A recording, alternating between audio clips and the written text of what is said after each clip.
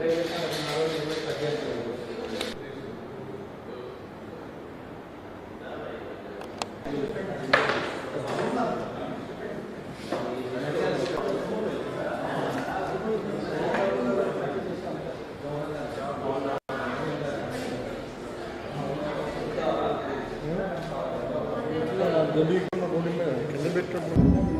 Hello అన్నా mike testing.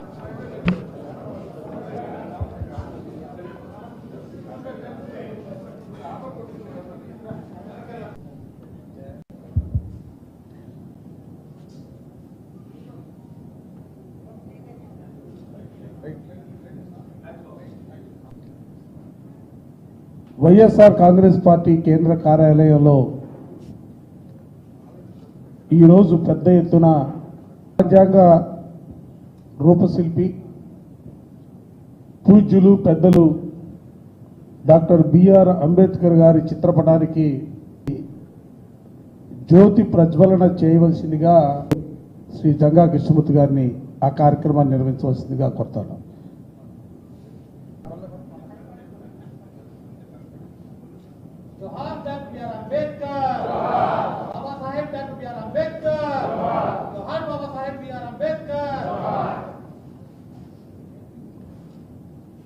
సలహాదారులు పద్మజ గారిని జ్యోతి ప్రజ్వలన.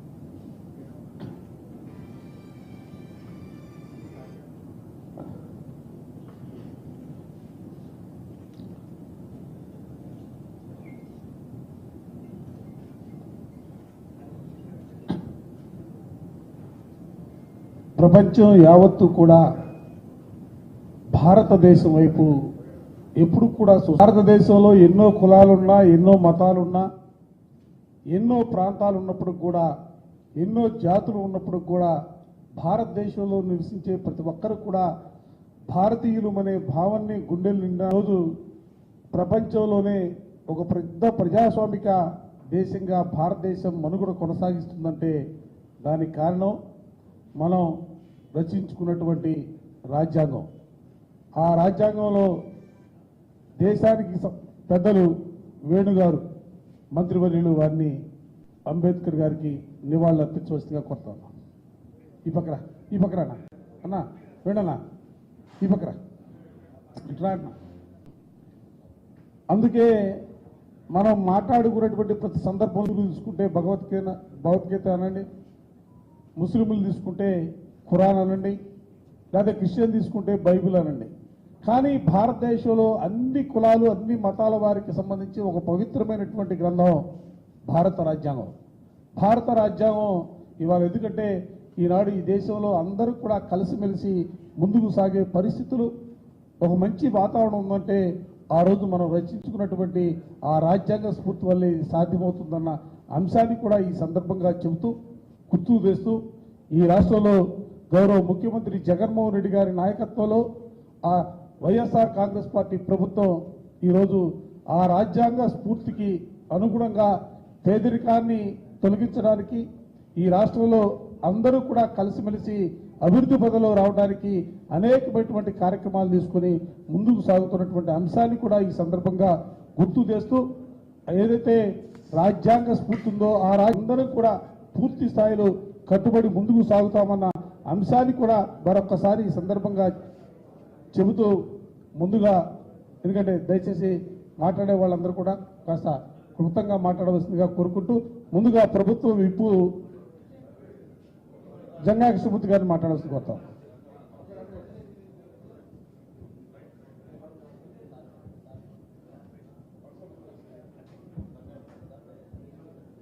భారత రాజ్యాంగ ఆమోద దినోత్సవ శుభాకాంక్షలు తెలియజేస్తున్నాను. భారతదేశం ప్రజాస్వామిక దేశం. భారతదేశంలో కులాలు, భారతదేశంలో మతాలు, భారతదేశంలో సంస్కృతులు, భారతదేశంలో భౌగోళిక పరిస్థితులు ప్రపంచంలో ఏ దేశంలో లేనటువంటి విధంగా భారతదేశం యొక్క పరిస్థితులు ఉన్నాయి. అలాంటి మతాలు, కులాలు కలిగినటువంటి ఈ యొక్క అతిపెద్ద భారత ప్రజలకి ఒక రాజ్యాంగాన్ని ఈ దేశానికి స్వతంత్రం వచ్చిన తర్వాత డాక్టర్ బిఆర్ అంబేద్కర్ యొక్క నాయకత్వంలో రాజ్యాంగాన్ని నిర్మించడం జరిగింది. చిన్న విషయం కాదు. ఎందుకంటే ఈరోజు కూడా భారతదేశంలో ప్రజాస్వామ్యం పరివిడుతుందంటే అది ఒక రాజ్యాంగ, భారతదేశం యొక్క రాజ్యాంగ స్ఫూర్తి. భారతదేశంలో రాజ్యాంగం బద్ధంగా అనేక విధాలు ఇప్పటికి కూడా అన్ని వ్యవస్థలకు కూడా భారతదేశ రాజ్యాంగానికి, భారతదేశ చట్టానికి సంబంధించినటువంటి లొంగి అన్ని విధాలకు కూడా ఉన్నట్టు అవసరం ఉంది. అంటే ఆ స్ఫూర్తితోని ఈ వ్యవస్థల మొత్తం కూడా పనిచేయాల్సిన అవసరం ఉంది. ఈ రోజున భారతదేశంలో ప్రతి పౌరుడు కూడా రాజ్యాంగాన్ని తెలుసుకోవాల్సిన అవసరం ఉంది, రాజ్యాంగాన్ని చదవాల్సిన అవసరం ఉంది.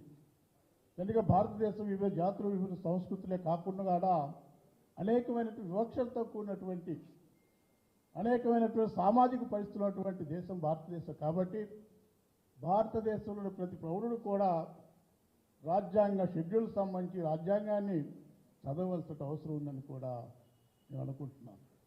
ఈ రోజున మనం చూస్తున్నాం, ఈ ప్రభుత్వం, జగన్మోహన్ రెడ్డి గారి ప్రభుత్వం రాజ్యాంగ స్ఫూర్తితోని, ప్రజాస్వామ్య విలువలతోని కొనసాగుతున్న పరిస్థితి.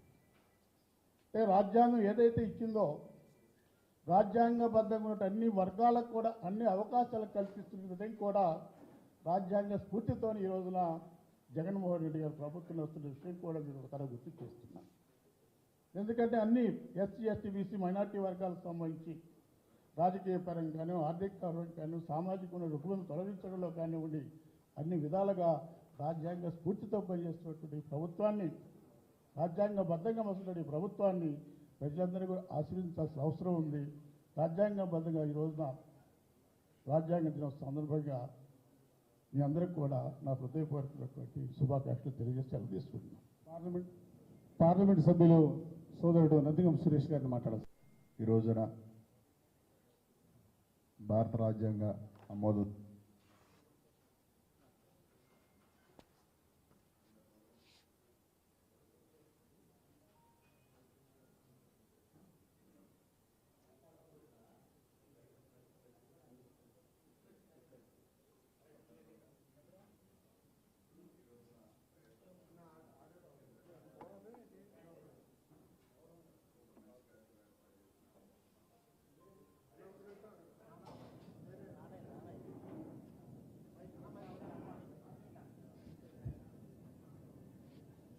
ఈ రోజున ఇంత మంచి కార్యక్రమం ఏర్పాటు చేసిన కేంద్ర వైఎస్ఆర్ కాంగ్రెస్ పార్టీ ఇన్ఛార్జిగా ఉన్న మన నxlivetv ధన్యవాదాలు.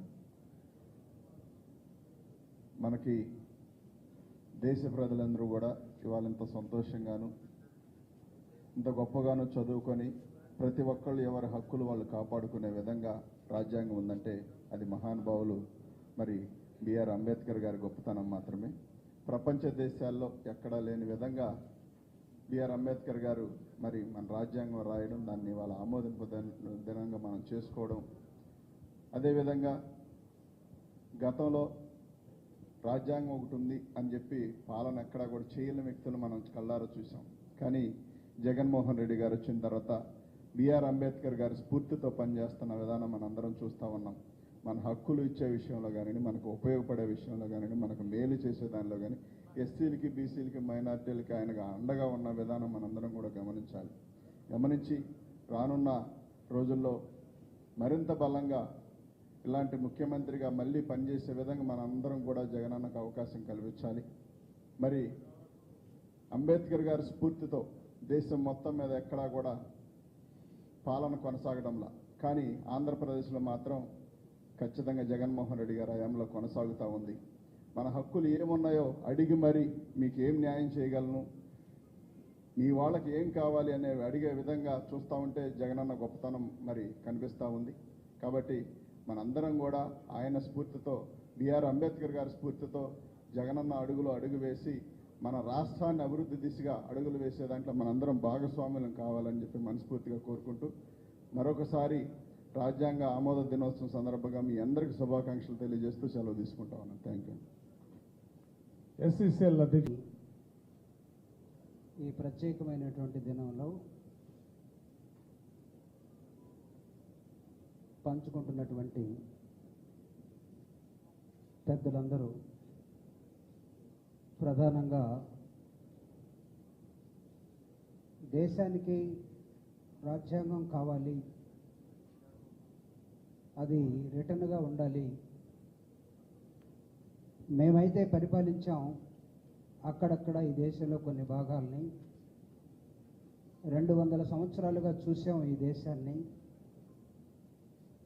మాలాగా పార్లమెంటు వర్సెస్ ప్రభుత్వం అనే రాజ్యాంగం కాకుండా రాజ్యం వర్సెస్ ప్రజలు అనే రాజ్యాంగాన్ని మీరు పంచుకోవాలి, రాసుకోవాలి అని చెప్పినటువంటి ఆనాటి పాలకులు బ్రిటిష్ వారు ఆ బాధ్యతని డాక్టర్ బాబాసాహెబ్ అంబేద్కర్ గారికి అప్పచెప్పినప్పుడు ఆయన ఒక మాట అంటాడు. ఆ మాటని తన వాల్యూమ్స్ ద్వారా నేను మీకు చదివి వినిపించి తర్వాత ఒక 2 నిమిషాలు మీతో మాట్లాడటానికి ప్రయత్నం చేస్తాను. ఇది అందరికీ తెలిసినటువంటిదే. సురేష్ నవ్వుతున్నాడు ఎందుకో ఏలేదుగా. Hindus wanted Vedas. They sent for Vyasa, who was not a Hindu by caste. The Hindus wanted epic. They sent Valmiki, who was an untouchable. Hindus wanted constitution, and they sent for me. భారతదేశానికి రాజ్యాంగం కావాల్సి వచ్చినప్పుడు నేను అవసరపడ్డాను అని చెప్తున్నాడు. అంటే ఆయన ఇచ్చినటువంటి రాజ్యాంగ దినోత్సవాన్ని 73వ దినోత్సవంగా జరుపుకుంటున్నటువంటి ఈ ఉత్సవానికి అధ్యక్షత వహించినటువంటి సెంట్రల్ ఆఫీస్ నాయకులు, ప్రధాన నాయకుడిగా ఎమ్మెల్సీగా ఉన్నటువంటి అన్న లేల అప్పిరెడ్డి గారు, మాట్లాడి ఇప్పుడే వెళ్ళినటువంటి తమ్ముడు సురేష్ గారు, మాట్లాడటానికి సిద్ధంగా ఉన్నటువంటి ఇంకొక మిత్రుడు మంత్రి సురేష్ గారు, అదేవిధంగా అన్న వేణన్న, మాట్లాడినటువంటి కృష్ణమూర్తి గారు, సలహాదారులు, మిగతా వాళ్ళందరూ కూడా పేరు పేరున ఈ రాజ్యాంగ దినోత్సవం అంబేద్కర్ భాషలో చెప్పాలంటే ఇది రాజ్యం స్టేట్ వర్సెస్ పీపుల్. అంటే రాజ్యాన్ని పరిపాలించడానికి ఎవరైతే ముందుకు వస్తున్నారో డెమోక్రసీ ద్వారా, ఎన్నికల ద్వారా, వాళ్ళు గతంలో లాగా ఇష్టం వచ్చినట్టు పరిపాలించడానికి లేదు. ఈ దేశంలో ప్రజలు ఉన్నారు. ప్రజాస్వామ్యం ఈ రోజు నుంచి రాబోతూ ఉన్నది. ప్రజాస్వామ్యబద్ధంగా ఎన్నికలు జరుగుతాయి. ఎన్నికలు జరిగినప్పుడు గెలిచిన పార్టీ, ఓడిపోయిన పార్టీ రెండు కూడా ఉంటాయి. ఈ రెండిటి మధ్య జరగాల్సిన సంభాషణ మొత్తం ఏంటంటే ప్రజల హక్కుల్ని, ప్రజలకు రావాల్సినటువంటి అనేకమైనటువంటి సంక్షేమ కార్యక్రమాల్ని ప్రభుత్వం నెరవేర్చకుండా బయటికి వెళితే ప్రతి మనిషికి హక్కు ఉంటుంది ప్రభుత్వం మీద పోరాడటానికి. అవే హక్కులు ఇవన్నీ కూడా. ఇది ఇంకొకటి కాదు. అందుకే మీరు చూడండి, జ్యుడిషియర్ని పెట్టి ఆర్టికల్ 19 ఎక్కడైనా సరే నా భావ స్వేచ్ఛకి దెబ్బ తగిలితే కోర్టుకు వెళ్తాం. ఇది భావ స్వేచ్ఛ ఎక్కడొస్తుందంటే between the state and the human being and citizen. అట్లానే జీవించే హక్కు ఆర్టికల్ 21. దీన్ని ఎక్కడైనా సరే కాల రాస్తే కోర్టులకు వెళ్ళే అధికారం. అంటే ప్రభుత్వాలు అంబేద్కర్ ఇచ్చినటువంటి రాజ్యాంగం ప్రకారం సంక్షేమ రాజ్యాన్ని నిర్మించే క్రమంలో రాజ్యాంగబద్ధంగా ఉండాలి, అలాంటి రాజ్యాంగాన్ని నేను సమర్పిస్తున్నానని చెప్పినటువంటి రోజు ఇది. ఈ సమర్పించి 73 సంవత్సరాలు అయిపోయింది.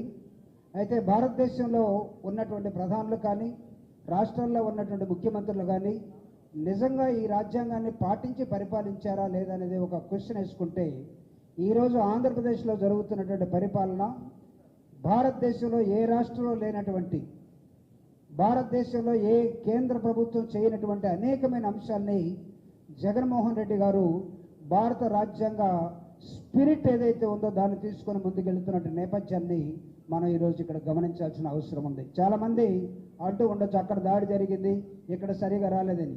కానీ 1,75,000 కోట్ల రూపాయలు ప్రభుత్వాన్ని నుంచి తీసుకొచ్చి ప్రజలకు పంచి ఇంటింటికి ప్రతి మనిషికి, అది డిజేబుల్డా, లేకపోతే ఒంటరి మనిషి మహిళ, లేకపోతే ముసలివాళ్ళ, లేకపోతే చదువుకునే వాళ్ళ, లేకపోతే ఆహారం కోసం అల్లాడుతున్నటువంటి వాళ్ళ, లేకపోతే ఇంటి కోసం ఎదురు చూస్తున్నటువంటి వాళ్ళ, ఇవన్నీ కూడా ప్రభుత్వం ఏకీభవించి చేసినటువంటి అంశాల్లో ప్రధానమైనటువంటిది the spirit of Indian constitution here in Andhra Pradesh. ఎక్సలెంట్గా పనిచేస్తున్నటువంటి ముఖ్యమంత్రి గారి నాయకత్వంలో జరుగుతున్నటువంటి ఈరోజు ఈ ఉత్సవాన్ని, నాకు తెలిసి ఇది భారతదేశంలోనే కాకుండా ప్రపంచవ్యాప్తంగా ఈ దినోత్సవం జరుగుతూ ఉన్నది. అమెరికాలో ఉన్నటువంటి కొంతమంది నా ఫ్రెండ్స్ ఫోన్ చేసి నా క్లాస్మేట్స్ అడిగారు, మీరు జరుపుతున్నారంటే మీకు నిన్న ఈరోజు మాకు అని చెప్పడం కూడా జరిగింది. అంటే అడ్వాన్స్డ్గా జరిపినటువంటి రోజు మన దేశం టైంతో పోలిస్తే, లేకపోతే రేపు జరుపుకునే రోజు, ఇవి దేశ ప్రపంచవ్యాప్తంగా అంబేద్కర్ గారు ఇచ్చినటువంటి రాజ్యాంగాన్ని గుర్తుపెట్టుకొని ఆయా ప్రభుత్వాలు సరిగా చేస్తున్నాయా లేదని చూసే క్రమంలో ఉన్నటువంటి హక్కుల్ని కాపాడుకోవడం కోసం, ప్రజా సంక్షేమం కోసం ఒకవైపు పోరాటాలు చేయాల్సిన అవసరం లేకుండా, ధర్నాలు చేయాల్సిన అవసరం లేకుండా ముఖ్యమంత్రి గారే రాజ్యాంగాన్ని చదివి, రాజ్యాంగాన్ని అమలుపరిచి, హక్కుల్ని కాపాడి, అదేవిధంగా సంక్షేమ రాజ్యాన్ని ఇస్తున్నటువంటి నేపథ్యంలో ఈరోజు మనం ఇక్కడ 73వ రాజ్యాంగ దినోత్సవాన్ని జరుపుకుంటూ ఉన్నాం. ఈ సందర్భంగా గుర్తుపెట్టుకోవాల్సిన అంశం ఏంటంటే, ఐ థింక్ ఇక్కడ ఉన్నటువంటి వాళ్ళందరూ కూడా most of the people belongs to the and Dalit or backward classes. Remember one thing, ఎక్కడైనా సరే సమాజంలో ఒక వ్యక్తి నాకు అన్యాయం జరిగిందంటే ఖచ్చితంగా ఎవరో పౌర హక్కుల వాళ్ళు లేకపోతే ఇంకొకళ్ళు వచ్చే కన్నా ప్రభుత్వం తరఫున మనమే ముందెళ్ళి, నీకు నిజంగా అన్యాయం జరిగితే కమాన్, ఇది జగనన్నగా తెలియజేస్తాం, ప్రభుత్వానికి తెలియజేస్తాం, ప్రభుత్వం వైపు నుంచి ఇలాంటిది రాకుండా చేస్తాం. ప్రైవేటు వ్యక్తులు ఎక్కడైనా అన్యాయం జరిగితే ఆ కేసులు వేరు. రాజ్యాంగం స్పష్టంగా లిఖితంగా ఇచ్చినటువంటిది this is in between the state and the people. కాబట్టి రాజ్యంలో ఉన్నటువంటి ప్రజలు, పాలితులు, పాలకులు, ఈ వ్యత్యాసాన్ని తీసుకొని పాలకులుగా ఉన్నటువంటి రాజకీయ పార్టీలు రాజ్యాంగ స్పిరిట్ని ఏమాత్రం దెబ్బతీయకుండా జరుపుకోవటం కోసం జరిగే ఒక ఉత్సవంగా, ఒక గుర్తు పెట్టుకునే రోజుగా, గుర్తు చేయాల్సిన రోజుగా దీన్ని ఈరోజు ఈ దేశమంతా వేరే రూపంలో వస్తున్నటువంటి, ఎప్పుడు బీజేపీ అంబేద్కర్ని చూడనటువంటి బీజేపీ, లేకపోతే కొంతమంది కమ్యూనిస్ట్ నాయకులు అంబేద్కర్ని అంగీకరించినటువంటి వాళ్ళు కూడా ఈరోజు అనివార్యంగా అంబేద్కర్ అవసరమై రాజ్యాంగ దినోత్సవాన్ని జరుపుకునే పరిస్థితికి ఆంధ్రప్రదేశ్లో ఉన్న ముఖ్యమంత్రి, ఈ దేశంలో ఉన్న మిగతా వాళ్ళందరూ కూడా మీరు కూడా చేయాల్సిన అవసరం ఉందని తన పని ద్వారా చేసి చూపించినటువంటి దినంగా దీన్ని భావిస్తూ, ఈ ఉత్సవానికి, ఈ దినాన్ని ఒక పండుగ జరుపుకునే నేపథ్యాన్ని క్రియేట్ చేసినటువంటి వైఎస్ఆర్ కాంగ్రెస్ పార్టీ నాయకులకి, ముఖ్యమంత్రి గారికి ధన్యవాదాలు తెలియజేస్తూ ముగిస్తూ ఉన్నాను. Thank you very much. మంత్రివర్యులు పెద్దలు శ్రీ చెల్లుబోయిన వేణుగోపాలకృష్ణ గారిని మాట్లాడవలసింది. వైఎస్ఆర్ కాంగ్రెస్ పార్టీ ప్రధాన కార్యాలయంలో ఈరోజు 73వ రాజ్యాంగ దినోత్సవాన్ని జరుపుకుంటున్నటువంటి తరుణంలో ఇక్కడ హాజరైనటువంటి నాకు సహచరులు ఆదిమూలపు సురేష్ గారు, పార్లమెంట్ సభ్యులు ఇప్పుడే మాట్లాడిన సురేష్ గారు, అన్న జూపుడి ప్రభాకర్ గారు, ఈ ప్రధాన కార్యదర్శి అప్పిరెడ్డి గారు, మాట్లాడి వెళ్ళినటువంటి జంగా కృష్ణమూర్తి గారు, ఇంకా చాలామంది సోదరులు ఇక్కడికి వచ్చారు. చాలా విశదంగా ప్రభాకర్ అని చెప్పాడు. భారతదేశంలో భిన్న మత కుల ఆచార సంస్కృతులు ఉన్నాయి. కులానికి ఆచారాలు ఉన్నాయి, మతాలకి సంస్కృతి ఉంది. ఈ సంస్కృతి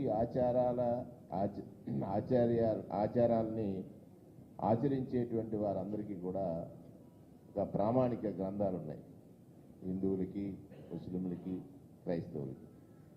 కానీ భారతీయ పౌరులందరూ కూడా, పౌర సంతతంతా కూడా ఆచరించగలిగిన ప్రామాణికం రాజ్యాంగం అయినప్పుడు ఆ రాజ్యాంగ స్ఫూర్తి, రాజ్యాంగంలో బాబాసాహెబ్ చెప్పినటువంటిది నేనైతే చాలా సందర్భంలో 22 సంవత్సరాల రాజకీయాల్లో నేను గమనించింది ఏంటంటే, బాబాసాహెబ్ అంబేద్కర్ గారు ఈ యుగానికి ఒక పురుషుడు, యుగ పురుషుడిగా జన్మించాడు కనుకే సామాన్యుడికి సంపన్నుడికి సమాన హక్కులు ప్రసాదించగలిగాడు. అది కేవలం చూడని భగవంతుడు అని అంటాం, అందరినీ సమానంగా చూశాడు లేదా అనేటువంటిది ఒక సూర్యతేజం. ఎలా అయితే ఆ సూర్యతేజం ఎలా అయితే అన్ని వస్తువులపైన సమంగా తన కాంతిని ప్రసరిస్తుందో, ఈ దేశంలో ఉన్నటువంటి అన్ని వర్గీయుల యొక్క జీవితాలని ఆయన ఆకలింపు చేసుకుని చదివి మనకిచ్చినటువంటి ప్రామాణిక గ్రంథం రాజ్యాంగం. ఆ రాజ్యాంగం ఉంది కనుకే నాలాంటి వ్యక్తి కూడా ఈ రాష్ట్రంలో ఒక సంక్షేమ శాఖకి మంత్రి అయ్యారు. దానికి తోడు ముఖ్యమంత్రి జగన్మోహన్ రెడ్డి గారు నిజమైనటువంటి బాబాసాహెబ్ అంబేద్కర్ గారి యొక్క ఆశయ సాధకుడు. ఆయన దగ్గర ఎవరూ ఉద్యమాలు చేయలేదు, ఎవరు వచ్చి ఈ కష్టాలు కోసం ఇక్కడ పోరాటాలు చేయలేదు. ఆయన చెప్తున్నప్పుడు పలు సందర్భాల్లో వారి ఎజెండా ఏముందంటే, ఎస్సీలు, ఎస్టీలు, బీసీలు, మైనారిటీలు, ఆర్థికంగా లేనటువంటి ఉన్నత వర్గాలు కూడా ఈ రాజ్యంలో అంటే ఆయన పరిపాలనలో సౌఖ్యంగా ఉండాలి, ఈ పాలన నా కోసం ఉందన్నట్టుగా వాళ్ళు భావించాలనేటువంటి ఒక తపన, ఆయన పడుతున్నటువంటి తపనను చూసినప్పుడు నిజమైనటువంటి బాబాసాహెబ్ అంబేద్కర్ గారి యొక్క ఆశయ సాధకుడు వైఎస్ జగన్మోహన్ రెడ్డి గారిని చెప్పడానికి నేను చాలా ఆనందాన్ని వ్యక్తం చేస్తూ ఉన్నాను. చూసాం, ఇంటింటికి వెళ్ళినప్పుడు ఆ ఇంట్లో అవసరం ఏమిటో వాళ్ళకి తెలియట్లేదు, కానీ జగన్మోహన్ రెడ్డి గారికి తెలిసింది ఆ ఇంటి అవసరాలు. ఆ ఇంటిలో వెనుకబాటుతనం ఎక్కడుంది, ఆ వెనుకబాటుతనాన్ని నుంచి వాడు బయటపడాలంటే అతనికి ఏ రకమైనటువంటి సహాయాన్ని అందించాలి. బాబాసాహెబ్ చెప్పినట్లుగా బోధించు, సమీకరించి, పోరాడు అనేటువంటి మాటలు ఏవైతే ఉన్నాయో ఆ బోధన కోసం ఈ పేదరికాన్ని తరిమి కొట్టాలంటే నిజమైన ఆయుధం విద్యని, ఆ విద్య కోసం భారతదేశానికి ఒక మార్గదర్శకంగా నిలిచి వారి యొక్క పరిపాలన, అలాగే ఏ వర్గాల వారైతే ఆ వర్గాల కోసం పోరాటాలు చేసి లేకపోతే నిజంగా తప్పించేవారు ఉన్నారు, వారందరినీ కూడా ఈ రాజకీయాల్లో ప్రోత్సహించటం, ఆ వర్గాల యొక్క మాటల్ని ఎప్పటికప్పుడు వారు విని ఆకలింపు చేసుకొని వారి యొక్క సమస్యల పరిష్కారానికి మార్గాలు చూపడం కోసం వారు చేస్తున్నటువంటి ఈ తపన కనిపిస్తున్నప్పుడు బాబాసాహెబ్ మన కోసమే జన్మించాడని ఈ రాష్ట్రంలో ఉన్న ప్రతి పేదవాడు భావించి ఆరాధించేటట్టుగా వారి యొక్క పరిపాలన సాగుతున్న తరుణంలో ఈరోజు రాజ్యాంగ దినోత్సవాన్ని వైఎస్ఆర్ కాంగ్రెస్ పార్టీ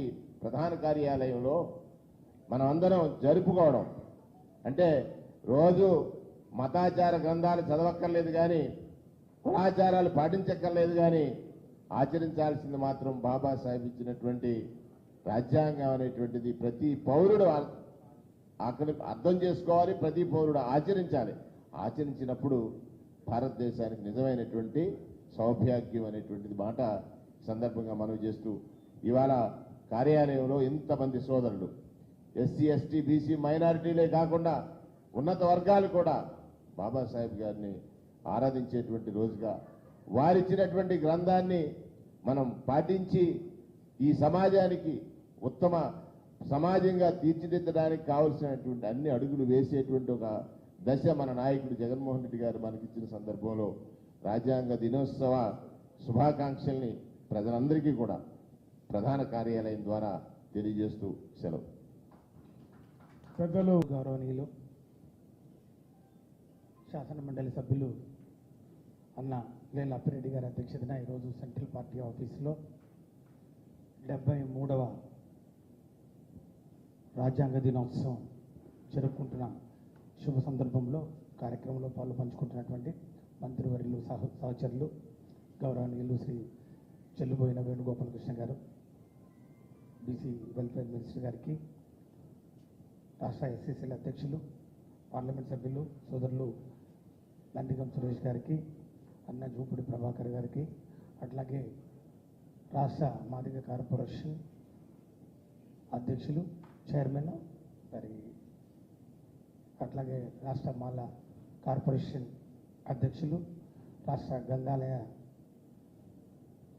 సంస్థ అధ్యక్షులు, మరి ఇతర కార్పొరేషన్ అధ్యక్షులకు, మరి శాసనమండలి సభ్యులకు, ఎమ్మెల్యేలకు, మరి అన్న జంగా కృష్ణమూర్తి గారికి, వైఎస్ఆర్ కాంగ్రెస్ పార్టీ నాయకులకు, కార్యకర్తలకు, మరి ఇక్కడికి వచ్చినటువంటి ప్రింట్ అండ్ ఎలక్ట్రానిక్ మీడియా వారికి, మీ ద్వారా వైఎస్ఆర్ కాంగ్రెస్ పార్టీ అశేష మరి శ్రేణులకు, రాష్ట్ర వ్యాప్తంగా ఉన్నటువంటి ప్రజానికానికి అందరికీ కూడా వైఎస్ఆర్ కాంగ్రెస్ పార్టీ తరఫున మీ అందరికీ 73వ రాజ్యాంగ దినోత్సవ శుభాకాంక్షలు, శుభాభినందనలు తెలియజేస్తా ఉన్నాను. వక్తలందరూ మాట్లాడడం జరిగింది. ఈ యొక్క రాజ్యాంగ దినోత్సవం యొక్క ప్రాముఖ్యత, యొక్క విశిష్టత మనందరికీ తెలుసు. రాజ్యాంగం ఆమోదించినటువంటి దినం ఈరోజు, అంటే 73 సంవత్సరాల క్రితం కాన్స్టిట్యూంట్ అసెంబ్లీ ఈ యొక్క రాజ్యాంగాన్ని ఆమోదిస్తూ దీన్ని అమలు చేయడానికి మార్గం సుగమం చేసినటువంటి తరుణం. అంటే దీనికి ఎక్కువ ప్రాచుర్యం లేదు, ఎందుకంటే రాజ్యాంగం అమల్లోకి వచ్చినటువంటి రోజు ఏదైతే ఉందో మనం అందరం గణతంత్ర దినోత్సవంగా జరుపుకుంటున్నామో దాన్ని ఎక్కువ ప్రాముఖ్యతగా మనం తీసుకున్నాం. కానీ తర్వాత పాలకులు కేంద్రంలో కానివ్వండి, రాష్ట్రంలో కానివ్వండి, అందరూ కూడా ఆలోచన చేసి రాజ్యాంగ స్ఫూర్తిని, రాజ్యాంగం యొక్క విశిష్టతను మరి దేశ ప్రజలకు చాటి చెప్పాలంటే రాజ్యాంగం మరి అమల్లోకి వచ్చింది, ఆమోదించిన మరి ఆ యొక్క క్షణాల్లో, ఆ యొక్క రోజులన్నీ కూడా ప్రజలకు అవగాహన కల్పించాలనే ఒక ఆలోచనతో 2015లో మొట్టమొదటిసారిగా రాజ్యాంగ దినోత్సవాన్ని జరుపుకోవడానికి శ్రీకారం చుట్టడం జరిగింది. అంతకుముందు ఈ యొక్క నవంబర్ 26ను మనం అంతా మరి లాయర్స్ డే కింద జరుపుకుంటున్నటువంటి విషయం కూడా మా అందరం మరి మనం ఒకసారి గుర్తు చేసుకోవచ్చు. మరి ఈరోజు ఈ యొక్క రాజ్యాంగం ఏదైతే ఉందో, రాజ్యాంగం యొక్క స్ఫూర్తి యొక్క భావం, దాన్ని ఏదైతే వి ది పీపుల్ ఆఫ్ ఇండియాని మనం మొదటగా మరి రాసుకొని, ఇది మనకిచ్చుకున్నటువంటి ఈ యొక్క డాక్యుమెంట్ ఏదైతే ఉందో ప్రతి ఒక్కరికి కూడా దీని మీద అవగాహన కల్పించాల్సినటువంటి బాధ్యత ప్రభుత్వాల మీద ఉందన్నటువంటి సంగతి కూడా ఈ మధ్య మరి అందరూ వక్తలు కూడా చెప్పడం జరిగింది. ఖచ్చితంగా పాఠ్యాంశాలలో ఇది భాగంగా కూడా చేర్పించాల్సినటువంటి అవసరం ఎంతైనా ఉంది. ప్రతి విషయం కూడా ఈరోజు మనం ఇక్కడ మాట్లాడుతున్నామంటే, లేకపోతే మనం ఒక కార్యక్రమం చేస్తున్నామంటే, లేకపోతే మనం ప్రభుత్వాలు మరి నడపాలన్నా ప్రతి విషయంలో కూడా మనం ఆ స్ఫూర్తిని రాజ్యాంగం నుంచి తీసుకుంటున్నటువంటి తరుణంలో రాజ్యాంగం యొక్క అన్ని మరి అంశాలు, అందులో ప్రధానమైనటువంటి అంశాలు ఏవైతే ఉన్నాయో ఈ ఫండమెంటల్ చిన్నగా ప్రభాకర్ అని చెప్పడం జరిగింది. ఈ యొక్క ప్రాథమిక హక్కులు కానివ్వండి, ఫండమెంటల్ డ్యూటీస్, ప్రాథమిక బాధ్యతలు కానివ్వండి, directive principles of state policy, అంటే ప్రభుత్వాలు ఏ విధంగా నడపాలి అనే దానికి కూడా రాజ్యాంగంలో చక్కగా వివరణ ఇస్తున్న సమయంలో గత పాలకులు పూర్తిగా దీన్ని మర్చిపోయి రాజ్యాంగం అంటే మాకు లెక్కలేదు, మాకు అధికారం ఇచ్చారు, ప్రజలు ఇచ్చారు కాబట్టి అధికారంలో 5 సంవత్సరాలు ఉన్నంత వరకు మా ఇష్టం వచ్చినట్టు మేము చేసుకుంటాం, అంటే పార్టీ ఫిరాయింపులను ప్రోత్సహిస్తాం, మరి చట్టసభల్ని మరి కించపరుస్తూ, మరి ప్రతిపక్షాలని పూర్తిగా అవమానపరుస్తూ, పేద బడుగు బలిగిన వర్గాల్ని పూర్తిగా లెక్క చేయకుండా ప్రజలకు ఏదైనా చెప్తాం, మేము ఏదైనా చేసుకుంటామని చెప్పి ఏ విధంగా అయితే గత పాలకులు తెలుగుదేశం పార్టీ వాళ్ళు చేశారో మనం అందరం చూసాం, మరి దాన్ని అనుభవించాం, బాధపడ్డాం. మరి ఈనాడు అలా కాకుండా బాబాసాహెబ్ బిఆర్ అంబేద్కర్ గారు మన నవభారత రాజ్యాంగ నిర్మాత, పరిపాలనా దక్షుడు, రాజకీయ దురంధరుడు, మరి సంఘ సంస్కర్త, అట్లాగే ఈ స్వాతంత్ర సమరయోధుడు బాబాసాహెబ్ బిఆర్ అంబేద్కర్ గారి ఈ యొక్క స్ఫూర్తి కానివ్వండి, ఆయన యొక్క భావజాలాన్ని కానివ్వండి ఈరోజు పుణికి పుచ్చుకొని రాష్ట్ర ముఖ్యమంత్రి వర్యులు జనహృదయ నేత శ్రీ వైఎస్ జగన్మోహన్ రెడ్డి గారు ఏ విధంగా పరిపాలన సాగించారో 3.5 సంవత్సరాల కాలంలో అది రాజ్యాంగ స్ఫూర్తిని ఏ విధంగా తూచా తప్పకుండా అమలు చేశారో దానికి అర్థం పడుతుంది. అంటే సంక్షేమ కార్యక్రమాలు కానివ్వండి, ముఖ్యంగా ఈ వెనుకబడతనానికి ప్రధానమైనటువంటి కారణం ఏదైతే ఉందో మరి చదువు లేనితనం అని చెప్పి బాబాసాహెబ్ బిఆర్ అంబేద్కర్ గారు చెప్పారో ఆ చదువు మీద ప్రత్యేకమైన దృష్టి పెట్టినటువంటి ఏకైక ముఖ్యమంత్రి శ్రీ వైఎస్ జగన్మోహన్ రెడ్డి గారు. విద్య, వైద్యం, వ్యవసాయం 3 ప్రధాన అంశాలుగా 3.5 సంవత్సరాల కాలంలో ఏ విధంగా మరి లక్షల కోట్ల రూపాయలు ఖర్చు చేసి బడుగు బలహీన వర్గాల వారికి ఈరోజు అండగా నిలిచి ఈరోజు క్యాబినెట్లో 70% మరి మంత్రులు బీసీ, ఎస్సీ, ఎస్టీ వారు ఈరోజు వారికి అవకాశం కల్పించారంటే ఈరోజు మాకు ఈరోజు మన పేద బడుగు బలహీన వర్గాల ఆశాజ్యోతిగా మరి ఈరోజు వైఎస్ జగన్మోహన్ రెడ్డి గారు నిలిచారని చెప్పి కూడా చెప్పక తప్పదు. ఆయన పరిపాలన ఇంకా రాబోయే రోజుల్లో కూడా ఈ రాష్ట్రం సుభిక్షంగా ఉంటుంది. అందరికీ మహిళలకు ప్రధానంగా మరి అండగా ఎస్సీ, ఎస్టీ, బీసీ వర్గాలకి ఒక బాసటగా ఈరోజు జగన్మోహన్ రెడ్డి గారు నిలుస్తారని చెప్పడంలో ఏమాత్రం అతిశయోక్తి కాదు. ఆయన నాయకత్వాన్ని బలపరచాలని, ఆయన రాబోయే రోజుల్లో మళ్ళా మనం ఆయన గెలిపించుకొని ముఖ్యమంత్రిగా చూసే మరి ఒక కార్యక్రమానికి మనమందరం శ్రీకారం చుట్టాలని ఈరోజు ఈ రాజ్యాంగ దినోత్సవం సందర్భంగా మనమందరం ప్రతిన పూనాలని చెప్పి కూడా మీ అందరికీ మనవి చేసుకుంటూ బాబాసాహెబ్ బిఆర్ అంబేద్కర్ గారి ఆశయాలకు మనం మరి ఈరోజు సాక్ష్యాలుగా నిలబడి మరి ఆయన ఆశయాలను ముందుకు తీసుకునే దిశలో మనం అందరం కలిసికట్టుగా మరి పనిచేయాలని చెప్పి పిలుపునిస్తూ మరొక్కసారి మీ అందరికీ రాజ్యాంగ దినోత్సవం సందర్భంగా శుభాకాంక్షలు తెలియజేసుకుంటూ సెలవు తీసుకుంటాం.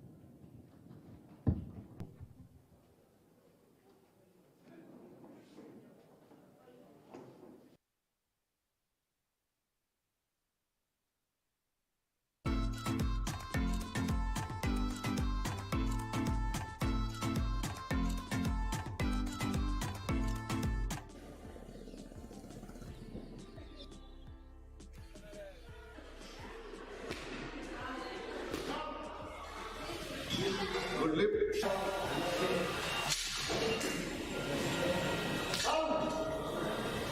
Good lip.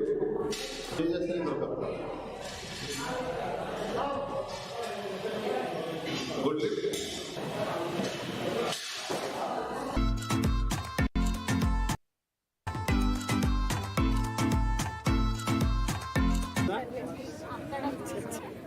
ఎక్కడ ఉపయోగిస్తారు? నేవీ మరియు ఎయిర్ ఫోర్స్లో ఉపయోగిస్తారు. ఎందుకంటే యుద్ధ భూమిలో గమ్యాన్ని తప్పిపోయి దూరంగా వెళ్ళిపోతే ప్రతి వాళ్ళ దగ్గర ఇటువంటి డ్రైవ్ రోడ్ ఉంటుంది. దీంట్లో 3 రకాల సెల్స్ ఉంటాయి. ఒకటి white and yellow, green, white and red. 3 రకాల రంగులతో 3 రకాల సంకేతాలని మనం మెసేజ్ ఇవ్వచ్చు అనమాట. అర్థమైందా? ఈ యొక్క రైఫిల్ ద్వారా మన యొక్క ఉనికిని అవతల వాళ్ళకి తెలియజేయడానికి ఉపయోగిస్తారు. ఏంటిది ఉనికి అంటే? మన యొక్క ప్లేస్. అర్థమైందా? మీరు తప్పు ఇక్కడ ఉన్నారు, మీ పేరెంట్స్ అక్కడెక్కడో ఎత్తుకుంటున్నారు. రాలేదు ఆ బైక్ ని హ్యాండిల్ చేసే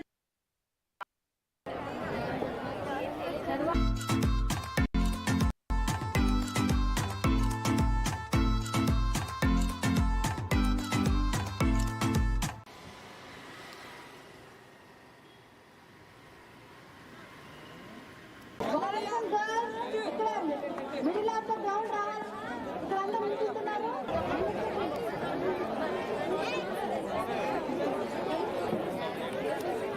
బాయ్స్ అండ్ గర్ల్స్ చూడండి, ఇక్కడ చిన్నపిల్లలు బాయ్స్ ఉన్నారు. లైన్ మీరు కూడా నిల్చోవాలి. చదవానిస్తుంది ఉంటున్నాం.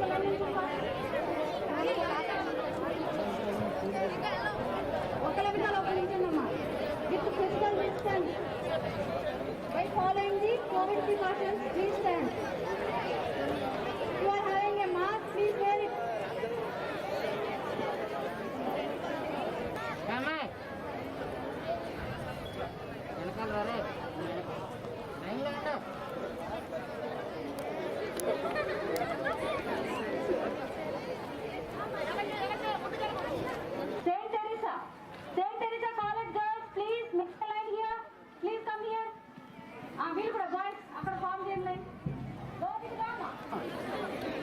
చిన్నగా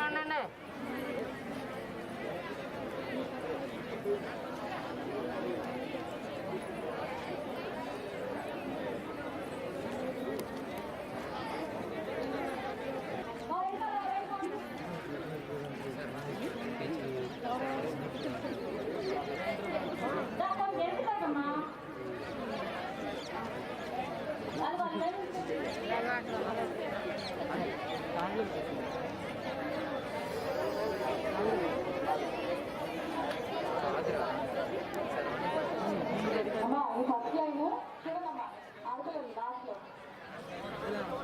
కవర్ చేయండి. మ్యాన్ టు మ్యాన్ కవర్ చేయండి. Man to man cover you man to man cover చేయండి అమ్మా.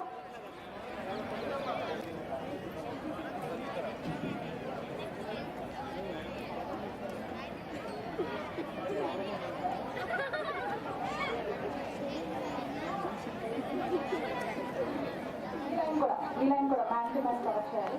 ఇప్పుడు వంకరగా ఉందమ్మా.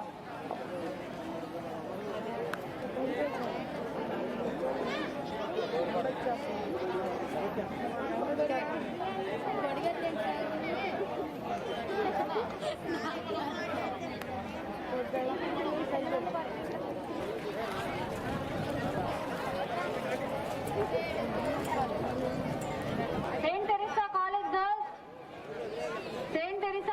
గర్ల్స్ ఇక్కడ మేడం సెంటర్ ఆఫ్ ది కోర్టుకి రండమ్మా. మీరు కూడా వెనకెళ్ళండి. ఒక లైన్ ఫామ్ చేయండి. చిన్న అటెళ్ళు ఇవాళ ఎట్టుంటే అటు ఉండు, తప్పిపోతాం. దూరంగా టీచర్స్ ఉంటే ఒకరు ఇక్కడికి వచ్చేస్తారా?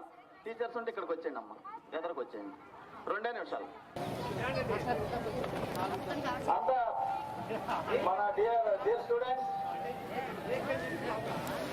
అంతా ఆనరబుల్ లెక్చర్స్ అండ్ టీచర్స్, మనం ఈరోజు పోలీసు అమరవీరుల స్మారక వారోత్సవాల సందర్భంగా అందరం ఈ జరుగుతున్న ఒక 10 విధాలైనటువంటి ప్రోగ్రామ్స్ మనం కండక్ట్ చేసుకుంటా ఉన్నాము. ఏదేమైనా కానీ మన పోలీసు బోర్డర్లో ఉన్నాయండి, లేకపోతే విత్ ఇన్ ద కంట్రీ జరుగుతున్నటువంటి దుష్ట శక్తులను ఎదిరించడంలో కానివ్వండి, న్యాచురల్ కలామిటీస్లో కానివ్వండి, కోవిడ్ వంటి ప్రతికూల పరిస్థితుల్లో వైరస్ స్ప్రెడ్ అవుతున్నప్పుడు ప్రజలకు సేవలు అందిస్తూ చాలా విధాలుగా వాళ్ళ ఫ్యామిలీని కోల్పోయి, అట్లాగే వాళ్ళ యొక్క కుటుంబాలకు దూరమై వాళ్ళ అనారోగ్యం పాలైనా కానీ మళ్ళీ కోలుకుని మళ్ళీ డెడికేటెడ్గా కోవిడ్ పేషెంట్లకి అలాగే ప్రజలకి సేవ చేస్తూ కొంతమంది అయితే ప్రాణాలు కూడా వదిలేశారు.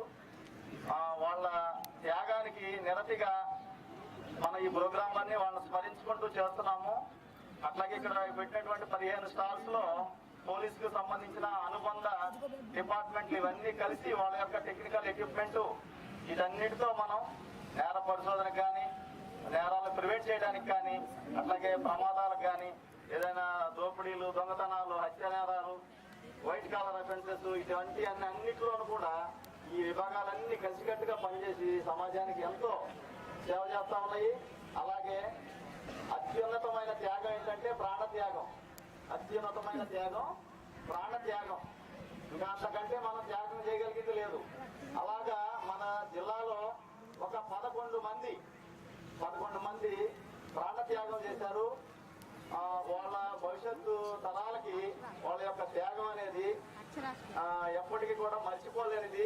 అందుకని మనం కూడా వాళ్ళు ఎక్కడ ఏ లోకంలో ఉన్నా వాళ్ళ గురించి మనం ఒక్కసారి స్మరించుకుంటూ పోలీస్ అమరవీరులకు జోహార్, పోలీస్ అమరవీరులకు, పోలీస్ అమరవీరులకు, పోలీస్ అమరవీరులకు, పోలీస్ అమరవీరులకు.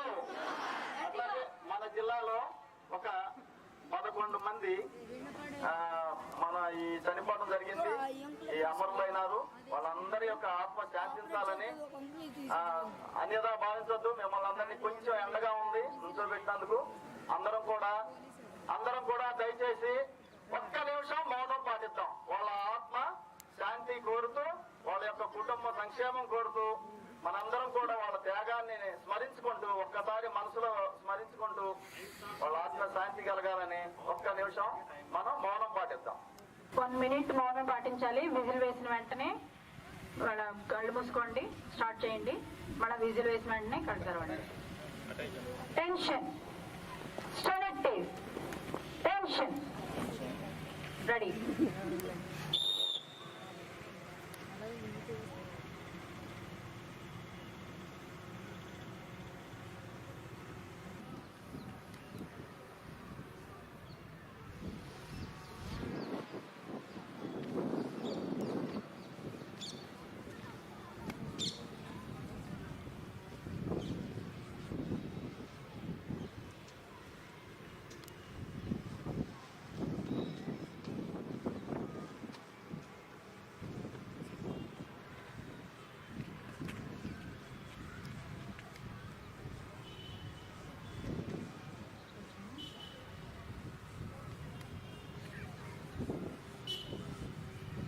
ఓకే. జోహార్ జోహార్ జోహార్ జోహార్ అమరవీరులకు జోహార్, జోహార్ జోహార్ అమరవీరులకు జోహార్. Very much. తెలుగుని నేర్చుకోండి అమ్మా, చెప్తారు ఆ ఇన్స్ట్రక్టర్స్. ఆల్రెడీ స్టార్స్ విజిటింగ్ లో ఉన్న వాళ్ళు కంటిన్యూ చేస్తారు. ఇంట్రొడక్షన్ అసలు అవ్వకుండా ఉన్న స్టూడెంట్స్ టెంట్ కింద కొట్టి కూర్చుంటారు. Open house. Does anybody know why we are organizing this open house today? Anyone? Have you read what is written here? Police Commemoration Day. That means police martyrs remembering day. The main duty of police is to protect the law. Recognize the law breakers. Yes or no? We will recognize law breakers where problem is going to arise. We will recognize them. Punish చేయడం జరుగుతుంది. Why? Because they have not taught you not to ride a bike because you are not having a licence, proper licence, authorised licence. అవునా? ఎందుకు మీకు అంటే restriction? మీకు licence లేదు అని అంటే మీకు అంత ఏజ్ రాలేదు, ఆ బైక్ ని హ్యాండిల్ చేసేంత కెపాసిటీ మీకు ఉండదు. Maybe you have learned, but constant గా మీరు డ్రైవ్ చేస్తారనే కాన్ఫిడెన్స్ మాకు కూడా ఉండదు, ఎదురుగా వచ్చే వాళ్ళు కూడా ఉండదు. దానివల్ల యాక్సిడెంట్ జరిగే ఛాన్సెస్ చాలా ఉన్నాయి. అవునా కాదా? బయోడేటా మొత్తం వచ్చేస్తుంది. And these are leading to the women harassment cases. నీ ఫోటో పెట్టి ఇప్పుడు మార్ఫింగ్ జరుగుతుంది. నీదే బాడీ, ఎవరిదో ఫోటో, ఎవరిదో బాడీ నీ ఫోటో మార్ఫింగ్ చేస్తున్నారు, నీకు తీసేసే వీడియోస్ కనిపిస్తున్నారు. అవునా కాదా? నువ్వేమో దానికి భయపడిపోతావు, అమ్మో నాకేంటి ఇలాంటి వీడియోస్ వచ్చింది, కానీ నువ్వు చేయలేదు. Hacking today's problem. నీ యొక్క అకౌంట్ హ్యాక్ అయిపోతుంది, నీ యొక్క పాస్వర్డ్ తెలిసిపోతుంది, నువ్వు ఎవరెవరిని చూస్తున్నావు, ఎవరిని చేస్తున్నావు. ఇంపార్టెంట్ గా ఎప్పుడైనా యాక్సిడెంట్ అయ్యి రోడ్డు మీద పడిపోతాం, ఎవరికైనా ఇంట్లో వాళ్ళకి చెప్దామనంటే దానికి పాస్వర్డ్ ఉంటుంది కదా. ఎవరైనా ఫోన్ చేశారు, వాళ్ళ ఇంట్లో వాళ్ళు ఇమీడియట్ గా చేసిన ఫోన్ ఏమైనా ఉందా, కొంచెం ఫోన్ చేసి చెప్తామనంటే మన దగ్గర ఆన్సర్ లేదు. ఎందుకంటే నేను ఫోన్ చేయడానికి కూడా నాకు ఛాయిస్ లేదు కదా. నేను ఒక పాస్వర్డ్ పెట్టుకున్నా, ఆ పాస్వర్డ్ నాకు తప్ప నీకు తెలియదు, ఎవరికి తెలియదు. అలాంటి కేసులు ఈ పాస్వర్డ్ చాలా హార్మ్ కలుగజేస్తుంది మనకి. అలాంటి ఎందుకు పాస్వర్డ్ పెట్టుకుంటాము? సీక్రెసీ ఉంటాయి. అలా సీక్రెట్ వర్క్స్ నువ్వు ఎందుకు చేయాలి? You means your phone, whatever Google search, whatever Gmail search, whatever Chrome search you are doing, it is the history which is showing you what you are. నువ్వు ఎలాంటి videos చూసినా, ఏం open చేసి చూసినా, ఏ page open చేసి చూసినా నువ్వు delete చేసావు అనుకుంటావు, కానీ నీ యొక్క గూగుల్ అకౌంట్ లో నువ్వు చూసే యూట్యూబ్ ఛానల్లో మొత్తం నీ యొక్క బయోడేటా హిస్టరీ మొత్తం ఉంటుంది. నువ్వు ఏం చేసావు బిట్ బై బిట్ ఉంటుంది. నేను తప్పు చేసే దేవుడు చూస్తాను నువ్వు ఎలా అనుకుంటున్నావో, నువ్వు చూసే ప్రతి దానికి కూడా నీ ఫోనే మొత్తం చూపిస్తుంది. నువ్వు వెళ్ళేటప్పుడు నీకు తెలీదు, నీ Gmail account place to place నీ లొకేషన్ తో సహా మొత్తం చెప్తుంది. నువ్వు అనుకుంటావు నేను ఫోన్ స్విచ్ ఆఫ్ చేస్తా, నేను ఎక్కడ ఉన్నానో ఎవరికి తెలియదు. But Google is having a facility to tell from where to where that phone has been travelled. అర్థమైందా? ఇవన్నీ సైబర్ క్రైమ్ లో ఒక పార్ట్ అన్నమాట. ఈ రోజు పిల్లలు ఫేస్ చేసిన ప్రాబ్లమ్స్ పేరెంట్స్ చెప్పండి, పిల్లలు టీచర్స్ పిల్లలకి నేర్పించండి. మీరు ఫోన్ యూజ్ చేస్తుంటే ఎలాంటి ఫోన్స్ యూజ్ చేస్తున్నారు, ఎలాంటి వీడియోస్, ఎలాంటి వాటికి మీరు నెట్ ని యూజ్ చేస్తున్నారు అనేది. అండ్ పేరెంట్స్ కి ఏం చదువులేదులే, వాళ్ళకేం అర్థం కాదు నేనేం చూస్తున్నానని మాత్రం అనుకోవద్దు. నిన్ను నువ్వు మోసం చేసుకోవద్దు. నా పేరెంట్స్ చదువుకోలేదు, నేను ఏం చూసా వాళ్ళకి ఏం తెలుస్తుంది, నేను చాటింగ్ చేస్తుంటా ఎవరికో పిచ్చి పిచ్చి చాటింగ్. పాపం పేరెంట్స్ తెలియదు కదా, they are illiterates, they don't know that what I'm searching on the mobile. నువ్వు నిన్ను మోసం చేస్తూ మీ పేరెంట్స్ మోసం చేయొద్దు. Got it boys? College students అనుకోవద్దు. College student means you are the next future of our generation. How you are going to construct your life is important. Today if you come out of your college, though you strive for 3 to 4 years, you are never going to get a government job today. Because Neekevvaru competition తెలుసా? నీ పైన 5 బ్యాచ్లు, నీ కింద 5 బ్యాచ్లు నీ కాంపిటీషనే. బయటకు వచ్చి నువ్వు ఒక జాబ్ తెచ్చుకోవాలంటే నీ కాంపిటీషన్ ఎంత ఉందో తెలుసా? బాయ్స్ ఇంజనీరింగ్ బయటికి ఇంటర్ తర్వాత చదువుతున్న బాయ్స్ నేను చెప్తున్నా. ఇప్పటి నుంచి కనుక నీ లైఫ్ ని కన్స్ట్రక్టివ్ గా నేను 10th తర్వాత ఏం చేయాలని కనుక నువ్వు ఒక ఏం పెట్టుకోలేదనుకో, నీకు 20 years వస్తాయి, నీకు 30 years వస్తాయి, నీకు జాబ్ అయితే రాదు. అమ్మాయిని ఎవరిపరు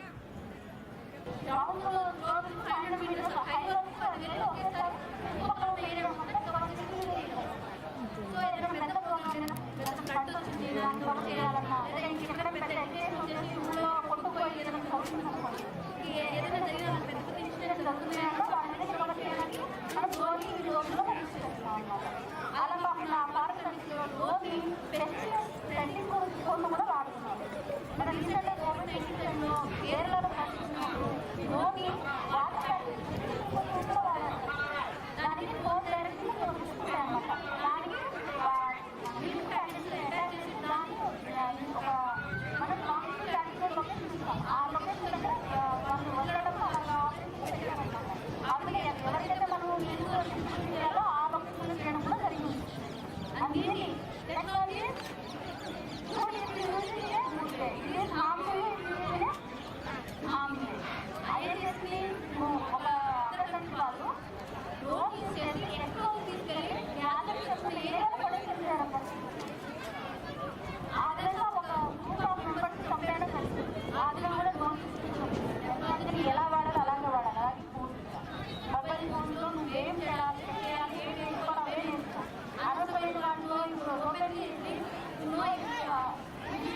ఎన్ని ప్రైస్ ఓపెన్ ఇవి ఓటీపీ గోల్డ్ వస్తుంటాయి. వాటికి అడ్రస్కి వెళ్ళదు.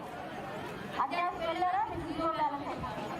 మీరు ఒక ఆన్లైన్ గేమ్స్ ఆడటము గర్ల్స్ ఎక్కువ ఆడరు, బట్ మీ బ్రదర్స్ లాంటి ఆడుతూ ఉండడం చూస్తారు. ఆన్లైన్ గేమ్స్ ఆడదని తమ్ముడు అని చెప్పండి. Okay, online games that's life of boys today. ఈ జనరేషన్ బాయ్స్ ఉన్న మోస్ట్ ఇంపార్టెంట్ ఈవెంటింగ్ ఫ్యాక్టర్ ఏంటంటే mobile app. You are giving loan, online loan ఇస్తున్నారు. ఆన్లైన్ లోన్ గేమ్స్ ఆడడానికి క్రికెట్ మ్యాచ్ అవుతుంది కదా అంటున్నామన్న. ఆ క్రికెట్ మ్యాచ్ పెట్టిందని ఆన్లైన్ యాప్స్ మనకి లోన్ డబ్బులు వేసేస్తారు. దానికి పూర్తిగా మీ డాడీ ప్లాన్లో మీ డాడీ బ్యాంక్ అకౌంట్ మీ డాడీ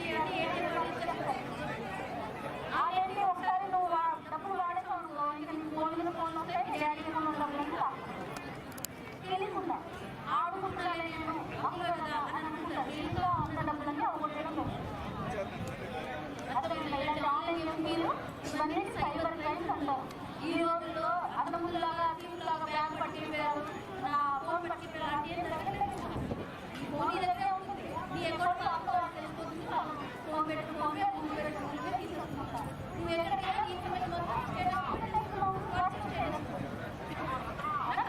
వాట్సాప్ పెట్టేస్తున్నావు, ఫేస్బుక్లో పెట్టేస్తున్నావు, ఇన్స్టాగ్రామ్ పెట్టేస్తున్నావు, టెలిగ్రామ్ పెట్టేస్తున్నావు. నేను ఈ రోజు ఉత్పత్తి చేస్తున్నా. నా దగ్గర 2 గాలు, నేను కొత్త గాలు, కోడి గాలు పెట్టాను. అరే బాబు దగ్గర కోడి గాలు కూడా అంతే కదా. ఎవరు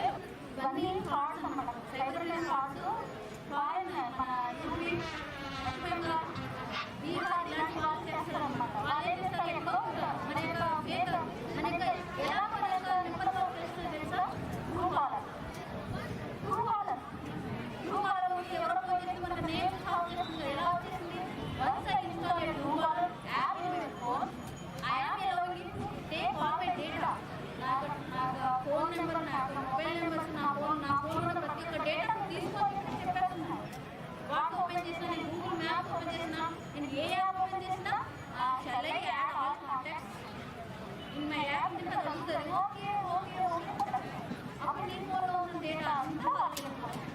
సో అందుకే నాకు తెలియకుండానే 4 మెంబర్స్ వాళ్ళకి ఇమీడియట్ వాళ్ళకి అడ్వర్టైజ్మెంట్ ఉంటాయి కదా, ఆ అడ్వర్టైజ్మెంట్ అర్థమైనా ఎందుకు నువ్వు అనవసరమైన యాప్ ఇన్స్టాల్ చేసుకున్నావు. సో ఇలాంటివి జరగకుండా ముందే నువ్వు అలర్ట్ అవ్వడానికి ఏమైనా ప్రోగ్రామ్ అర్థమైనా. సో నీకు ఇలాగే ఎవరో సైబర్ మిత్ర అనేది ఒకటి ఉంది. ఎవరో అన్వాంటెడ్ పర్సన్ నీ వీడియోలో పంపించి హెరాస్ చేస్తారు. అప్పుడు ఏం చేస్తావు, సైబర్ మిత్ర ఒక నెంబర్ ఉంటుంది వెస్ట్ గోదావరి ఆ వెస్ట్ గోదావరి డిస్ట్రిక్ట్లో సమ్ నెంబర్ నుంచి వచ్చిన మెసేజ్ నాకు ఇది సో నాకు ఈ ప్రాబ్లమ్ సాల్వ్ చేయడానికి అమౌంట్ వందలకు మెసేజ్ పెట్టే దాన్ని సైబర్ క్రైమ్ వాళ్ళు చేసుకుని దాని నుంచి ఫాలో చేస్తారు అన్నమాట. అకౌంట్ నెంబర్ ఎవరికి అకౌంట్ వాళ్ళు వాళ్ళని కేసు కింద రిజిస్టర్ చేసి ఫాలో చేస్తారు. అది తీసేయాలని కూడా వెళ్ళి ఇన్స్టాల్ చేయాలనుకుంటే ఫిజికల్ లొకేషన్లో ఒకదాన్ని ఉన్నావు కూడా ఏ మీ దగ్గర ఫోన్ అయితే ఉంది ఇమీడియట్గా నీకు వాళ్ళకి చెప్పిన వచ్చే ఛాన్స్ లేవు కాబట్టి దిశ యాప్ ఆపరేషన్ తెలుసుకుంటావు. ఏం చేస్తావు వేసుకుంటున్నారు నొక్కిన వెంటనే ఎమర్జెన్సీ కాల్ 112 అని చెప్పి దిశ వాళ్ళకి కాల్ ఆ దిశ వాళ్ళు కూడా వర్క్ చేసుకుంటారు. ఇమీడియట్గా కాల్ వచ్చిన వెంటనే వాళ్ళకి నువ్వున్న లొకేషన్కి చుట్టుపక్కల ఉన్న 5 పోలీస్ స్టేషన్కి మెసేజ్ అలర్ట్ అవుతుంది. సో 5 స్టేషన్స్లో ఎవరైతే రెడీగా ఉన్నారో వాళ్ళు తెలుసుకుంటారన్నమాట. సో మీకు ప్రాబ్లమ్స్ ఇమీడియట్గా ఒక దగ్గర ఉంటారు. సో దిశ ఏమైనా మెసేజ్ తెలుసుకుంటారు. Next traffic police station. Traffic rules and regulations are very important awareness. అందువల్ల కదా మన ట్రాఫిక్ యాక్సిడెంట్స్ అవుతున్నాయి. నేను ఫాలో అవ్వకపోయినా ఎక్కువ ఫాలో అవుతాను. ఎక్కువ ఫాలో అవ్వకుండా నేను ఫాలో అయినా యాక్సిడెంట్ అవుతుంది. నేను సెకండ్ చెప్తున్నాను ఎక్కువ తెలుసుకోవాలి కదా, అప్పుడైనా యాక్సిడెంట్ అవుతుంది కదా. సో అబ్జర్వ్ చేసుకుని రూల్స్ అండ్ రెగ్యులేషన్స్ క్రాస్ చేసేటప్పుడు ఎక్కడ క్రాస్ చేయాలి, లెఫ్ట్కి వెళ్ళాలా రైట్కి వెళ్ళాలా, ఇంట్లో కాకుండా క్రాస్ చేయాలి కదా, చాలా రోడ్లో ఎక్కడికి వెళ్ళాలి, స్లోకి వెళ్ళాలా, ఫాస్ట్కి వెళ్ళాలా, డబుల్ రైడింగ్ వెళ్ళాలా, సింగిల్ రైడింగ్ వెళ్ళాలా, హెల్మెట్ పెట్టుకోవాలి చెప్తాను. నీకు ఏం లేకుండా లైసెన్స్ లేకుండా డ్రైవింగ్ చేసి టూ వీలర్ కానీ ఎక్కడ పట్టుబడ్డాను అర్థమైందా. While doing these duties, many departments are included to solve a problem. They include weaponry, guided equipment, then doctor, BDD, drone, medical department, communication, clues team. Next to the clues team is Disha Police Station. Have you ever heard about Disha Police Station, Disha app recently? Yeah, we are having a Disha stall also. Next to it is traffic, then is fire, and next to it is vehicles. These are the different stalls we have installed, and you are going to see one by one. Okay, Namma? If you are going to get any doubts, we'll clarify them at the same stall. If not, you can approach me or any officer or any constable who is available here. Okay? Shall we go line by line? One of the guide will come to you to accommodate. They will accompany you and they will take you stall by stall. After finishing all the stalls, you will be having a dog squad show. Okay? Shall we move? The first 4 rows girls. Next 4 lines. Which school are you from? Okay, how many of you have come? 120 members. कितने लोग आए थे? 120. सिर्फ यही लोग, ये बच्चे भी। कौन सी क्लास में हो? 9th पढ़ते हो या पढ़ रहे हो, पढ़ने जा रहे हो? पढ़ रहे हो, ठीक है। कितने लोग हैं 9th वाले? कितने हैं बच्चे? कितने? 9th बॉयज ए और बी सेक्शन कितने हो? तो लीडर कौन है आपका? लीडर उठो, फर्स्ट 3 लाइन उठो। ये फर्स्ट 2 लाइन उठेंगे, आपको हम ना एक हमारे कांस्टेबल को दे देंगे और उनको फॉलो करेगा, ठीक है? उठो उठो, ये 2 लोग 2 लाइन उठिए। లేవాలమ్మా, మీకు 20 మందికి ఒక టీచర్ని ఇస్తా. టీచర్ అంటే మీకు గైడ్ అనమాట. ప్రస్తుతానికి మా కానిస్టేబుల్స్ వాళ్ళు ఏం చెప్తే అదే ఫాలో అవుతారు. డౌట్స్ ఉంటే క్లారిఫై చేసుకుందాం తర్వాత, ఓకేనా? 20 మెంబర్సే, అంతమంది వద్దు, మీకు క్లారిటీ ఉండదు. ఏది చిన్న నీ వరకు, ఓకేనా? 20 చలో చూడండి అటువైపు ఖాళీగా ఉన్నాయి కదా, అటువైపు తీసుకెళ్ళండి అందరే ఒకే చోట అయితే.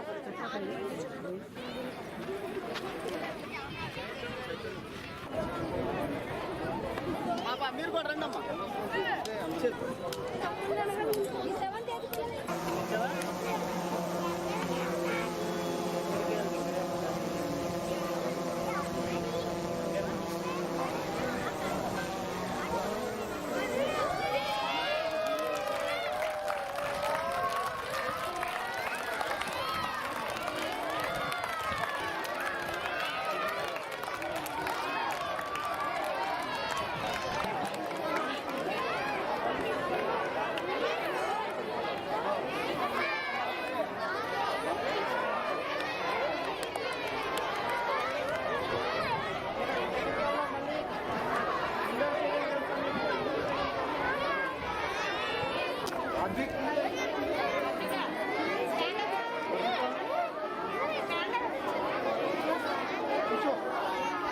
इंडोर स्टेडियम में collector office,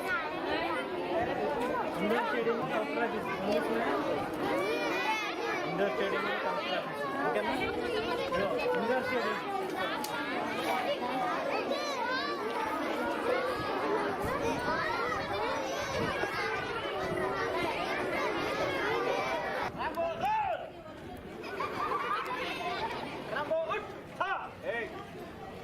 Rambo, salute! Rambo, salute! Come!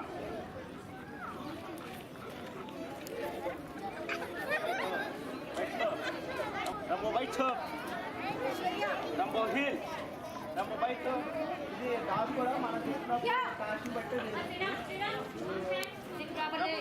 బోల్ బోల్ దాన్ని మరొకమని చెప్తున్నమాట. రమ్ బోల్ బయట రమ్మ బయట బోల్ బయట బోల్ బోల్ బోల్ బోల్ బోల్ రమ్మ బోల్ బోల్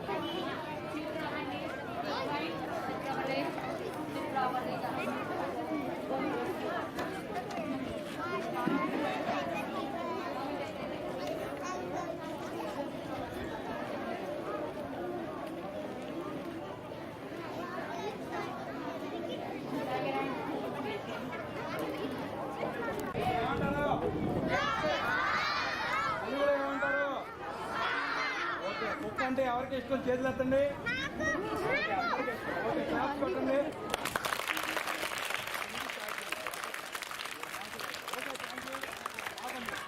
ఈ ఏ కుక్క పోలీసు కుక్క ఉన్నదా కరెక్టేనా? తెలుసా మీ అందరికీ? ఏం చేస్తుంది? Very good. చూడ అందరికీ తెలుసు. ఇంకేంటి మేము చెప్పింది?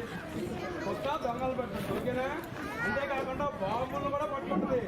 దొంగలు ఏం చేస్తారు? బాంబులు పెడతారు కదా, ఆ దొంగలు బాంబులు పేరకుండా ఇది వెళ్ళి పట్టుకుంటుంది అనమాట. ఓకేనా? ఓకే, ఇది అంత మంచి కుక్క. సో ఈ డాగ్కి మనం ట్రైనింగ్ ఇస్తారు అంకులు. ఓకేనా? బాంబు ఇలాంటి బ్యాగుల్లో పెడతారు కదా, ఏ బ్యాగ్ లో పెట్టారు? మన దొంగలు దేంట్లో పెట్టారు? అవునా? అందుకని ఇది వెళ్ళి పట్టేస్తుంది దేంట్లో పట్టారని. ఓకేనా? చూస్తారా మీరు ఇప్పుడు? ఓకే, చూడండి.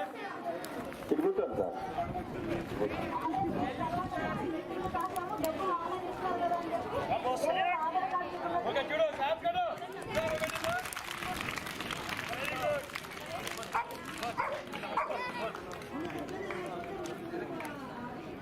చూడు ఏదో బ్యాగ్ లో బాంబు ఉంది, అది పట్టుకుంటుంది అనమాట.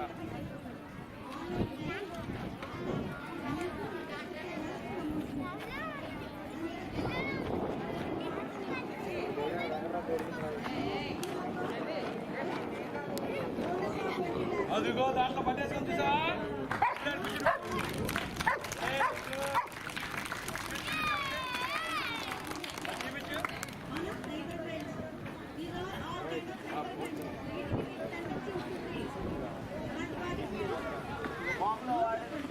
ఇదిగో బాంబు పేరడానికి వాడేటటువంటి ఈ వైర్ అనమాట.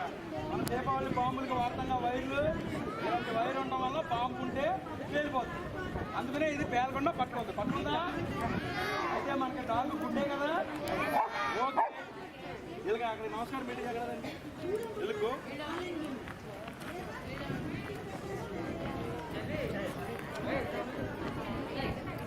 Very good శాబాష్.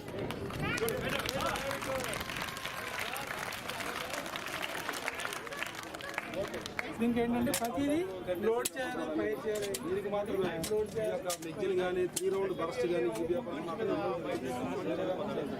కానీ కానీ ఇది ఒక రౌండ్తో ఎక్కువ మంది శత్రువుల్ని గాయపరచవచ్చు. అర్థమైందా? దీని పేరేంటి 12 bore కాంపాక్షన్. ఇది చూడమ్మా, దీన్ని రివాల్వర్ అంటారు. అర్థమైందా? రివాల్వర్ కి పిస్టల్ కి డిఫరెన్స్ ఏంటి తెలుసా మీకు? పిస్టల్ తెలుసా? పిస్టల్ పేరు అన్నారా? పిస్టల్. ఇదేంటిది? రివాల్వర్. ఈ సిలిండర్, దీన్ని సిలిండర్ అంటారు. ఈ సిలిండర్ ఏమవుతుంది? రివాల్వ్ అవుతుంది. ఏమవుతుంది? దాని గురించి దీన్ని రివాల్వర్ అంటారు. దీంట్లో 6 రౌండ్స్ ఉంటాయి. 6 రౌండ్స్ కూడా మాన్యువల్ గా అన్నింటిలో పెట్టేసి ఒకసారి ఈ విధంగా పెట్టేసి ఒక రౌండ్ ఈ విధంగా ఫైర్ చేస్తే ఆ సిలిండర్ కూడా రివాల్వ్ అవుతుంటుంది. ఒకటి ఫైర్ అయిన తర్వాత ఇంకొక రౌండ్ రెడీ. ఆ విధంగా ప్రెస్ అండ్ రిలీజ్ చేస్తూ దీన్ని ఫైర్ చేయవచ్చు. ఇది కూడా CQB వెపన్. ఏంటిది? అది చాలా దగ్గరగా ఉన్నటువంటి ఎనిమిని హతమార్చడానికి ఉపయోగపడుతుంది. అర్థమైందా? దీని ఉపయోగం దీనికి ఉంది, ఆ లాంగ్ రైఫిల్ దాని ఉపయోగం దానికి ఉంది. ఏదైనా ఒక గదిలో ఎవరైనా కిడ్నాప్ చేసినా, గదిలో ఉన్నటువంటి శత్రువులను హతమార్చాలన్నా ఇలాంటి వెపన్స్ చాలా బాగా ఉపయోగపడుతుంది. ఎక్కువగా VIP దగ్గర ఉన్నటువంటి పర్సనల్ సెక్యూరిటీ ఆఫీసర్స్ ఇలాంటి ఉపయోగం. ఇది ఆఫీసర్ యొక్క ఆయుధం. ఏంటిది? ఎందుకంటే ఇది ఆత్మరక్షణ కోసం మరియు దగ్గరగా ఉన్నటువంటి శత్రువులను హతమార్చడానికి పనిచేస్తుంది. దీని పేరేంటి? రివాల్వర్. .38 అంటారు. .38 అంటే ఈ యొక్క డయా సైజ్ వైశాల్యం. ఇదేంటమ్మా ఇది? పిస్టల్ అని ఎందుకంటారు? ఇదేంటి? దీని పిస్టల్. అందు గురించి పిస్టల్. అర్థమైనా? ఈ పిస్ట్ ఈ గుప్పెట్లో కరెక్ట్ అమర్ ఉంటుంది కనుక దీన్ని పిస్టల్ అంటారు. ఇది దీని యొక్క రౌండ్స్ కెపాసిటీ 10 రౌండ్.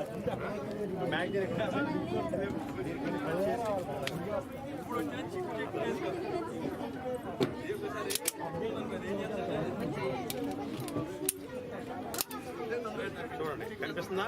ఇది బ్యారల్. ఇది స్లైడర్ వెనక లాగాం. ఈ మ్యాక్సిమం రౌండ్స్ టాప్ రౌండ్ వెనక లాగినప్పుడు పైకి వస్తుంది, ఆటోమేటిక్గా చాంబర్లోకి వెళ్ళిపోతుంది. దీని యొక్క రౌండ్స్ కెపాసిటీ ఎంతమ్మా? 10 రౌండ్. సేమ్ ఇది కూడా CQB వెపన్. ఇది షార్ట్ రేంజ్ అనమాట. CQB వెపన్ క్లోజ్ క్వార్టర్ బ్యాటిల్కి ఉపయోగపడుతుంది. దీంట్లో ఇంకా తెలుసుకునే ఆనందం మీకు డౌట్ ఉన్నాయి. దీని యొక్క రేంజ్ చాలా తక్కువ, 20 yards, 20 meters. అది యాడ్స్లో చెప్తారు, ఇది 20 meters, 20 meters. ఏమైనా డౌట్ ఉందా మీకు? దీని పేరేంటమ్మా? 9mm pistol. సేమ్ ఇది కూడా దీనికన్నా లేటెస్ట్ అనమాట. ఏమి దీనికి ఎలా చూస్తే తెలుసు కదా. ఇంతవరకు ఎవరో డౌట్ అడగలేదు. ఇన్ని దాటుకుని వచ్చాం. ఏమి ఎలా చూడాలి? దీనికి ఎప్పుడు కూడా ప్రతి రైఫిల్కి కానీ గన్న కానీ బ్యాక్ సైడ్ ఒకటి ఉంటుంది, ముందు ఒక టిప్ ఉంటుంది. ఆ టిప్ బ్యాక్ సైడ్ ఉన్నటువంటి ఈ గ్యాప్ నుంచి టిప్పును కలుపుతూ ఎనిమిని టార్గెట్ చేయాలి. అర్థమైందా? కొన్నింటికి ఈ బ్యాక్ సైడ్ దీన్ని యూ కట్ అంటారు. యూ కనిపిస్తుందా? కటింగ్ ఉంది కదా, దీన్ని యూ కట్ అంటారు. కొన్నింటికి రౌండ్గా ఇలాగ కన్న మాదిరిగా ఉంటుంది. ఆ హోల్ మధ్యలోంచి ఏం చేసి కొట్టాలి. అర్థమైందా? అర్థమైందా? ఊరికనే ఇక్కడ ఈ బ్యాక్ సైడ్ యూ కట్ని మరియు టిప్ని సరిగ్గా కలపకపోతే ఎయిమ్ ఎప్పటికీ కూడా టార్గెట్ మీద రౌండ్ తగలదు. అర్థమైందా? ఇది కొంచెం టెక్నికల్గా ఆలోచించి చేయాలి. దీని పేరేంటమ్మా? ఇది గ్లాక్ 19 అమ్మా. ఇది దీనికన్నా ఇది లేటెస్ట్ పిస్టల్ అనమాట. దీంట్లో 15 రౌండ్స్ ఫిల్ చేయవచ్చు. చాలా తేలికైనటువంటి ఆయుధం, చాలా ఎఫెక్టివ్గా ఉంటుంది. ఫైర్ కూడా చాలా స్మూత్గా ఉంటుంది. దీంట్లో ట్రిగ్గర్ సేఫ్టీ ఉంది. ట్రిగ్గర్ దీనికి చిన్న ప్లంజర్ ఉంది చూసారా, అది ప్రెస్ చేస్తేనే ఫైర్ అవుతుంది. ఎందుకంటే ప్రమాదవశాత్తు కొన్ని ఫైర్ అయిపోతాయని చెప్పేసి హ్యాండిల్ చేసేటప్పుడు దీనికి సేఫ్టీ పెట్టారు. ఇది కూడా దీని యొక్క రౌండ్ యొక్క డయా 9mm. దీంట్లోని అక్కడ కార్బైన్ ఉంది చూసారా, రౌండ్గా ఉండే కన్నాలు ఉన్నాయి చూసారా, గన్ అని చెప్పాను. దీంట్లోని ఒకటే ఆమ్నేషన్ యూజ్ చేస్తారు. 9mm బుల్లెట్ ఒకటే 1A1 9mm 1A1. దీని పేరేంటమ్మా? గ్లాక్. ఇది 9mm పిస్టల్, ఇది గ్లాక్ పిస్టల్. 2 పిస్టల్సే. అర్థమైందా? ఇది కొంచెం లేటెస్ట్ అన్న. ఇది రౌండ్స్ కెపాసిటీ ఇది 15. ఇవి 10. ఇదేంటిది? విజువల్ లైట్ బాగుందా? ఇది రియల్ పిస్టల్ బాగుందా మీది? ఇది రియల్ పిస్టల్ ఉంటుంది. రియల్ వాళ్ళకి కనిపిస్తుందా?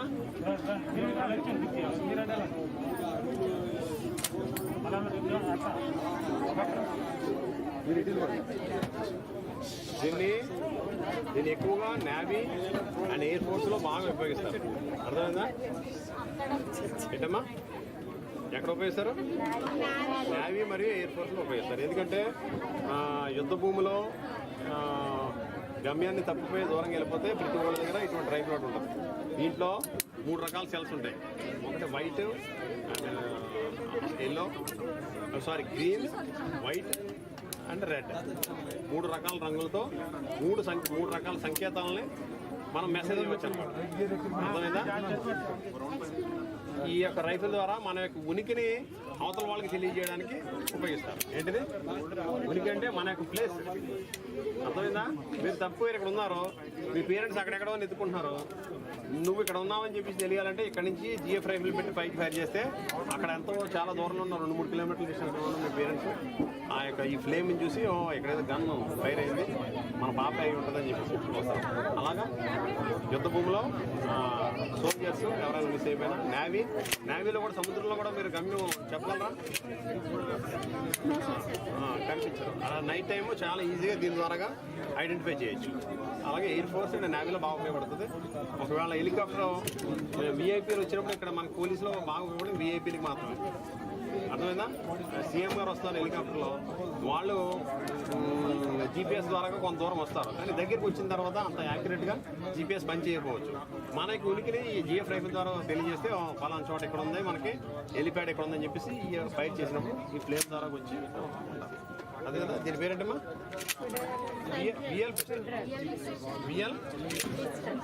Visual light. ఇదేంటమ్మా ఇది? Federal riot gas. Federal riot ROIT riot అంటే ఫెడరల్ గ్యాస్ గన్. ఇదేంటంటే అసాంఘికమైన గుంపుని చెదరగొట్టడానికి ఈ యొక్క గన్ ఉపయోగిస్తారు. దీంట్లో ఎంతవరకు చూపించిన వాటిలో ఇవన్నిటిలో ఉపయోగించింది ఆమ్నేషన్, కానీ దీంట్లో ఉపయోగించింది మునిషన్. అర్థమైందా? అది ఆమ్నేషన్స్, మునిషన్స్. అర్థమైందా? ఈ యొక్క ఫెడరల్ రైట్ గ్యాస్ గన్లో ఒక సెల్ ఫిక్స్ చేసి ఫైర్ చేస్తే ఆ గుంపు ఎక్కడైతే ఉందో ఆ గుంపు దగ్గరలో ఈ యొక్క సెల్ పడి దాంట్లోంచి వాయువులు వెదజల్లుతాయి. దాని ద్వారాగా ఆ గుంపు చాలా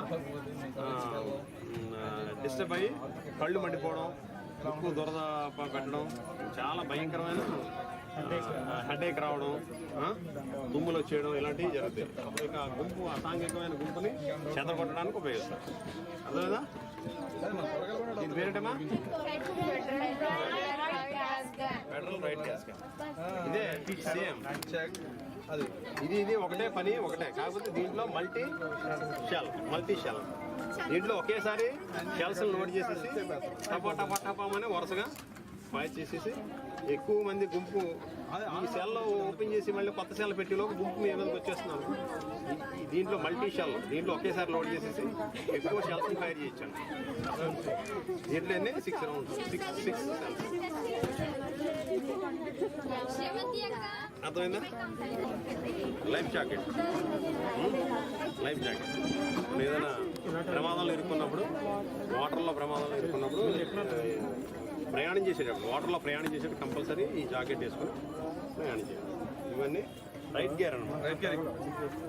ఈ యొక్క రైఫిల్స్, ఫెడరల్ రైట్ గన్ ఉంది కదా, ఈ గన్ ఉపయోగించే వాళ్ళు కూడా వేసుకుంటారు. మాబుని చెదరగొట్టడానికి లాఠీతో చెదరగొట్టేటప్పుడు ఆ స్టోన్ గార్డ్ ఉంది చూసారా, అద్దం లాంటి షీట్ ఉంది కదా, ఆ షీట్కి రాళ్ళు తగిలినా ఏం కాదన్న. అంటే రాళ్ళు మన మీద మాపు రాళ్ళు ఇచ్చినప్పుడు మనకి దెబ్బలు తాగకుండా దాన్ని అడ్డం పెట్టాలి. అది కొంతవరకు మనం కాపాడుతుంది. అదేవిధంగా ఇది మన క్రికెటర్ ప్యాడ్స్ కట్టుకుంటారు కదా, అలా కాళ్ళు కట్టుకుంటారు. ఇవి చేతులు కట్టుకుంటారు ఎల్బోస్కి, డ్యామేజ్ చేసుకుంటారు. ఆ విధంగా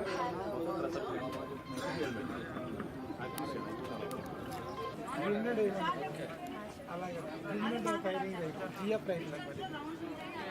జిఎఫ్ రైఫిల్ అంటే మీన్స్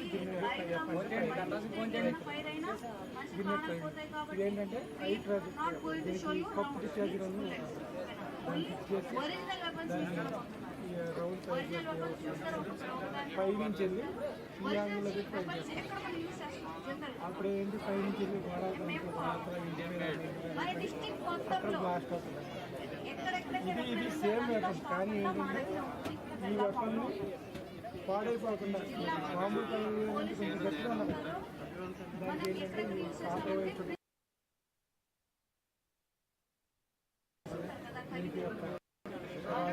విరిగిపోకుండా బ్రేక్ రాకుండా ఒక బోల్ట్ ఇవ్వడం. అలాగే ఎఫెక్టివ్గా కింద ఉండడానికి ఇక్కడ రబ్బర్ ప్యాడ్ అవుతుంది.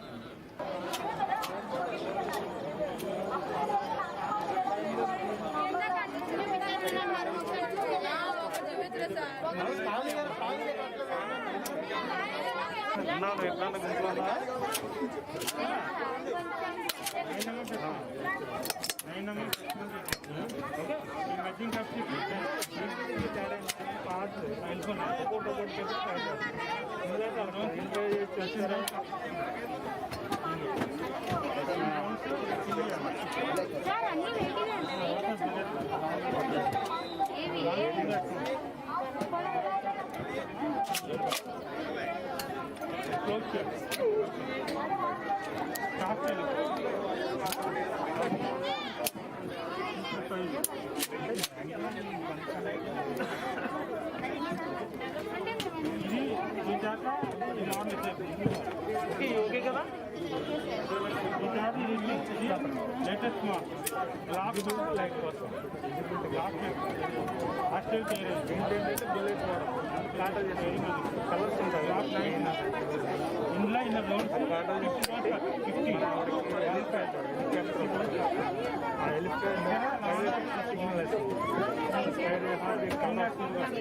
కలర్ వల్ల అడిగి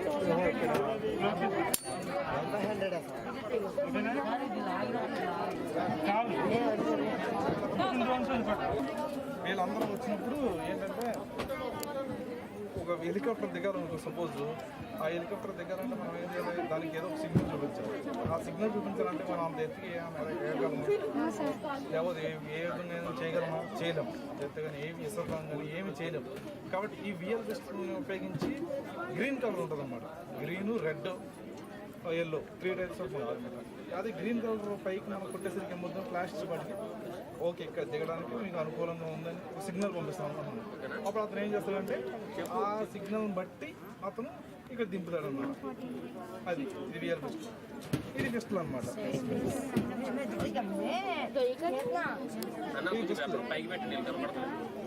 ఇది బెస్ట్ లేదు.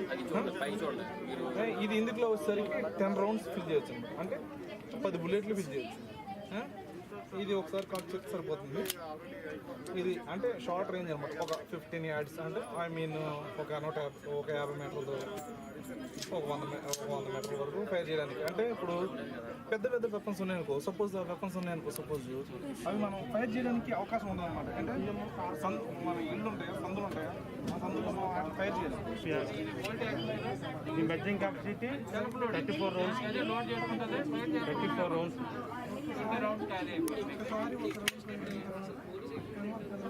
ఇది AK-47 ఇది.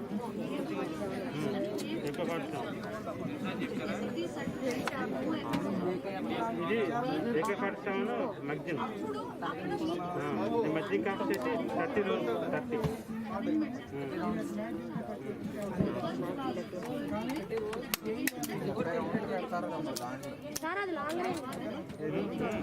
అవునరా, ఇదంతా ఫైబర్ ఇచ్చారు. వెయిట్ ఇదంతా ఐరన్.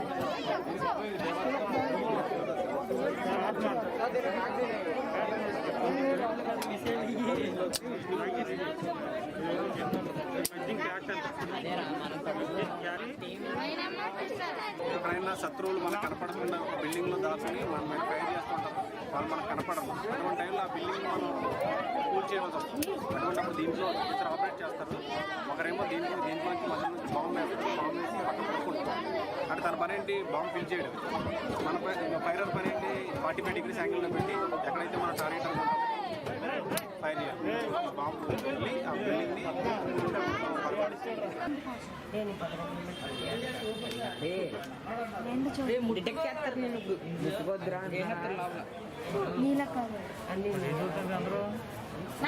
అందరూ అయితేనా మ్యాచ్ అవుతాయా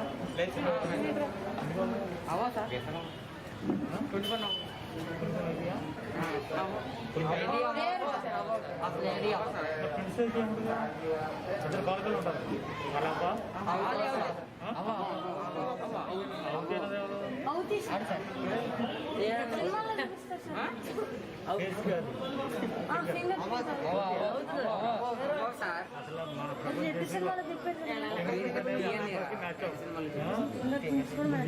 సింగల్ కనిపిస్తున్నాం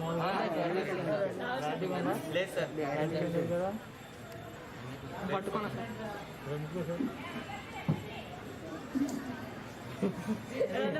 అందరూ వచ్చారు. ఇప్పుడు మనకి ఏమైనా నేరం జరుగుతుందో దొంగలు ఆటోమేటిక్ ఎంతో గ్యాస్ పట్టుకోవడం ఈ సింగల్ నీకు తెలియదు సంగతి. దాని ఏంటంటే పౌడర్ వాడుతున్నాను. పౌడర్ పౌడర్లు అయితే ప్రతి ఒక్కరు వాడేస్తారు కదా. ఇది కెమికల్తో సంబంధించిన పౌడర్.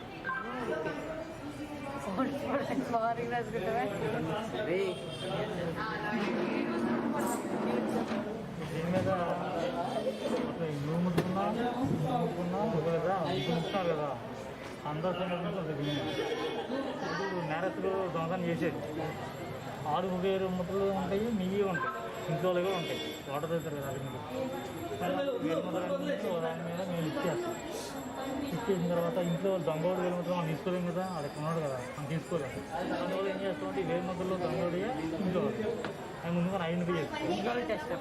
ఐడెంటిఫై చేసుకుంటే దాన్ని బట్టి మీ వేలుముద్రలు మొత్తం తీసుకుంటాం. మొత్తం ఇంట్లో ఎంతమంది మొత్తం తీసుకుని ఆ వేలుముద్రకి వేలుముద్రలు మ్యాచ్ చేయడానికి చూస్తాం. మ్యాచ్ చేయడానికి ఇంట్లో కొట్టినట్లే. మ్యాచ్ అవ్వలేదు అంటే దొంగోడు ఆటోమేటిక్గా వేలుముద్రలన్నీ మేము ఏం చేస్తామంటే మా నెట్లో చేతికి సంబంధించిన మొత్తం వేలుముద్రలు ఉంటాయి. ఎవరి నేరస్తుంది ఆ వేలుముద్రలు ఈ వేలుముద్రలు మ్యాచ్ చేయడం చూస్తాం. మ్యాచ్ చేయడానికి ఏం చేస్తామంటే కన్సర్న్ పోలీస్ స్టేషన్ లిమిట్స్ ఉంటుంది కదా, 1 టౌన్ లిమిట్స్, 2 టౌన్, 3 టౌన్ ఉన్నాయి. ఆ లిమిట్స్లో ఏమన్నా నేరస్తులు ఉండదు, ఆ లిమిట్స్లో ఉన్న వాళ్ళు ఉంటారు కదా, అడ్రస్ మొత్తం అంతా వాళ్ళని అప్డేట్ అడ్రస్ గవర్నమెంట్ చేశారు. అది చేయడానికి ఆల్రెడీ వేరే తీసుకెళ్ళారు లేవు. వెయిట్ చేస్తాం కదా, వెయిట్ చేస్తాం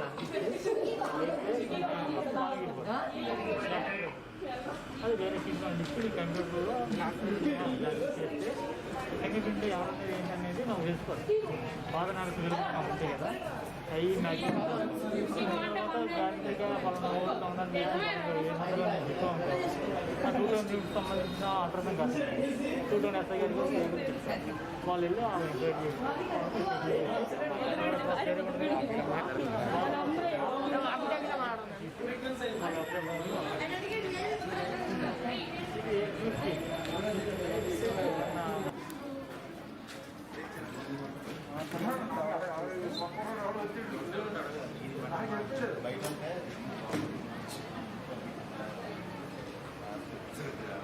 ఇలా ఫిడ్లు ఆ వేలుముద్రలు అవి మొత్తం రేఖలన్నీ పడ్డాయి.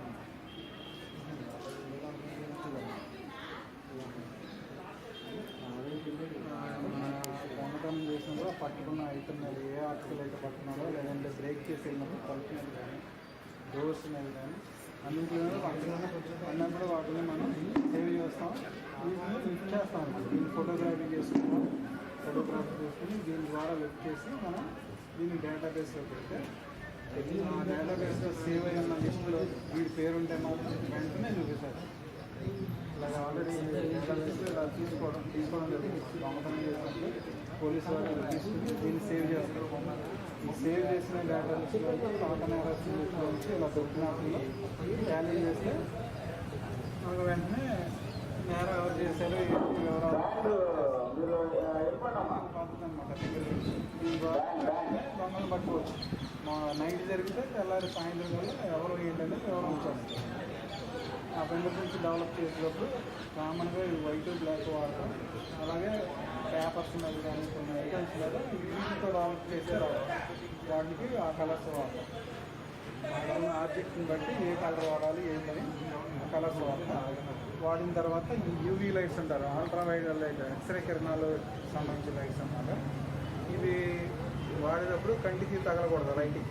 దగ్గరలో ఉన్న ఆఫీసర్కి ఇక్కడ కంట్రోల్ చేసి వెంటనే వాళ్ళకి ఫోన్ చేసి నా ప్లేస్ నుంచి ఎవరో అమ్మాయి ఆఫర్లో ఉందని చెప్పింది. సో మీరు వెంటనే అక్కడికి వెళ్ళండి అంటే వాళ్ళు వితిన్ ఒక 5 or 10 minutes, ఎందుకంటే మ్యాక్సిమం అందరూ మన ఫీల్డ్లోనే ఉంటారు కాబట్టి ఆఫీసర్లు అందరూ మ్యాక్సిమం 10 minutes లోపు మీరు ఇక్కడికి రావడం జరిగింది. సో మీరు వెళ్తే ఎలాగైనా ఎక్స్ప్లెయిన్ చేస్తారు. ఇక్కడికి వెళ్తారు కాబట్టి వాళ్ళు ఎక్స్ప్లెయిన్ చేయడం జరిగింది. ఇది జీపీఎస్ ట్రాకింగ్ డివైస్ అనమాట. మన సినిమాల్లో కూడా చూస్తూ ఉంటాం, వెహికల్ ట్రాకింగ్ అనేది మనకి కంప్యూటర్ల మీద కనిపిస్తూ ఉంటుంది. అది ఎట్లా అంటే ఈ డివైస్ ఆ వెహికల్ ఇన్స్టాల్ చేయడం వల్ల మనకి ఆ ట్రాకింగ్ అనేది కనిపిస్తుంది. ఓకేనా? ఏమైనా డౌట్స్ ఉంటాయి?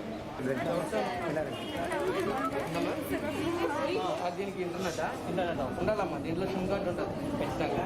ఆ సిమ్ ఇంటర్నెట్ కనెక్ట్ అయ్యి ఉంటుంది. ఇప్పుడు ఆ సిమ్ కార్డు ద్వారానే మనకి లొకేషన్ ఉంటుంది. నెట్ సిగ్నల్ రాకపోతే అంటున్నారు. లేదమ్మా, వస్తుంది ఖచ్చితంగా. ఏ ప్లేస్ అయినా ఇప్పుడు నెట్ లేని ప్లేస్ ఏముంది? అన్ని సిగ్నల్ లేని ప్లేస్లు ఏమైనా ఉన్నాయో జిల్లాలో ఏం లేవు కదా.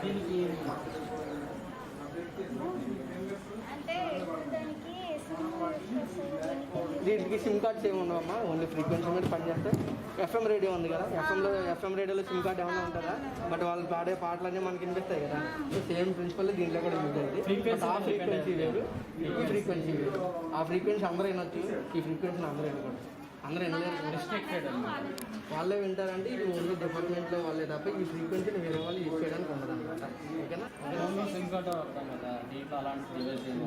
కాకపోతే ఇక ఎఫ్ఎం రేడియో అంటే మన ఇంట్లో ఎఫ్ఎం ఉంటే ఎఫ్ఎం మనకు వచ్చేది. ఫ్రీక్వెన్సీ ఆ ఫ్రీక్వెన్సీతో మ్యాచ్ అయితే కమ్యూనికేషన్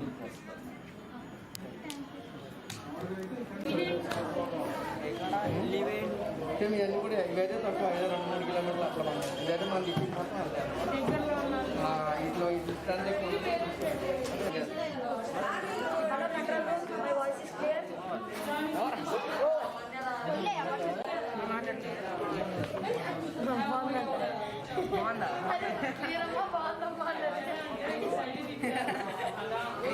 లెటర్ బాంబ్ డిటెక్టర్.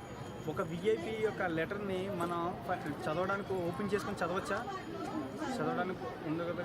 కానీ దాంట్లో ఏదైనా ఆబ్జెక్టివ్ వచ్చిందనుకో, ఆబ్జెక్టివ్ వచ్చినప్పుడు మనం ఫైండ్ చేయాలి. అలా ఫైండ్ చేయకుండా ఉండంటే విఐపి అసల్ట్ అవ్వడం జరుగుతుంది, చనిపోవడం జరుగుతుంది. కాబట్టి అతన్ని మనం సేవ్ చేయడానికి, విఐపి గారిని సేవ్ చేయడానికి లెటర్స్ ఏమైనా ఉంటే దాంట్లో ఏమైనా ఆబ్జెక్టివ్ మెటల్ ఉంటే కనుక దాన్ని కనుగోవడానికి ఉపయోగిస్తారు లెటర్ బాంబ్ డిటెక్టర్. ఇది నార్మల్ లెటర్.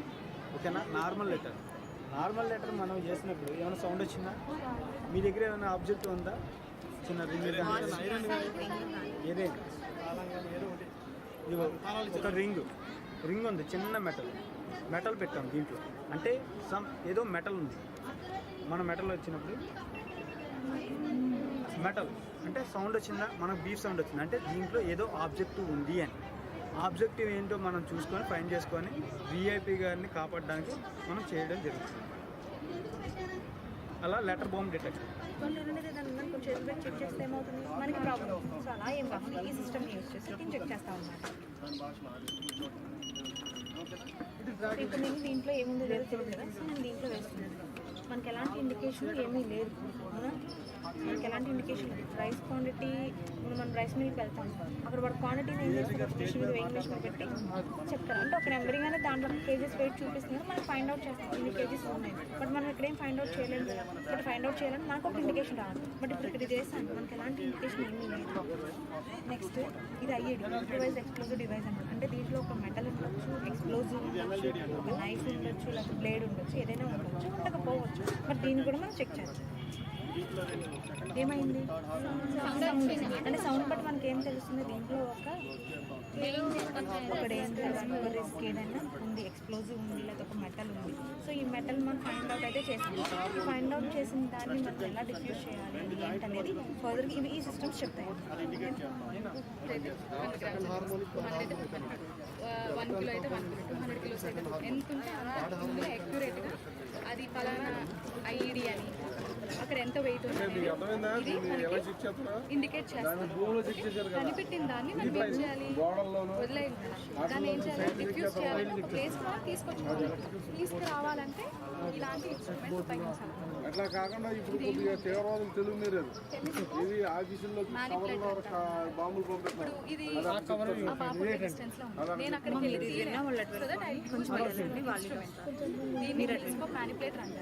ఎట్లా వర్క్ అవుతుంది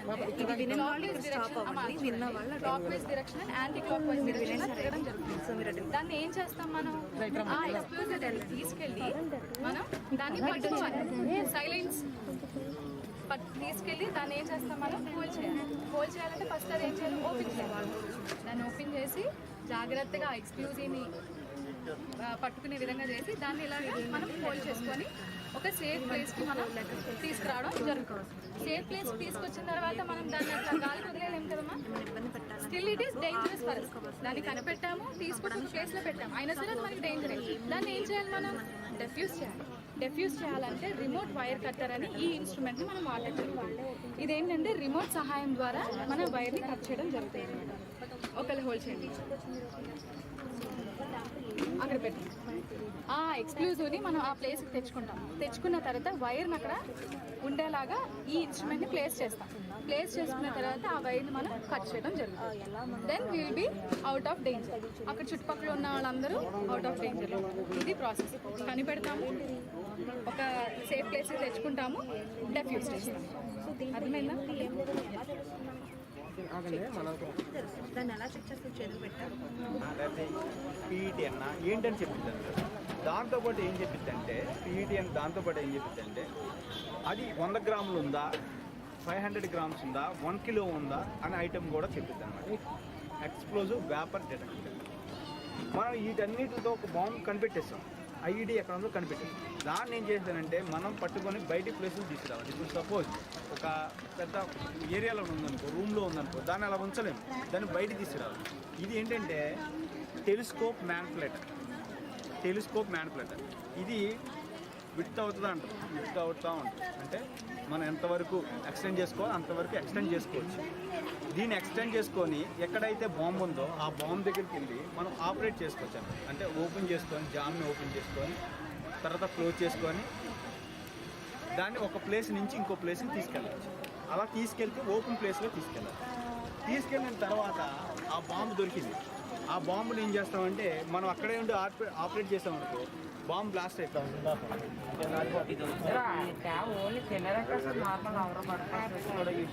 ఓన్లీ డ్రోన్ పర్పస్ కన్నా వాడుకోవచ్చు. బయట ఇది గవర్నమెంట్ ఇష్యూ కాబట్టి బయట మా పర్పస్, పర్సనల్ పర్పస్ వాడవాలి. ఓన్లీ డ్యూటీ పర్పస్ అంటే మామూలుగా పర్సనల్ పర్పస్ వాడుకోవచ్చు. అంటే బయట అంటే డిపార్ట్మెంట్లో కాకుండా నార్మల్గా ఈ ట్యాబ్ నువ్వు కొనుక్కుంటే మామూలుగా నీ పర్సనల్ పర్పస్ వాడుకోవచ్చు. అదేంటి డిపార్ట్మెంట్ ఇష్యూస్ కాబట్టి ఓన్లీ డిపార్ట్మెంట్ పర్పస్లోనే వాడతాం. మా పర్సనల్స్ అయితే దేనికి వాడతాం. ఇంకా ఏం డౌట్స్ ఉంటే అడగండి.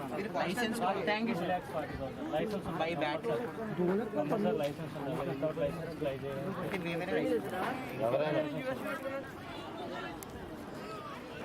సిగ్నల్ చూపిస్తూ ఉంటాం, యాక్సిడెంట్ జరుగుతూ ఉంటే జాగ్రత్తగా మనం తోలుతోనే కాకుండా ఎదటోళ్ళు ఎలా చూస్తున్నారని కూడా మనం గమనించాలి. ఇది మ్యాప్. ఇది 1 town, 2 town, 3 town and traffic. 3 police స్టేషన్కి సంబంధించిన సింగిల్ ట్రాఫిక్ పోలీస్ స్టేషన్. ఈ 3 పోలీస్ స్టేషన్ పరిధిలో ఈ ట్రాఫిక్ పోలీస్ స్టేషన్ పనిచేస్తూ ఉంటాం. ఇక్కడ ఎక్కడ ట్రాఫిక్ ఆగినా కానీ వెళ్ళి ట్రాఫిక్ క్లియర్ చేసి రెగ్యులేషన్ చేస్తాం.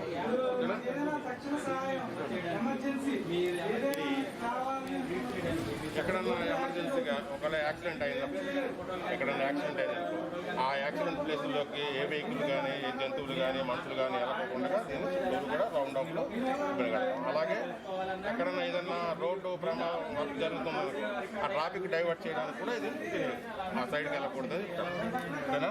ఇది రేడియం జాకెట్.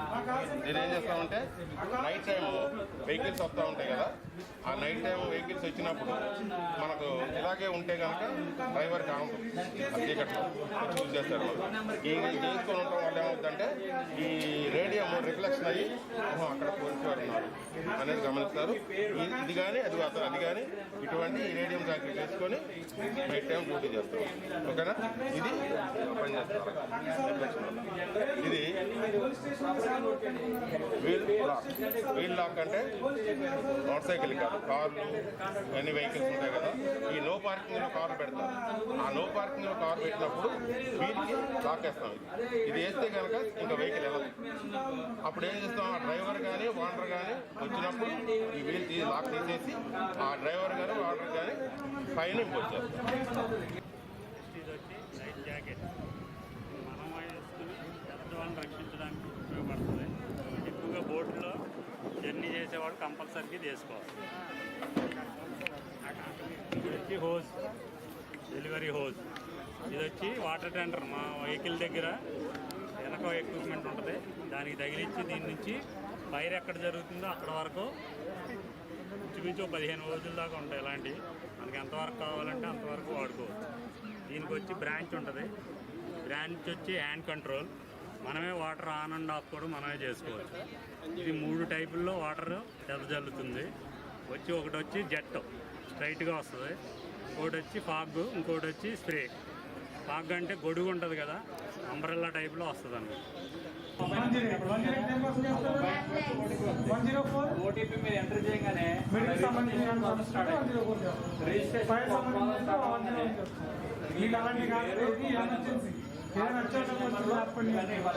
రోడ్డు మీద మనం యాడ్ చేస్తాం. అప్పుడు ఏం చేస్తాం, మన దగ్గర ఉన్న ఫోన్ తీసుకుని వన్ వే చేస్తాం. వన్ వే చేసినప్పుడు డైరెక్ట్ గా పోలీస్ ప్రతి జిల్లాకు ఒక యూనిట్ ఉంటుంది. పోలీస్ కంట్రోల్ రూమ్ ఉంటుంది.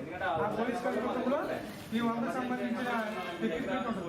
అప్పుడు 100కి ఆ కాల్ సెంటర్ కాల్ వస్తుంది. ఆ కాల్ సెంటర్ కాల్ రాగానే అప్పుడు మీ వివరాలు తీసుకుంటాం. మీ వివరాలు తీసుకుని మీ పేరు, మీరు ఎక్కడ మాకు తెలియదు కదా, మీరు చేసినప్పుడు పలానా ఏరియా నుంచి మీరు కాల్ చేస్తున్నామని చెప్తారు. అప్పుడు అక్కడ ఏ ప్రాబ్లం అంటే చూసి అది ఏ పోలీస్ స్టేషన్ తీసుకొస్తుందో ఆ పోలీస్ స్టేషన్ మేము చెప్పి ఆ కానిస్టేబుల్ గారిని అక్కడ పంపిస్తాం. అక్కడ ఆ కానిస్టేబుల్ గారు ఆ ప్రాబ్లం అది సాల్వ్ అయిందనుకో, అక్కడ సాల్వ్ చేయగలిగినైతే సాల్వ్ చేస్తాం. లేదు ఇప్పుడు కొంతమంది కుర్రలు ఉంటారు, అక్కడికి పంపించేస్తే ప్రాబ్లం సాల్వ్ అయిపోతుంది కదా, కొంతమంది కొట్టుకుంటూ ఉంటారు, వాళ్ళ దెబ్బలు తగ్గుతాయి. అప్పుడు ఏం చేస్తాం, వాళ్ళని హాస్పిటల్ పంపిస్తాం. అలా కాకుండా ఇంకా పెద్ద పెద్ద యూసేజ్ చేస్తున్నారు వాళ్ళని మా వెహికల్లో పోలీస్ స్టేషన్ తీసుకుని వెళ్తాం. పోలీస్ స్టేషన్ తీసుకెళ్ళిన తర్వాత అక్కడ వాళ్ళ మీద ఏం యాక్షన్ తీసుకోవాలో, ఒకవేళ కౌన్సిలింగ్ ఇస్తే కౌన్సిలింగ్ పంపిస్తాం. లేదు వాళ్ళు అరెస్ట్ చేయాలనుకుంటే వాళ్ళు అరెస్ట్ చేసి జైలు పంపిస్తాం. లేదు వాళ్ళు బైండ్ అవుట్ చేసుకుని మేము గొడవలు పడమని చెప్పి పోలీస్ స్టేషన్ బైండ్ అవుట్ చేసుకుంటారు. అదనమాట. ఇంకొకటి, మనకి ఏదైనా ఎమర్జెన్సీ నెంబర్ కొన్ని కావాల్సి వస్తూ ఉంటాయి. మనం ఇప్పుడు ఏదైనా మన ఫారెస్ట్ నెంబర్లు కానీ, ఎక్సైజ్ నెంబర్లు కానీ, సారా డిపార్ట్మెంట్ నెంబర్లు కానీ, ఫైర్ డిపార్ట్మెంట్ నెంబర్లు కానీ మీకు కలవలేదు అనుకో, 100 చేస్తే మేము వాళ్ళకి ఇంటిమేట్ చేస్తాం. పలానా చోట్ల ఫైర్ అవుతుంది, లేకపోతే పలానా చోట్ల యాక్సిడెంట్ అయింది, అతన్ని ఎమ్మటనే హాస్పిటల్ తీసుకెళ్ళని చెప్పి 108 కాల్ సెంటర్ కూడా మీకు కాల్ చేసి చెప్తారు. వాళ్ళు ఎమ్మటే ఇమీడియట్లీ యాక్షన్ తీసుకుని పంపిస్తారు. నెక్స్ట్ ఇంకోటి ఏంటంటే, మనకి ఏదైనా ఇన్ఫర్మేషన్ కావాలనుకోండి, ఇప్పుడు సీఎం సెల్ నెంబర్లు కానీ, మనకి రైల్వే నెంబర్లు కానీ కొన్ని ఉంటాయి. ఉమెన్ హెల్ప్ లైన్ నెంబర్ కూడా ఉంటుంది. ఉమెన్ హెల్ప్ లైన్ నెంబర్ అంటే 181. అది only women help line number. అది సేమ్ 100 ఎలా ఉంటుందో ఉమెన్ హెల్ప్ లైన్ నెంబర్ కూడా ఉమెన్స్ కోసం కేటగిరీలో పడతారు. నెక్స్ట్ ఈ లొకేషన్ ఐడియానే మీరు ఇక్కడ ఉండగా ఇబ్బంది అవుతుంది. మీ లొకేషన్ ఐడియా రాగానే వస్తారు పోలీసు, బండి ఇలా వస్తుంది, ఈ రోడ్డు దాకా వస్తాడు. ఈ రోడ్డు కొంచెం లొకేషన్, ఈ ఏరియా మొత్తం లొకేషన్ కూడా చూపించింది. అప్పుడు మీ యువతల పక్కే రావాలంటే టైం పడుతుంది కదా. ఫస్ట్ అటు పక్క అటు ఆ తర్వాత ఇక్కడికి వస్తాడు. అదే మీ వీడియోలో ఈ టెంట్ కనబడుతుంది అనుకో, రోడ్డు మీద టెంట్లు ఎటు ఉన్నాయి, ఇటు సైడ్ ఉన్నాయి, వెంటనే అక్కడ ఉన్న పోలీసు అని ఈ టెంట్లోకి వస్తాడు. అంటే మిమ్మల్ని సేవ్ చేయడానికి తొందరగా కూడా అవడానికి కూడా ఈ వీడియో ఉపయోగపడుతుంది. 10 seconds డిస్ప్లే అవుతుంది అనమాట. ఎప్పుడైతే ఇది అయింది, ఇది 10 సెకండ్స్ ఓపెన్ అయ్యి కట్ అయిపోతుంది ఆటోమేటిక్గా. అక్కడితో మీ మొబైల్లో వర్క్ ఆగిపోతుంది. వెంటనే మాకు ఇలా డిస్ప్లే అవుతుంది. ఇప్పుడు లలిత కుమారి ఉంది కదా, లలిత కుమారి ఇలా అలర్ట్ ఇచ్చినట్టు పెండింగ్లో మాకు ఇలా డిస్ప్లే అవుతుంది. వెంటనే మేము దీనికి క్లిక్ చేస్తాం. వీడియోని క్లిక్ చేయగానే ఇలా కేసు డీటెయిల్స్, పేరు లలిత కుమారి, ఆ మొబైల్ నెంబరు, ఆల్టర్నేట్ నెంబరు, ఆమె ఏం అడ్రస్ ఇచ్చింది అది, ప్రజెంట్ గూగుల్ లొకేషన్ ప్రకారం ఏ లొకేషన్లో ఉన్నదో ఈ లొకేషన్, ఆల్టర్నేటివ్ నెంబర్స్ ఏమో లక్ష్మి అనే నెంబర్ ఇంకో నెంబర్ ఇచ్చారు, అంటే ఇంకో 5 నెంబర్లు ఇచ్చారు. ఇది వెంటనే మేమే చేస్తాం. ప్రాబ్లంలో ఫోన్ ఎత్తగలిగిన ప్రాబ్లం అనుకో, ఏ యూటీజింగ్ ఇలాంటి ప్రాబ్లం అనుకో ఎత్తి నన్ను ఇలా ఇబ్బంది పెడతారని చెప్తారు. లేదా ఫోన్ ఎత్తలేని ప్రాబ్లం అనుకో వెంటనే మేము ఈ లొకేషన్ అడ్రస్ ఇచ్చి పోలీసు వాళ్ళకి పంపుతాం. ఆ పోలీసు వాళ్ళు వచ్చే లోపలే ఈ లక్ష్మీ కుమారికి వాళ్ళకి ఫోన్ చేస్తాం. ఎందుకంటే దగ్గరలో ఉన్నారనుకో ఇంట్లో ఉన్న పెద్దవాళ్ళకి చెప్పించి వాళ్ళు మీ దగ్గర పంపుతారు. ఇది ఇక్కడ మీ వీడియో ఇక్కడ మాకు కనపడుతుంది అనమాట. మీరు ఏ ఆఫర్లో ఉన్నారు ఏంటి అనేది మేము ఇవన్నీ చూస్తాం. చూసి పోలీసులు వస్తారు. అక్కడికి వచ్చిన తర్వాత మీకు అక్కడే జరిగి న్యాయం చేస్తారు, లేదంటే పోలీస్ స్టేషన్ తీసుకెళ్తారు. అది కాకుండా ఈ యాప్లో ట్రాక్ మై ట్రావెల్ అని చెప్పేసి ఇంకో ఆప్షన్ ఉంటుంది. ఒకవేళ మీరు ఏమన్నా ఎక్కడైనా వేరే ఇది అయిపోయింది, అది ఇంటర్మీడియట్ డిగ్రీ చదువుకుంటే వేరే చోటకి వెళ్ళారు, లేదా సెలవులకు మీ రిలేటివ్స్ ఇంటికి మీరే ఒక్కలే వెళ్ళారు. రిటర్న్ వచ్చేటప్పుడు మీరు నైట్ అయిపోయింది అలసిపోయి కానీ లేదా టైంపాస్ అవుతుందని వీడియో కానీ మొబైల్లో చూస్తున్నారు, మీరు వచ్చే రూట్ మీరు అప్డేట్ చేయరు. అప్పుడు ఏమైంది, ఒకవేళ మీరు వచ్చేటప్పుడు బస్సు కాకుండా ఆర్టీసీ బస్సులు కాకుండా ప్రైవేట్ ట్రావెల్ ఎక్కారు ట్యాక్సీ లాంటి, వాడు ఏం చేస్తాడు, కొంత దూరం వచ్చేది ఉన్న స్టాప్ అంటే ఉన్న ప్యాసింజర్ దిగిపోయిన ఒక్కలే ఉన్నారనుకో వాడు మధ్యలో ఏదైనా రూట్కి డైవర్ట్ చేసాడుకో వెంటనే ఇది మాకు అలర్ట్ వేస్తుంది. వీళ్ళు విజయవాడ నుంచి eluru రావాల్సిన రూట్లో కాకుండా వేరే రూట్కి వెళ్ళిపోయారని వెంటనే మేము పోలీసులు పంపుతాం. ఒక్కొక్కసారి ఏం చెప్తాడు వాడు, మీరు ఒక్కలే ఉంటారు, మీకు నాలెడ్జ్ ఉంటుంది, మీరు ఏం వీడియో ఏం చూడరు, మీరు దారి చూస్తూ ఉంటారు, ఎలర్ట్గా ఉంటారు, మీకు కొంచెం భయం ఉండి ఎలర్ట్గా చూస్తుంటారు. కానీ ఆడ ఏం చేస్తాడు, ఈ రూట్ ఎదురు బ్లాక్ చేశారండి, ఈ రూట్ కానీ ఈ రూట్ని తీసుకెళ్తా అంటాడు. అప్పుడు కూడా మీకు గూగుల్ మ్యాప్ చూపిస్తుంది ఈ రూట్ బ్లాక్ అయి ఉందా లేదా, రూట్ ఎలా ఉంది అనేది.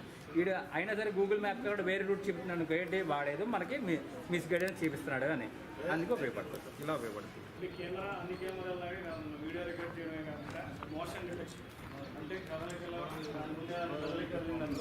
ఇమీడియట్గా అది స్నాప్స్ తీయడం, అంటే ఫోటోలు తీయడం, వీడియో రికార్డ్ చేయడం, దాన్ని ఇక్కడికి పంపుతుంది అన్నమాట కమాండ్ కంట్రోల్ రూమ్లో. కమాండ్ కంట్రోల్ రూమ్లో at the same time alarm కూడా పెద్ద అలారం మోగుతుంది. మోగ్గానే అక్కడ ఉన్న సిబ్బంది అలర్ట్ అయ్యి ఆ పోలీస్ స్టేషన్ 2 టౌనా 1 టౌనా 3 టౌన్ ఏ స్టేషన్ అయితే ఆ స్టేషన్ SHO గారికి ఫలానా ఇంట్లో అలారం మోగిందని చెప్తేనే వాళ్ళు వెళ్ళి దొంగనే రెడ్ హ్యాండెడ్గా పట్టుకుంటారు. దొంగనే రెడ్ హ్యాండెడ్గా పట్టుకోవడం ద్వారా దొంగతనాన్ని నిరోధించవచ్చు. At the same time property ఏమైనా లాస్ కాకుండా చూసుకోవచ్చు. ఇప్పుడు దీంట్లో ఎక్విప్మెంట్ ఉందమ్మా, ఇది కెమెరా అనమాట. ఇప్పుడు ఇది నెట్ ద్వారా పనిచేస్తుంది కాబట్టి దీనికి ఏం కావాలి, నెట్ కావాలి కాబట్టి ఇది వైఫై మోడల్ అనమాట. దీంట్లో ఒక సిమ్ కార్డ్ ఉంటుంది, దీని ద్వారా దీనికి మొబైల్ డేటా అనేది వెళ్తుంది. ఈ మొబైల్ డేటా వెళ్ళడం వల్ల ఇక్కడి నుంచి డేటా అనేది కంట్రోల్ రూమ్కి వస్తుంది. ఓకేనా, ఇప్పుడు కరెంట్ పోయినప్పుడు మరి పని చేయాలి కదా, దీని పర్పస్ ఏంటి, అది వర్కింగ్లో ఉంటేనే మనకి దొంగతనం జరిగిన ప్రివెంట్ చేయొచ్చు. అందువల్ల ఇది బ్యాటరీ అనమాట. 6 అవర్స్ మీ ఇంట్లో కరెంట్ లేకపోయినా ఇది దీనికి ఈ వైఫై రోడ్కి రెండింటికి కూడా పవర్ సప్లై వస్తుంది.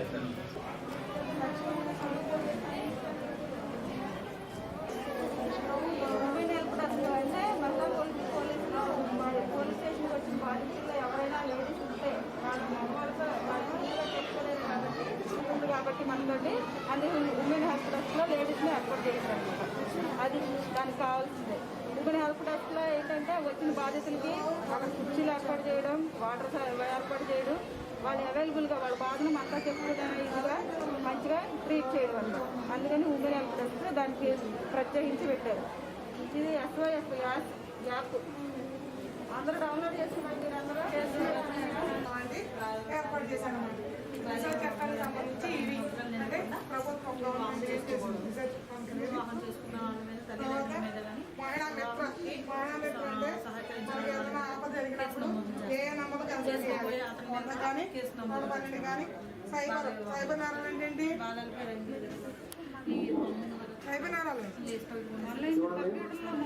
ఆన్లైన్ కానీ కంప్యూటర్లో మోసాలు కానీ లేకపోతే మార్పింగ్ చేయడం, వెయిటింగ్ చేయడం, ట్రాన్సాక్షన్స్ చేయడం, మనీ ట్రాన్సాక్షన్స్ అలాంటి ఏది జరిగినా దానికి సంబంధించిన ఏదన్నా దానికి ఏమన్నా మీరు ఇబ్బంది పడుతుంటే ఈ నెంబర్కి కాల్ చేసి మీరు ప్రాబ్లం చెప్పవచ్చు. వాట్సాప్ నెంబర్ ఇది. తర్వాత ఒంటరిగా వెళ్తున్నారు, భయం అనిపిస్తే అలాగే మీకు ఏదన్నా మీ ఊర్లో జరిగింది మీ పోలీస్ స్టేషన్కి రావాలి అంటే ఇబ్బంది పడుతున్నారు భయపడుతున్నప్పుడు మీకు ప్రత్యేకంగా ఇప్పుడు మహిళా పోలీసు గ్రామ మహిళా పోలీసు అని వార్డు మహిళా పోలీసు అని పెట్టారు కదా, వాళ్ళని సంప్రదించి వాళ్ళకి చెప్పిన వాళ్ళు సాల్వ్ చేయడం లేదా వాళ్ళకి కాకపోతే వాళ్ళు వాళ్ళ దగ్గర తీసుకురావడం చేస్తారు. పోలీస్ స్టేషన్ మహిళా మిత్రులు కొంతమందిని పెట్టి మీకు ఏమైనా సమస్యలు ఉంటే ఇక్కడ కాకుండా భరోసాకి ఏదన్నా మీకు ఏదన్నా బాధ కలిగినా ఏదైనా ఉన్నా మహిళా పోలీస్ స్టేషన్ మహిళా పోలీస్ స్టేషన్ లో ప్రత్యేకంగా ఏమన్నా చెప్పండి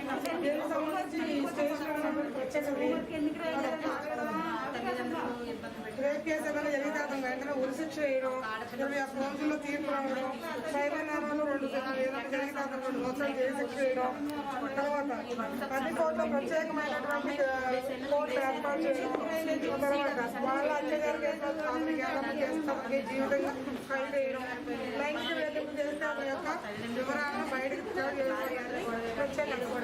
దిశ మహిళా పోలీస్ స్టేషన్ ఏ సందర్భంలో మీరు దిశ మహిళా పోలీస్ స్టేషన్కి వెళ్ళొచ్చు, కంప్లైంట్ ఇవ్వచ్చు.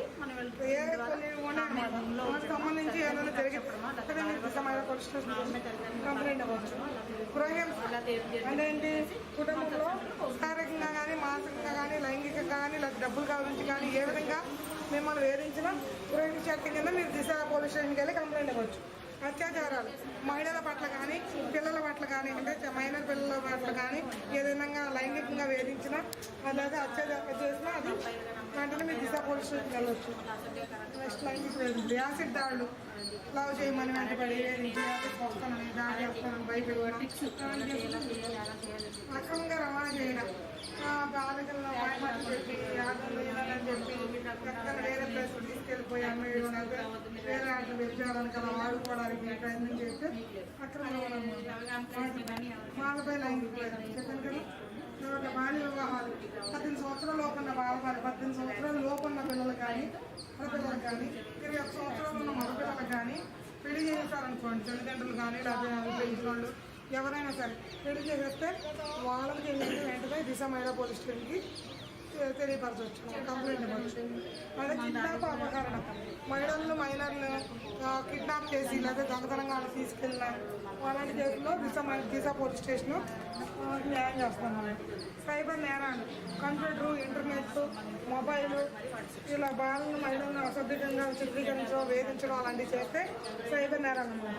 వరకట్న వేధింపులు మరణాలు, వరకట్న వేధింపులు అంటే పెళ్ళైన తర్వాత భార్యను భర్త కట్నం గురించి వేధించడం, డబ్బు తీసుకురమ్మని వేధించడం, కొట్టడం, పెట్టడం లేదా అతని దిశ కేంద్రం ఎక్కడ ఉంది అంటే ఇది మన గవర్నమెంట్ హాస్పిటల్లో ప్రత్యేకంగా 1 స్టాప్ సెంటర్ అనే దాన్ని ఏర్పాటు చేశారు.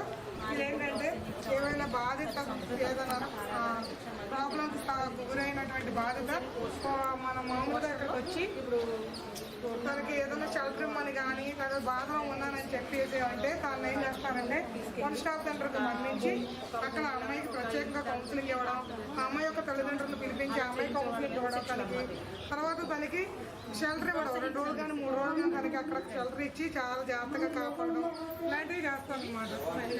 ఇది 1 స్టాప్ సెంటర్, సఖీ సెంటర్ 1 స్టాప్ సెంటర్. వేధింపులు కానీ దోపిడీ కానీ చేస్తే ఏ విధంగా రక్షణ పొందాలి, ఏం చేయాలి ఏం చేయకూడదు, మనం ఎలా ఉండాలి ఎలా ఉండకూడదు ఎవరైనా వచ్చి మీ పేరెంట్స్ లేరు లేదా మన తెలిసి మీ గురించి కానీ మీ పేరెంట్స్ గురించి కానీ ఏదైనా వివరాలు అడిగారు అనుకోండి, అప్పుడు మీరు వాళ్ళు అడిగారు కదా అని చెప్పకూడదు. తెలియదనో లేదా వద్దని ఏదైనా ఇదిగో ఇస్తారు మీకు ఐస్ క్రీమ్ తిను చాక్లెట్ తినని తీసుకుంటారా వద్దని చెప్పాలి. లేకపోతే ఏదైనా మాట్లాడమని చెప్పినా మాట్లాడొద్దని ఇలాంటివన్నీ మనం చెప్పాలి, అవాయిడ్ చేయాలన్నమాట. ఒకవేళ ఎవరైనా మిమ్మల్ని తాకి ఏదైనా ఇమ్మని అడిగారు అప్పుడు ఏం చేయాలి, వెంటనే గట్టిగా అరవాలి, గట్టిగా అడిగేసి చేతులతో నెట్టేసి వెంటనే ఆ విషయాన్ని ఎవరికి చెప్పాలి, మీ పేరెంట్స్ చెప్పాలి.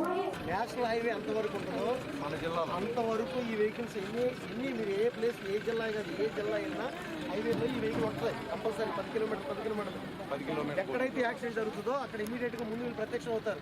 ప్రత్యక్షం ఎవరైతే క్షతగాతులు ఉంటారో దెబ్బలు ఉంటారో వాళ్ళని ఈ గెట్ వెహికల్ అంటారు. అంబులెన్స్ రావడానికి లేట్ అవుద్ది, రీడ్ అయిపోతుంటుంది. ప్రాణం పోయే పరిస్థితి వస్తుంది. అప్పుడు ఇంట్లో క్షతగాత్రులు హాస్పిటల్ పంపిస్తారు. ఆ రోడ్డు మీద ట్రావెలింగ్ చాలామంది కార్యక్రమాలు జరుగుతుంటారు కదా, వాళ్ళ యొక్క కార్యక్రమాలకి ధ్యానం కలగకుండా వీళ్ళు ఏం చేస్తారంటే ఇమీడియట్గా వీళ్ళు హాస్పిటల్ పంపించిన తర్వాత రోడ్డుకి అడ్డంగా వెహికల్ లేకుండా ఫస్ట్ తీసి ట్రాఫిక్ జామ్ కాకుండా చూస్తారు. ఇలాగే ప్రజా రవాణాలకు అడ్డు కాకుండా ట్రైన్ సెకండ్ తర్వాత అది వెహికల్లో రోడ్డుకి అడ్డం పెట్టుకుంటే తీసి రోడ్డు ట్రాఫిక్ క్లియరెన్స్ తీసి పక్కన పెట్టి ఇప్పుడు యాక్సిడెంట్ ఏంటంటే ఆల్రెడీ జర్నీ చేసుకుని వెళ్తుంటాం, యాక్సిడెంట్ పడి ఉంటాడు. నువ్వేం చేస్తావు, 100 కాళ్ళు కొట్టేస్తావు.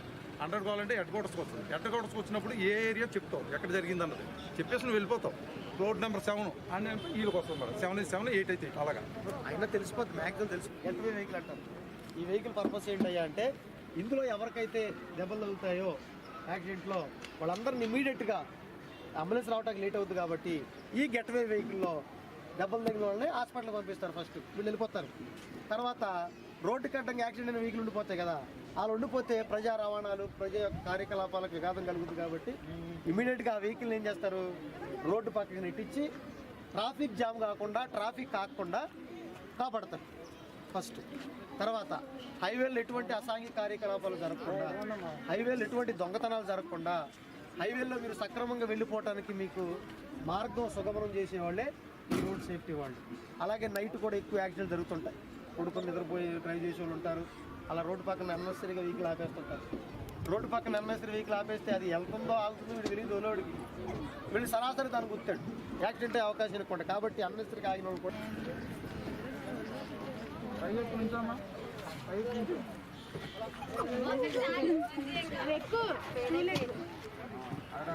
పైన కనబడుతున్నాయా? దీన్ని 207 వజ్రం వెహికల్ అంటారు. 207 అనేది దీని ఇంజిన్ పేరు, వజ్రం అనేది దీని పేరు అనమాట. ఇది ఏంటంటే దీని పర్పస్ వచ్చేసి మెయిన్లీ ప్రభుత్వ కార్యకలాపాలకు వ్యతిరేకంగా లేదా ప్రభుత్వ విధానాలకు వ్యతిరేకంగా నిరసనకారులు నిరసనలు తెలియజేయడం కానీ, ఆందోళన చేపట్టడం కానీ, ఇంకా ప్రభుత్వ వ్యతిరేకమైన అసాంఘిక కార్యకలాపాలు ఇంకేమైనా సరే ఉన్నప్పుడు అవి వాళ్ళు గుంపులుగా గుంపు కొడతారు. మాబ్ అంటారు వాళ్ళని, గుంపులుగా ఉన్న వాళ్ళని మాబ్ అంటారు. ఆ మాబుని మనం తక్కువ మంది ఉన్నప్పుడు ఆ మాబుని చెదరగొట్టాలంటే చెదరగొట్టగలమా? ఒక 10 మంది ఉంటారు పోలీసులు, వాళ్ళేమో ఒక 5-6 వేలు ఉంటారు. ఎలా చెదరగొడతాం? అంతమందిని కంట్రోల్ చేయగలమా? అప్పుడు ఈ వెహికల్ యూజ్ అవుతుంది అనమాట. ఈ వెహికల్ యూజ్ చేస్తే ఏంటంటే ఆ పైన మీరు చూసారమ్మా, ఈ పైన అది గ్యాస్ షెల్ఫ్ అంటారు. అందులో ఇంత గ్యాస్ స్మోక్ వచ్చేది బాంబ్స్ ఉంటాయి. ఆ బాంబ్స్ దాంట్లో పెట్టి ఫైర్ చేస్తాం అనమాట. ఫైర్ చేసినప్పుడు ఏంటంటే ఆ మాకు దగ్గర పడి అది ఫైర్ అయ్యి స్మోక్ రిలీజ్ అవుతుంది. దాంట్లో టియర్ గ్యాసెస్ ఉంటాయి.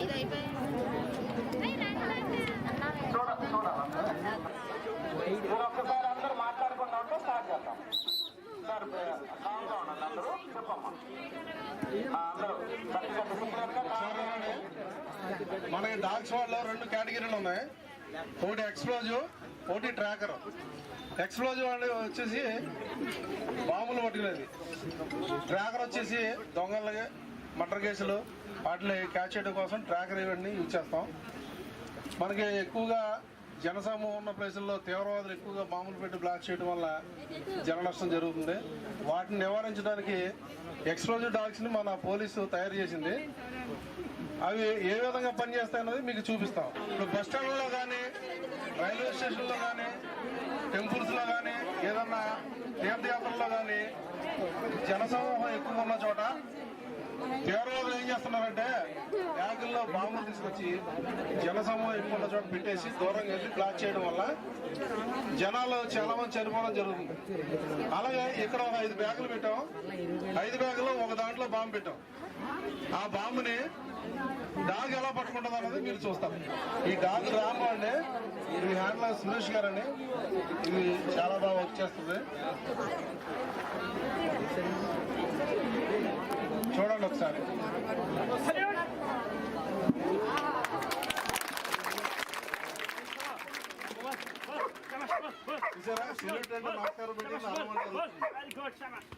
ఇప్పుడు బాంబు పట్టుకోవడానికి నెతకమన్నాం.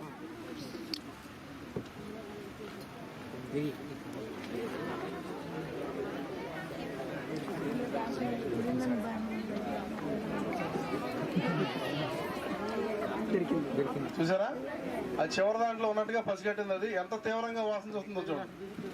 చూసిన తర్వాత హ్యాండ్లర్కి ఇండికేషన్ ఇస్తుంది. చూసారా,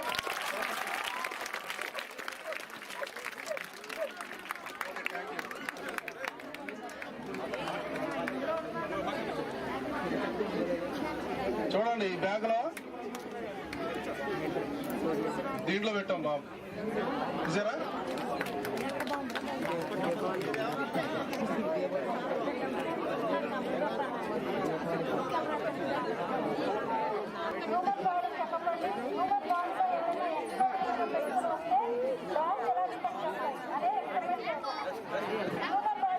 బాంబులు చూసారు కదా బ్యాగ్ లో.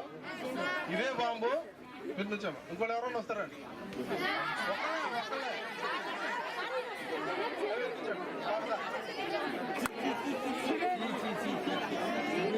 ఇప్పుడు ఎలా అంటే గంట బాంబులు అని మీరున్నారా, అలాగే బాంబులు పట్టుకెళ్ళడం, క్యారీ చేసుకెళ్ళి బ్లాక్ చేస్తూ ఉంటారు. బొమ్మన బాంబులు అని. అట్లాగే వీళ్ళ 5గురిలో ఒకళ్ళ దగ్గర పెడుతున్నారు. ఇది దాకా ఎలా ఉపయోగిస్తుందో చూస్తాం.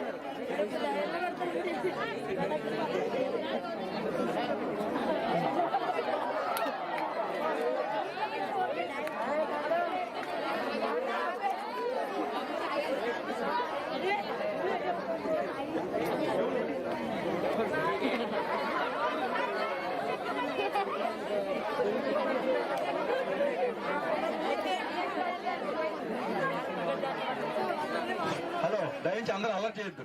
మళ్ళీ చేద్దరు. చూడండి, ఒక మనిషి బాంబుని తీసుకొచ్చాడు, పేల్ చేసి అందరినీ కూడా చంపాలని చూస్తున్నాడు. దానికి మాట్లాడద్దు. మన ఐడ్ ఆఫీసర్స్ పోలీస్ వారికి ఇన్ఫర్మేషన్ వచ్చింది. డాగ్ను పంపించి ఎవరి దగ్గర ఉందో పట్టించేయని చెప్పారు.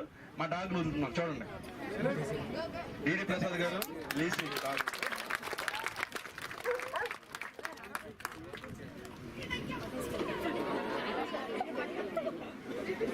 చూడండి, అది నిశ్చితంగా పర్సెంట్ కంగారు పడతామా. ఎవరిని డాగ్లు ఏం చేయవు. పోలీస్ డాగ్లు మన స్నేహితులు అంటే చెక్ చేస్తుంది చక్కగా. మొత్తం తిరుగుతుంది. 4-5 సార్లు తిరిగి అప్పుడు పట్టుకుంటారు.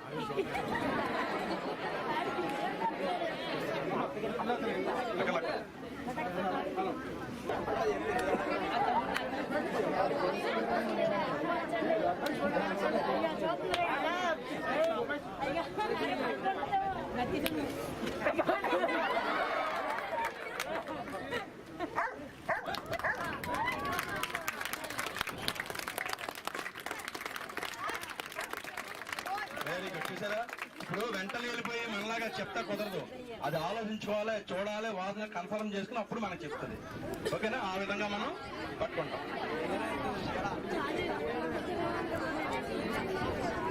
ఒక్కోసారి ఏం చేస్తాం అంటే 2 డాగులు కూడా తిప్పుతాం. ఒకసారి అదేమన్నా తేడా చెప్తున్నాను, ఇంకో డాగు కూడా తిప్పుతాం. అట్లా చేస్తాం. ఓకే, చేయడానికి ఉపయోగించేటువంటి కార్డ్ ఎక్స్.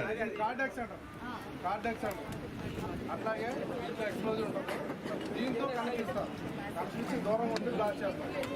ఓకే, బ్యాగ్లో పెడతారు.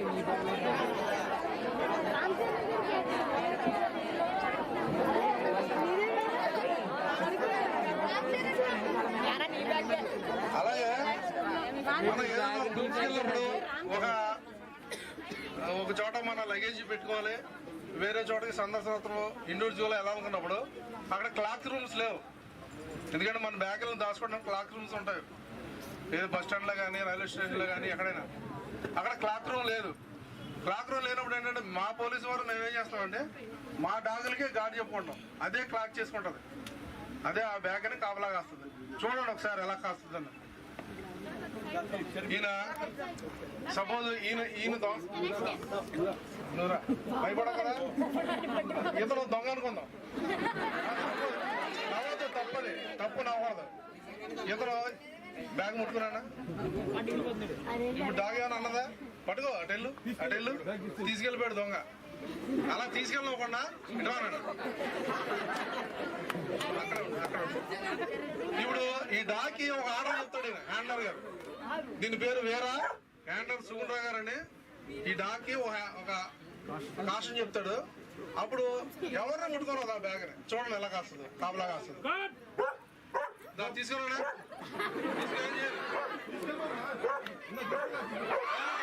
చూసారా, దగ్గరకు వస్తే అలా కట్ చేస్తుంది. ఎవరన్నా మన వాళ్ళు కూడా ఒక ఆయన తప్ప ఎవరిని కూడా ముట్టుకోరు. ఇప్పుడు ఒక నిమిషం, ఇప్పుడు ఆయన దాన్ని రిలీజ్ చెప్పాడు. ఇప్పుడు అది తీసుకున్నా, ఇప్పుడు ఓవర్ చెప్పాడు కదా, తీసుకొచ్చి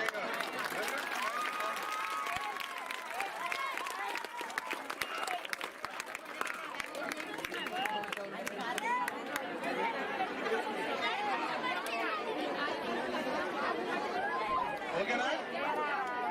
అలాగే దొంగలు ఉంటారు, దొంగలు వాళ్ళు కూడా మంచి రన్నర్స్ అయ్యి ఉంటారు. మనకి వాళ్ళకి చాలా దూరం వ్యత్యాసం ఉంది. మన పరిగెట్టు పట్టుకోవాలంటే చాలా ఇబ్బంది అవుతుంది. అప్పుడు ఏం చేస్తామంటే మేము డాగులు అడ్వాన్స్ చేసి వదిలి ఆ దొంగలు పట్టిస్తాం. ఇతను దొంగతనం చేసి పట్టుకునే వ్యక్తి, ఇతన్ని మా డాగ్ ఎలా అటాక్ చేసి పట్టుకుంటుందో చూడండి. ఓకే,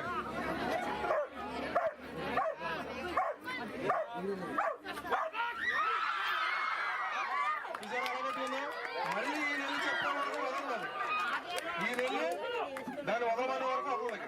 చూసారా అలా కూడా దొంగలు పడుతుంది.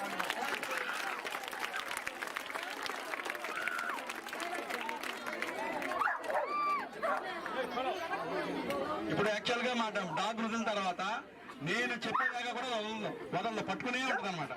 ఓకేనా.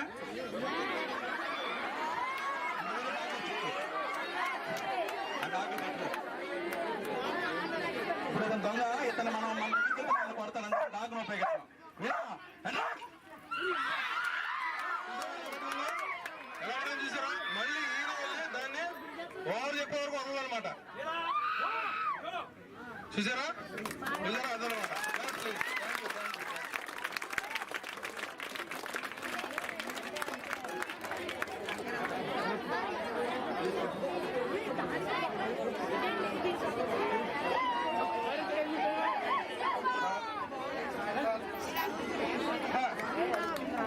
ఉంటుందో చూడండి.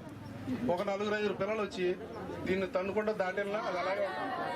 అది మా కమాండ్ మీద ఉంటుంది అనమాట.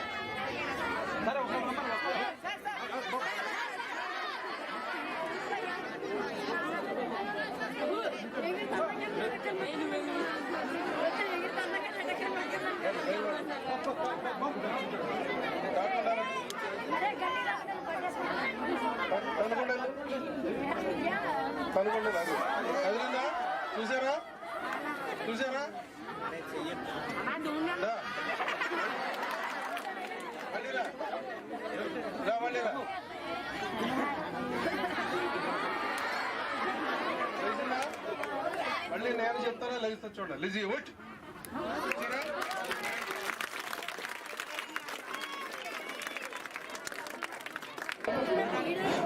చూడమ్మా. డాగ్ ఒబీడియన్స్ అంటే ఆయన చెప్పినట్టుగా డాగ్ వింటది. చూడండి, ఫస్ట్ సెల్యూట్ చేస్తుంది. నేను కూర్చోమంటే చూడు, కూర్చోమన్నారా, కూర్చోండి.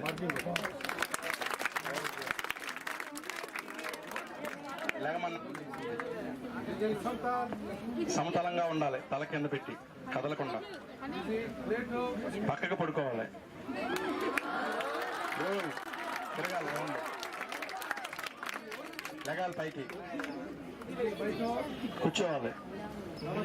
చూడు, నమస్తే పెట్టాలంట. Very good.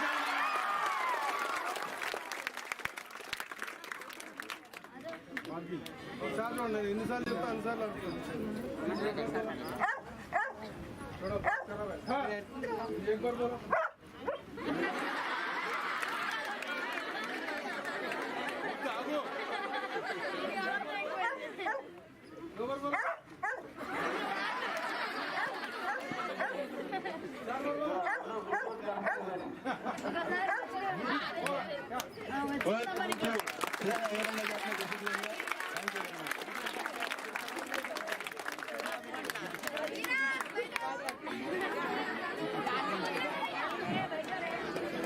మా డాక్టర్ అందరూ కలిసి వీక్షించినందుకు అందరికీ మా డాగ్స్ కూడా కృతజ్ఞతలు తెలుపుతున్నామండి.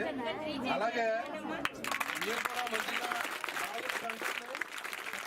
చూడండి.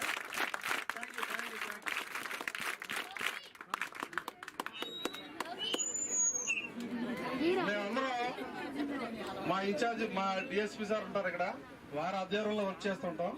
ఆయన కూడా 2 మాటలు మాట్లాడాల్సిందిగా కోరుతున్నాం. అంతా గుడ్ ఆఫ్టర్నూన్. అన్ని డిపార్ట్మెంట్లు మా పోలీసులు అనుబంధ డిపార్ట్మెంట్లు అన్ని చూశారు కదా, ఏమైనా ఉపయోగం ఉందా? Any useful thing? అట్లాగే మీకు ఇంకా రేపు ఎల్లుండి అప్ టు 31st వరకు కూడా ఇది కొనసాగుతుంది. ఎవరికైనా అర్థం కాకపోతే వ్యక్తిగతంగా పర్సనల్గా రావచ్చు, ఫ్యామిలీ మెంబర్స్ తెచ్చుకోవచ్చు.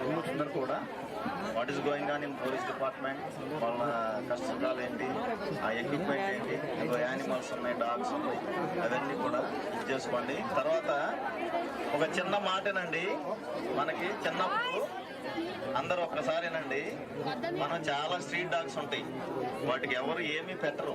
మేము చిన్నప్పుడు ఇంట్లో మిగిలిపోయిందంతా ఒక చిన్న గిన్నెలో బయట పెట్టి తినెళ్ళాయి. ఇప్పుడు ఎవరు ఏమీ పెట్టక ఎవరన్నా కుక్క వస్తే ఛాయ్ అని ఒక రాయి కొట్టేసి పంపించేస్తున్నారు. అది కాదు, కొంచెం వాటికి కూడా మగజీవాలు ఈ ప్లానెట్ మీద అందరికీ బతికే హక్కు ఉంది. మనం అప్పుడే తినేసి బతికేస్తున్నాం, ఎవరికి ఏం పెట్టట్లా. అటు బర్డ్స్కి ఏం లేవు, ఏటికి ఏం లేవు. మనం తినే జాంకాయ మన చెట్టు మీద ఏదైనా కొరికితే దాన్ని కూడా రాయి పెట్టి కొడతాం. అన్నీ మనమే తింటాం, వాటికి ఏం పెట్టట్లే ఎవరు. అందుకని ప్రతి ఒక్కళ్ళు ఒక్క డాగ్ని అంత ఫుడ్, మనం మిగిలిపోయిన ఫుడ్ పెడితే అది ఎంత విశ్వాసంగా ఉంటుంది తెలుసా? ఎంత విశ్వాసంగా ఉంటుందంటే విశ్వాసమైన జంతువు. అందుకని బర్డ్స్, యానిమల్స్ కూడా మనం తినే ఫుడ్ కొంచెం పెట్టండి. సమ్మర్లో పైన వాటర్ కొంచెం, గింజలు కొంచెం వేస్తే చాలా బర్డ్స్ బతుకుతాయి. ఎండాకాలం ఏం చేయాలి? పైన వాటర్ను కొంచెం తినే ఒకటి గింజలు వేస్తే బర్డ్స్ బతుకుతాయి. ఇవి మనం మిగిలిపోయిన ఫుడ్ పెడితే చక్కగా తింటాయి. విశ్వాసంగా మనం ఎప్పుడు వచ్చినా పలకరిస్తే మన కోసం ఎదురు చూస్తూ ఉంటాయి. Have a good day. Thank you.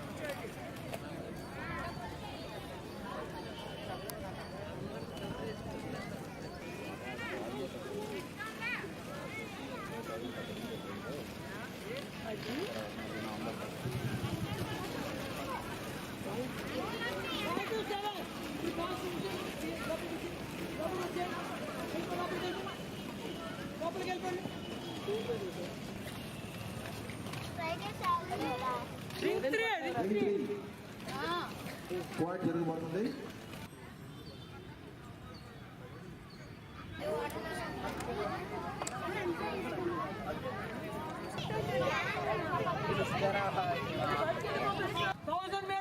అంటే ఎన్ని ల్యాబ్స్ తెలుసా?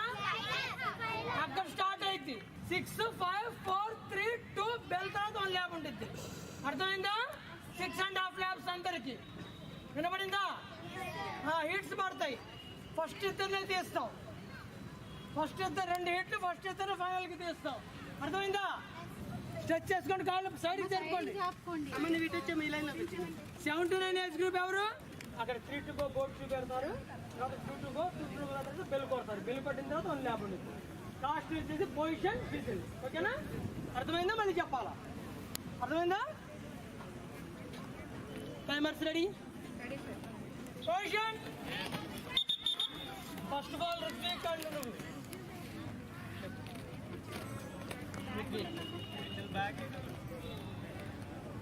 జీరో చేసుకున్నారండి. పొజిషన్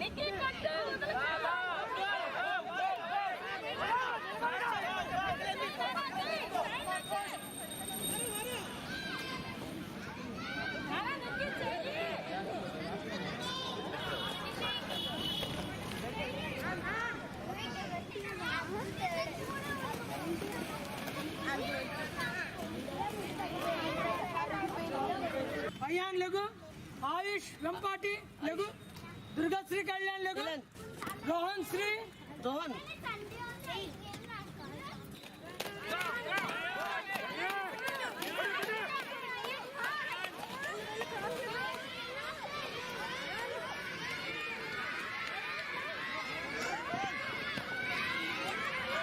హలో హలో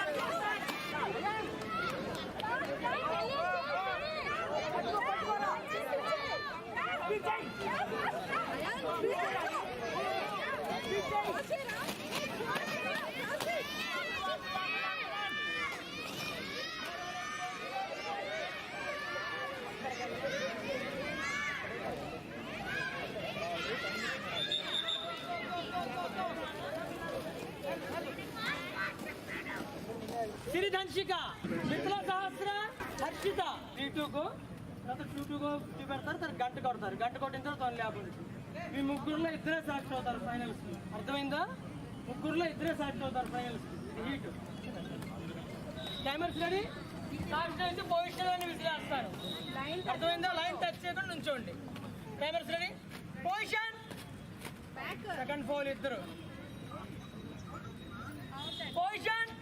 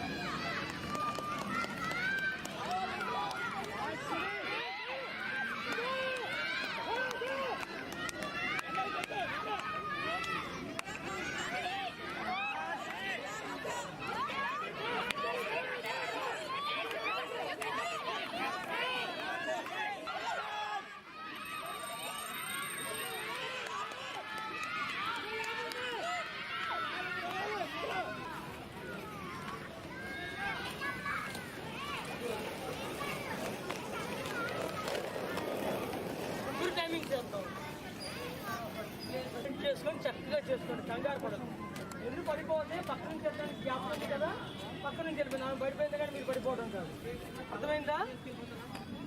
నలుగురిలో ఇద్దరినే తీస్తాం ఫైనల్స్కి. ఫస్ట్ ఇద్దరు 3 ల్యాబ్స్ అక్కడ 3-2 గో 2-2 గో తర్వాత గంట కొడతారు. గంట కొట్టిన తర్వాత ఒక ల్యాబ్ ఉంటుంది. అర్థమైందా? ఇంకా ఒకసారి చెప్పాలా? అర్థమైందా? పొజిషన్ అని చెప్పి విధి చేస్తాం. బ్యాక్ సైడ్ ఉండాలి. లైన్ టచ్ అవ్వకూడదు. Timers ready? Position. Go.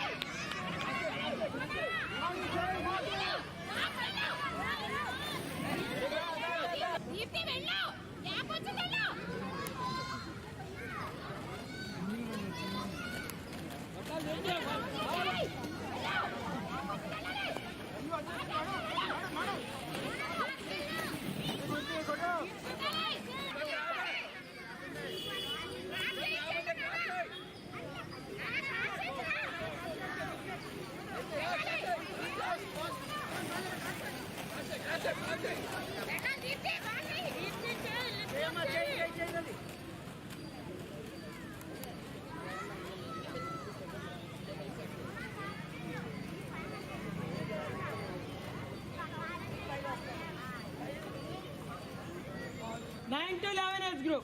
9 to 11 age group boys. Even Sai Manikanta, Mundikellu. Prabhu Kumar, Shiva Venkat, Kartikeya. Mundikellu. Position.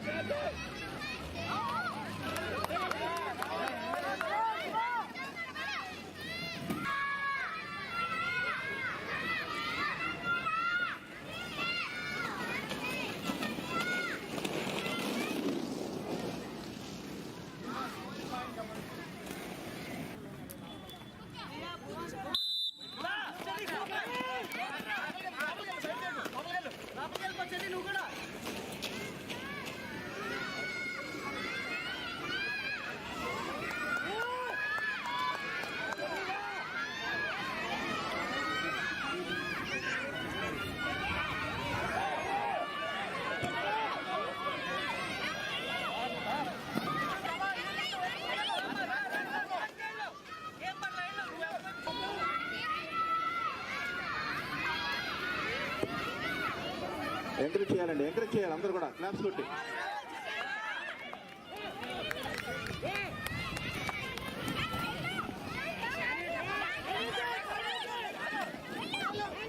Come on come on encourage, అందరూ కూడా క్లాప్స్ కొట్టి పిల్లల్ని ఎంకరేజ్ చేయండి దయచేసి.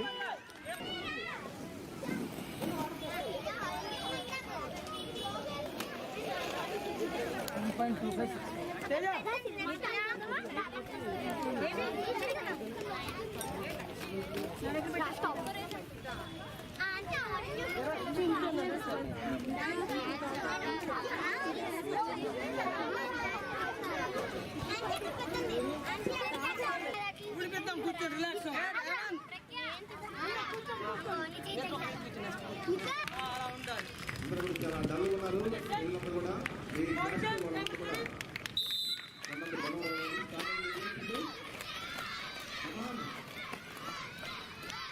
India, come on girls. Excellent, excellent. Ayan.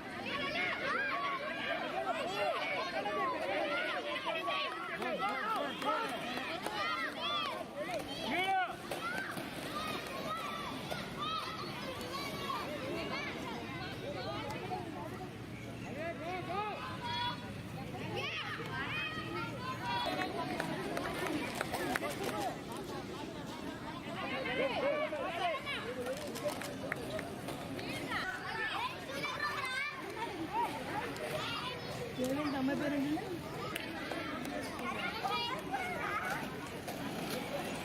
Next age group అయింది ఇప్పుడు 7 to 9. Girls బయటకు వెళ్ళిపోండి. మళ్ళీ తర్వాత రింగ్ 3కి వద్దరు కానీ మీరు వెళ్ళిపోండి.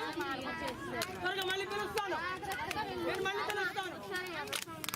5 to 7, 7 to 9 గర్ల్స్ రెస్ట్ చేసిన వాళ్ళు బయటకు వెళ్ళిపోండి. మళ్ళీ పిలుస్తాను.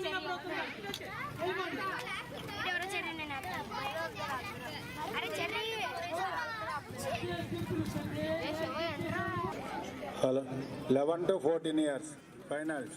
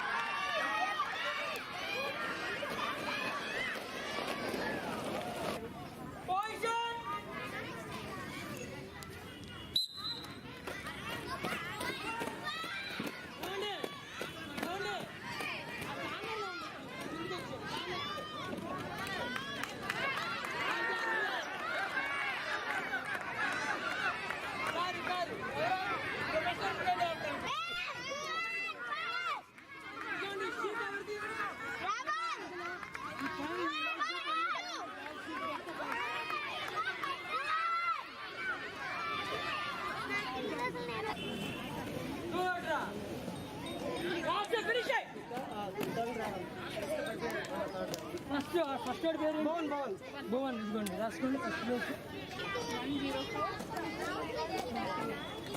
సెకండ్ ఎవరు?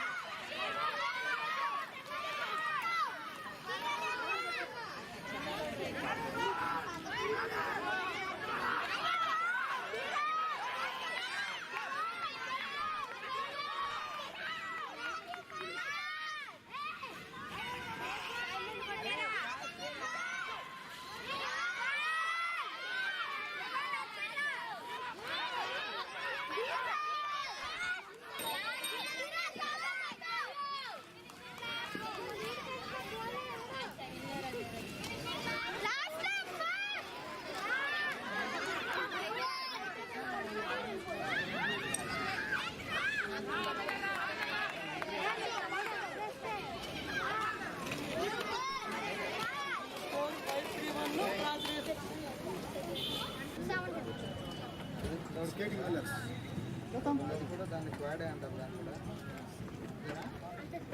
ఈ రెండేనా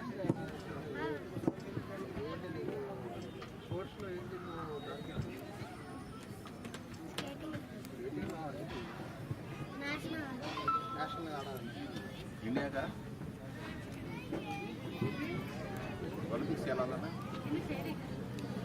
చెప్పండి మరి.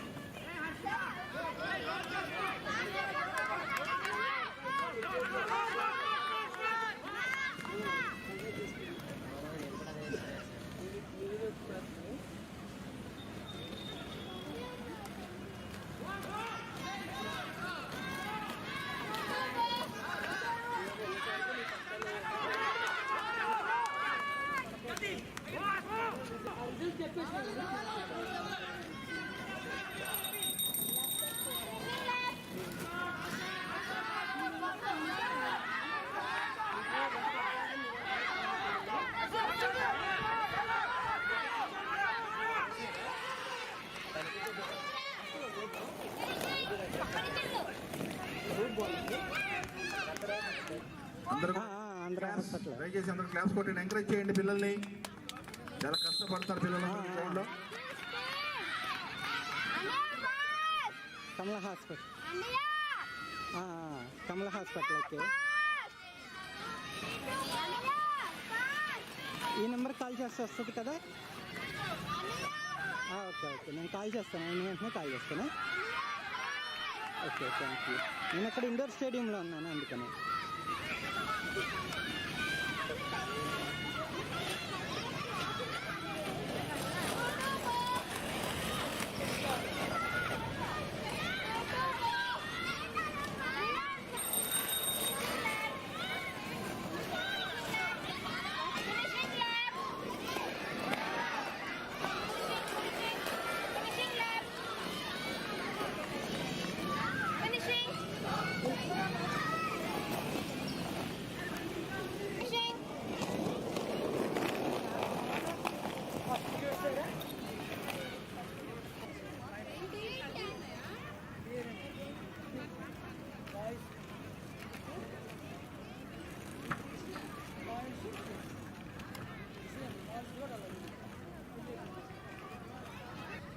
Under 79 final in line Divik and Gautam ఇద్దరు కూడా తలపడబోతున్నారు ఫైనల్ కి. గోల్డ్ మెడల్ మరి ఎవరు సాధిస్తారు చూద్దాం. కమాన్ క్లాప్స్, ఎంకరేజ్.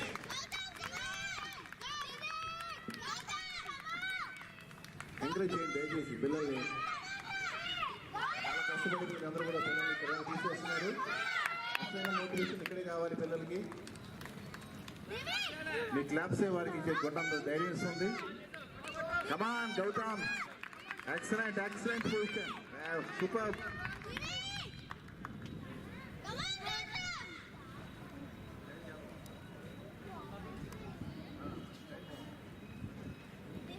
కమాన్ కమాన్, దయచేసి ఎంకరేజ్ చేయండి.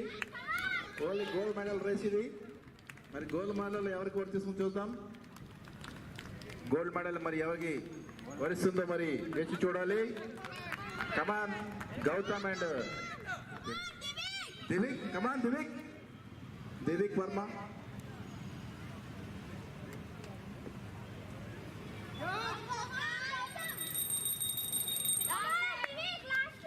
Last lap.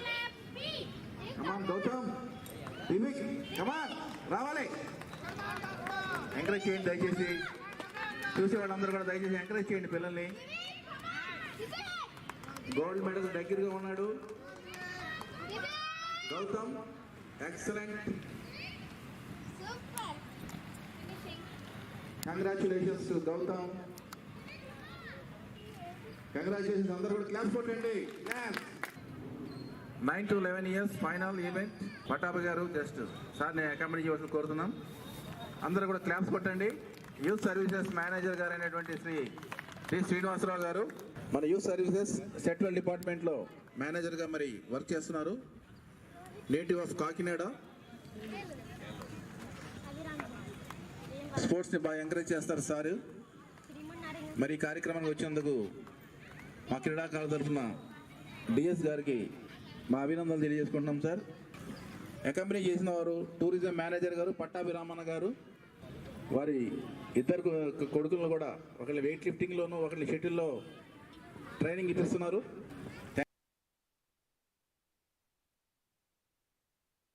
Sir thank you for your blessings. Start come on let's Kodali అందరూ దయచేసి ఎంకరేజ్.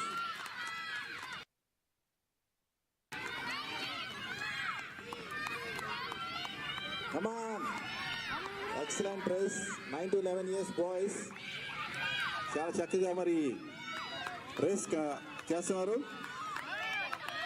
ఎక్సలెంట్ స్టైల్ చాలా బాగుంది కుర్రోళ్ళు. Come on gold medal race.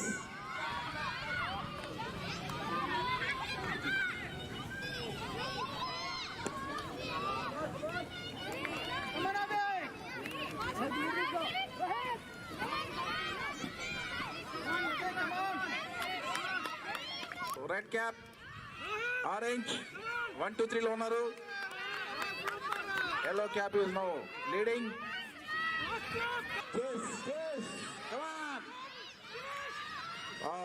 Congratulations. Abhiram మన ఫస్ట్ గోల్డ్ మెడల్ సాధించాడు ఇప్పుడే. రోహిత్ హిట్ మ్యాన్ రోహిత్ మరి silver medal. Start 11 to 14 years 14 to 17 years only ఇద్దరికి గోల్డ్ మెడల్ వస్తున్నాయి. కానీ ఇప్పుడు టైమింగ్ చూస్తున్నామండి, ఎవరి టైమింగ్ బాగుంటుందో. Timing is more important than the winnowing.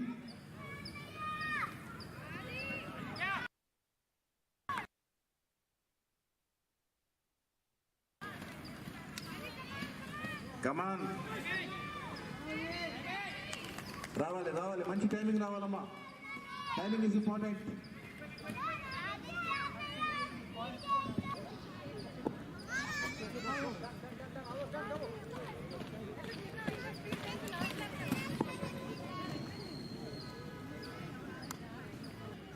Excellent.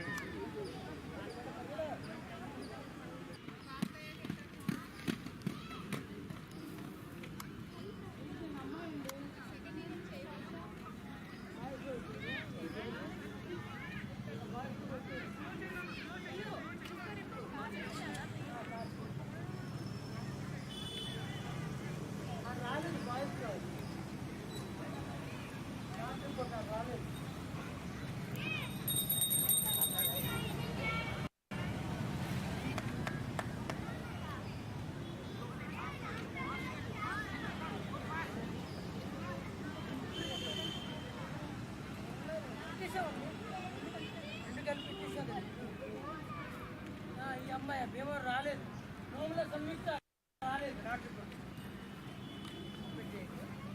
ఇప్పుడు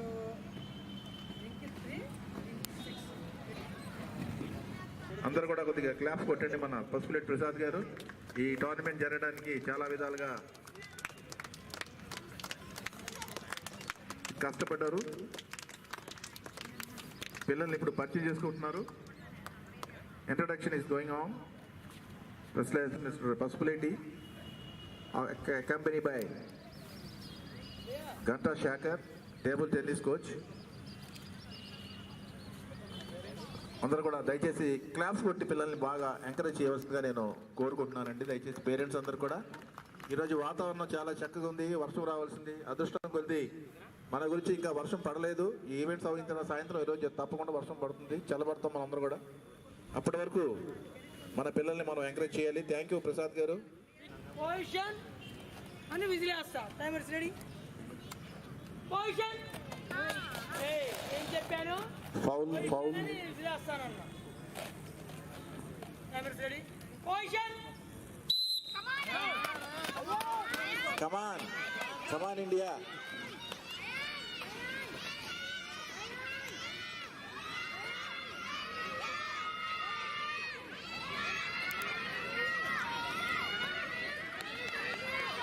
జస్ట్ క్లాప్స్ కొట్టండి. ఫోన్ కింద పెట్టి 2 నిమిషాలు పిల్లలకి ఎంకరేజ్ చేయండి అందరూ కూడా. ఫోటో తర్వాత తీసుకోవచ్చు. ఫొటోస్ ఆల్రెడీ వస్తాయి మనకి, చాలా ఫోటోలు తీస్తున్నారు చాలా మంది. Encouragement is most important.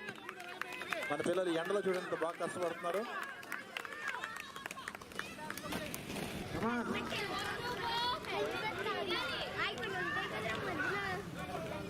అవకాశం అందరికీ ఉంది, ఇంకా అవకాశం అందరికీ ఉంది.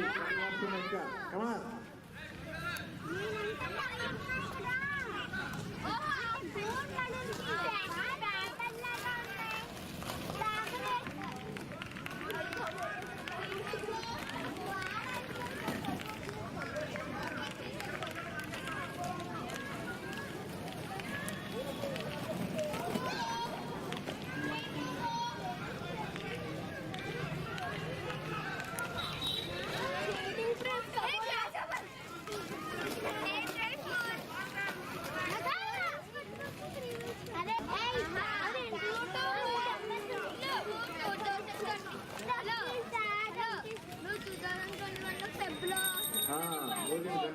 Come on, last step.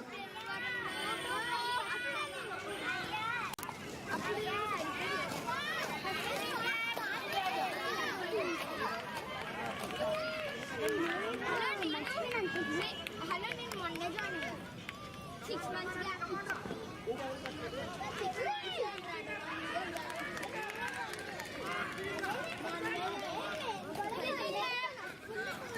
నేను 2 days రౌండ్ రా.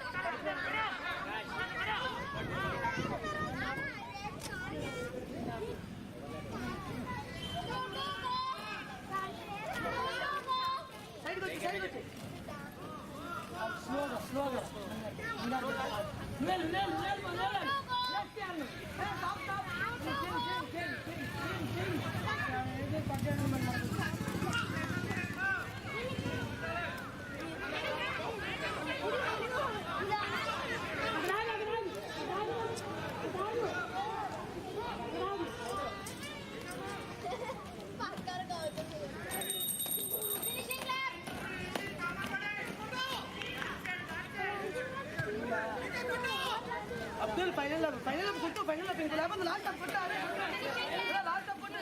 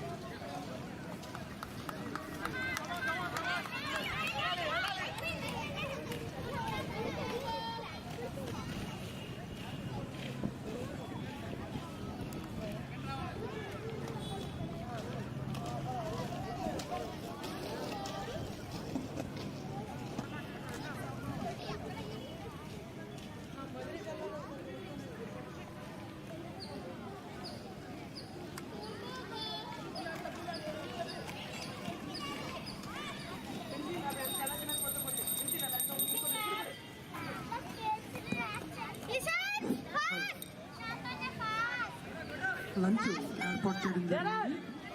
కాబట్టి ప్రతి ఒక్కరు కూడా టోకెన్ తీసుకుని లంచ్కి వెళ్ళవలసిందిగా కోరుచున్నాను. మీ యొక్క ఈవెంట్ అయిన వారందరూ కూడా లంచ్కి వెళ్ళవలసిందిగా కోరుచున్నాను. స్టేజ్ మీద లంచ్ ఏర్పాట్లు చేయడం జరిగిందండి. స్టేజ్ మీద లంచ్ ఏర్పాట్లు చేయడం జరిగింది. కాబట్టి టోకెన్ తీసుకుని ప్రతి ఒక్కరు కూడా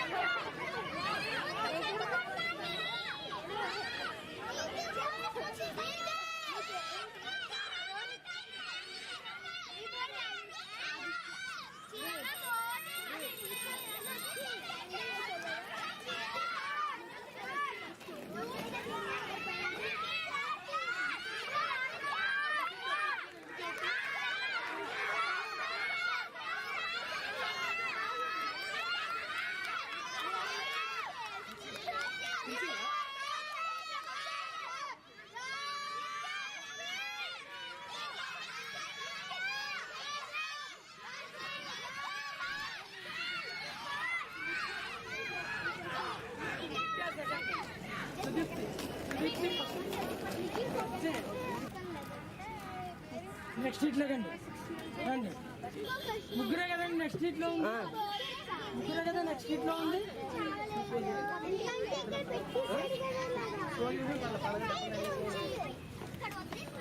మీ ఇద్దరు కూర్చోండి. కూర్చొని డ్రింక్ తాగుతారు ఏం తాగుతారు. మీరు ఫైనల్ సెలెక్ట్ అయ్యారు కాబట్టి మీ ఇద్దరు కూర్చోండి.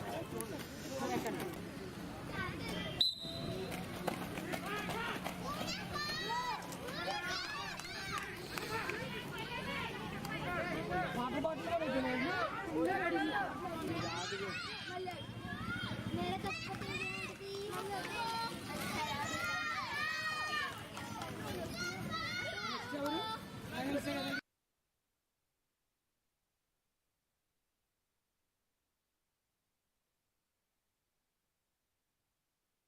and consensus building in the sports ecosystem in the country. I am aware there is room for further improvement. We need to consolidate and strengthen our work. I am confident with a broad-based partnership and cooperation from you all, we could further improve and contribute our bit towards making India a major sports nation. Fiki TAF, the summit, and India Sports Awards 2022 that is going to be held this evening are our modest efforts in this direction. Friends, the day-long program has a comprehensive agenda of interactive sessions on a range of topics and contemporary issues. We solicit active and lively participation from all the participants and delegates. Also, kindly give us your valuable feedback and inputs on how we could make further improvements, both in terms of content and process. It will be a great help. I wish the deliberations a great success. Before concluding, may I invite Mr. Sanjog Gupta, Chair of our Sports Committee, to kindly felicitate Srimati Chaturvedi, Secretary, Sports.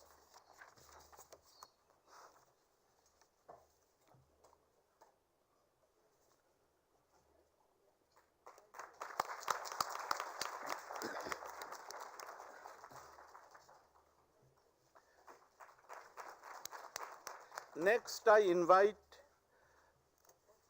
Dr. Amit Bhalla, co-chair of FICCI Sports Committee, to please felicitate Srimati Anju Bobby George. Dr. Bhalla. Dr. Bhalla to felicitate Srimati Anju Bobby George.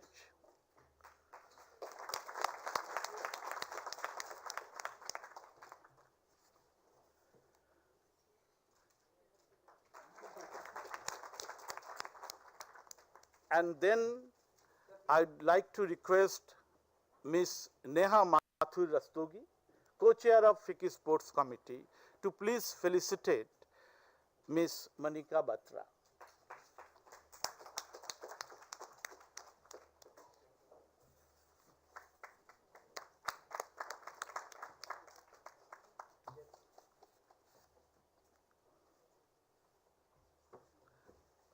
Thank you.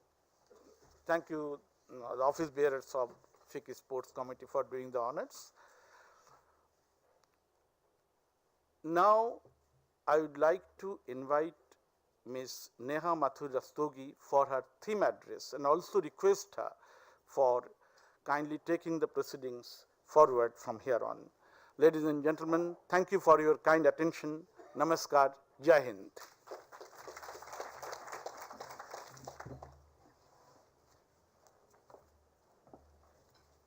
Thank you, Mr. Majumdar. I am delighted to welcome you all to the 11th edition of FICCI Turf 2022 Global Sports Summit. After a series of events conducted online during the pandemic, I, for one, am very excited to see a wonderful live audience and have a day packed with meaningful conversations across a rich and diverse set of industry leaders who are paving the way for the Indian sports industry.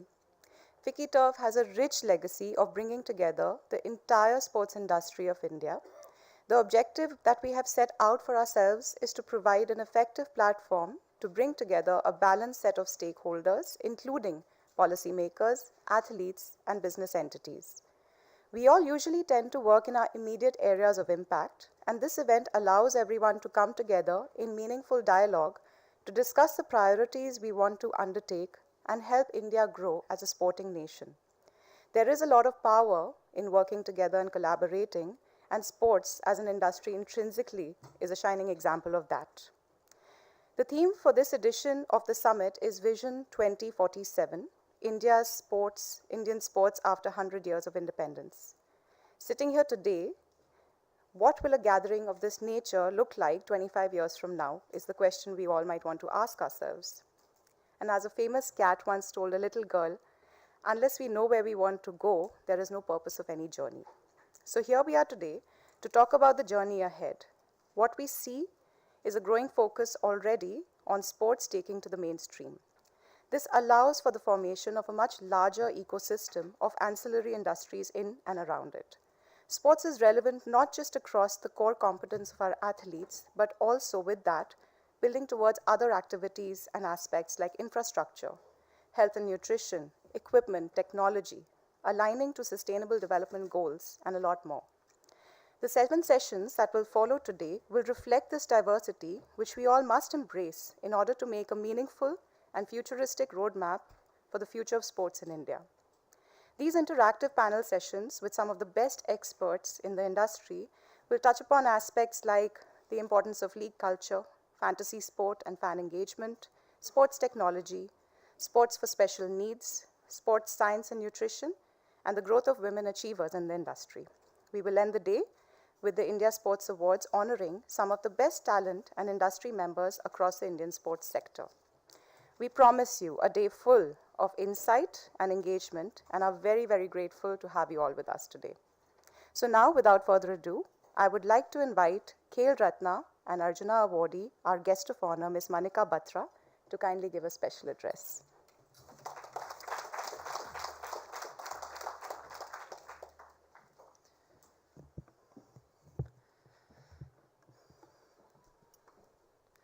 Good morning, everyone. First of all, it's an honor to be here, and thank you so much for inviting me for this TURF 2020 and Sports Award, Indian Sports Award. So I would just like to share some things which is really precious to me and very close to my heart regarding, of course, table tennis, my sport. So I started when I was 4 years old. Like तब मैंने बस ऐसे ही start किया था to enjoy, and उस time पता नहीं था क्या हो रहा है. So I just enjoyed my game, and yeah, now, but this sport, table tennis, has really, taught me so many things, to be brave, to be strong, and good, bad, so many things. So one thing I will never forget, which is, to never give up in my life, and that really helped me throughout my journey. So I'm really thankful to my sport, table tennis, which has taught me so much. And yeah, so like from many like past 1 year ऐसा अच्छा नहीं जा रहा था, but then I thought that why I started, मैंने क्यों start किया था ये game, and then I thought कि I have to, just keep going, it will happen, सब कुछ होगा, and never give up, like I said. So yeah, and of course the support I got from so many, from everyone, federation, SAI, and family. So I think that really helped me throughout my journey, and I would like to thank each one of you, जो भी my well wishers और जो sports table tennis देखते हैं, to give their blessings और जो cheer करते हैं. So thank you so much, and thanks again for inviting me here. Thank you.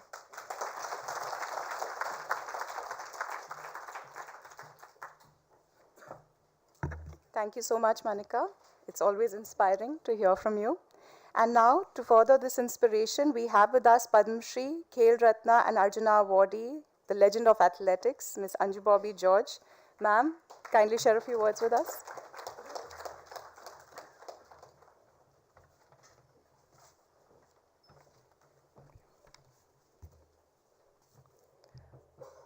Very good morning, everyone, and thank you, Vicky, for making me here today. I'm an athlete, of course. I got a medal from the World Championships, and I'm really happy about that. That's why I'm standing here with you all today. What makes a child different from an adult? It's the curiosity that a child had within itself that creates wonder out of them. We as parents always want to give the best thing that the world has to offer to our children, but sometimes we do tend to forget that those little angels have a voice within themselves too. So I can share a story, not a story, it's an incident. My girl, she's just 8-year-old, and she's really talented. So I told her one day, see, one medal I'm missing, that's an Olympic medal, so you should bring back to me. But she started staring at me and said, Mama, I want to become an artist. So don't look me through your lens. I said, what? Yeah, I'm a different person. How can you say that and I don't want to become an athlete? So whenever you talk to the next generation, be careful a little bit. It still makes me wonder where I would be if I was given the chance to stand up for myself and explore my true potential. I'm pretty sure I wouldn't be here saying all these things here. As the world is fast evolving, so are the things in the world. There is so much more to explore in this world, and so much to become for those young souls. We need to remember that sport has huge potential to empower women and girls. In many countries, it has been shown that sport can be a force to amplify women's voice, to tear down gender barriers and discrimination. Women in sport defy the misperception that they are weak or incapable. Every time they clear a hurdle or kick a ball, demonstrating not only physical strength but also leadership and strategic thinking. They take a step forward gender equality. There are still many young girls who likes to explore the world of sport but still are not encouraged to make it as a part of their career. There are so many excellent academies set up for them by the government across the country that can help them nurture their raw talents into something that they will make country proud or in a bigger stage. Sports is an era in which we can leverage our engagement with people around the world to teach everyone that gender-based violence has no place on or off the field, anywhere in our lives, that the future where all playing fields are truly level for all women and girls can be achieved. As an athlete myself, I have seen a change in the momentum since my time. There definitely have been an increase in the understanding of parents of young children to allow them to explore themselves. But there is still a little hesitation when it comes to dedicating their children's life to the world of sports as a career because of the high level competition. But trust me, when I say this, as if they grow up playing a sport in an academy, they will definitely turn out to become an individual who understand how to work harder while learning that winning and losing at the time of their life.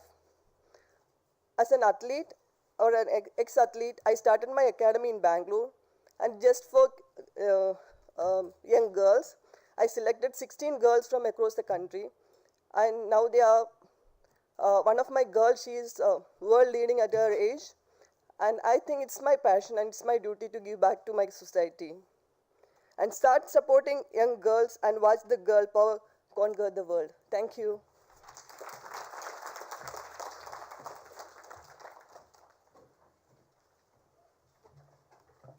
Thank you so much, ma'am.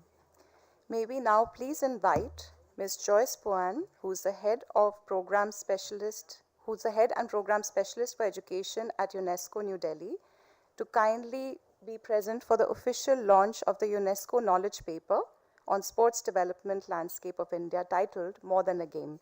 I request Honorable Secretary Sport Ms. Sujata Chaturvedi, Ms. Anju Bobby George and Ms. Manika Batra to kindly launch the report.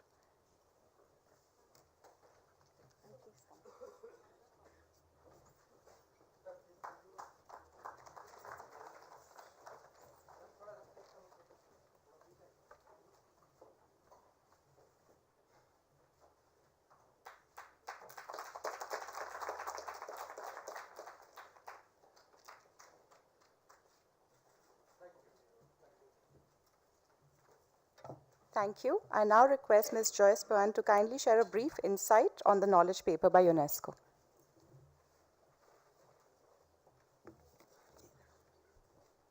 Namaste and good morning. Thank you very much, Neha, for the introduction. First and foremost, I'd like to, of course, acknowledge Madam Secretary Sujata Chaturvedi, Mr. Manav Majumdar, Deputy Secretary of FICCI, and thank you so much also, Anju, for your very inspiring speech there. Mens sana in corpore sano, a healthy mind in a healthy body. Most of you may know it. It's a Latin phrase that says just how important physical exercise is in the holistic well-being of a person. And so today I'm here on behalf of UNESCO New Delhi office to launch the More Than a Game report, which is a joint initiative of Pro Sport Development, the UNESCO New Delhi office, and FICCI. It's a study to understand in greater detail the current sport for development landscape across India. This exploratory research highlights how diverse sports-based organizations and initiatives are in creating social impact across the country, and the report also outlines their contribution to the United Nations Sustainable Development Goals. This study also reveals that the key themes being addressed by the sport for development sector in India include youth empowerment, gender equality, and education, as well as health and well-being. These have been further highlighted through case studies of organizations involved in exemplary work on these issues. The study also identifies gaps and challenges faced by the sector based on which forward-looking and actionable recommendations have been included. This important piece of research complements UNESCO's Fit for Life initiative, which is designed to accelerate recovery post-COVID-19 by supporting inclusive and integrated policymaking and enhancing the well-being of youth through the targeted use of sports and physical activity. We envision that this knowledge document will be utilized to advocate for the role of sport to promote inclusive development and to encourage the collection of data and evidence to support policymaking and drive investments across the country. So once again, thank you very much, Vicky, for allowing us this opportunity and our partner organizations.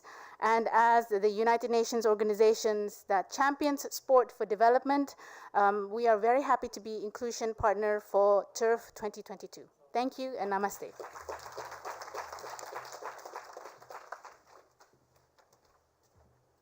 Thank you, Joyce. I now want to invite our chief guest for today, Srimati Sujata Chaturvedi ji, Secretary of Sports, Ministry of Youth Affairs and Sports, to kindly give us her inaugural address. Thank you.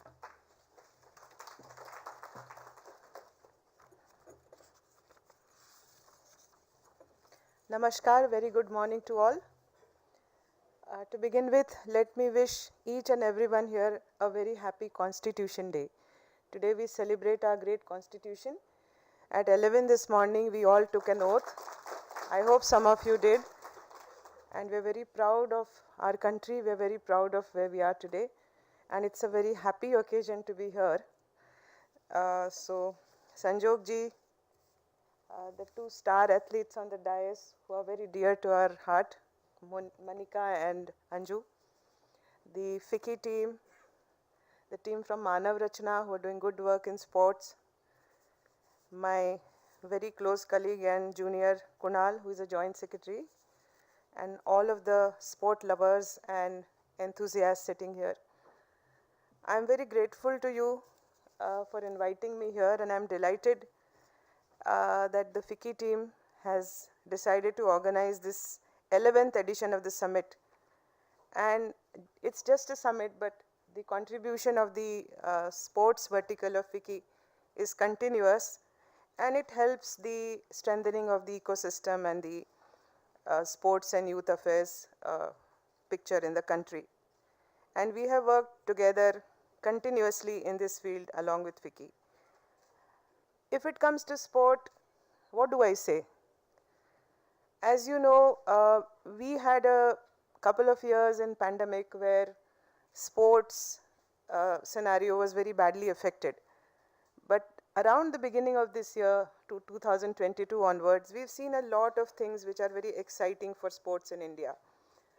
I am very happy to inform you that this year we started by organizing the marquee games of Khelo India. We started with Khelo India Games in Bangalore, the University Games.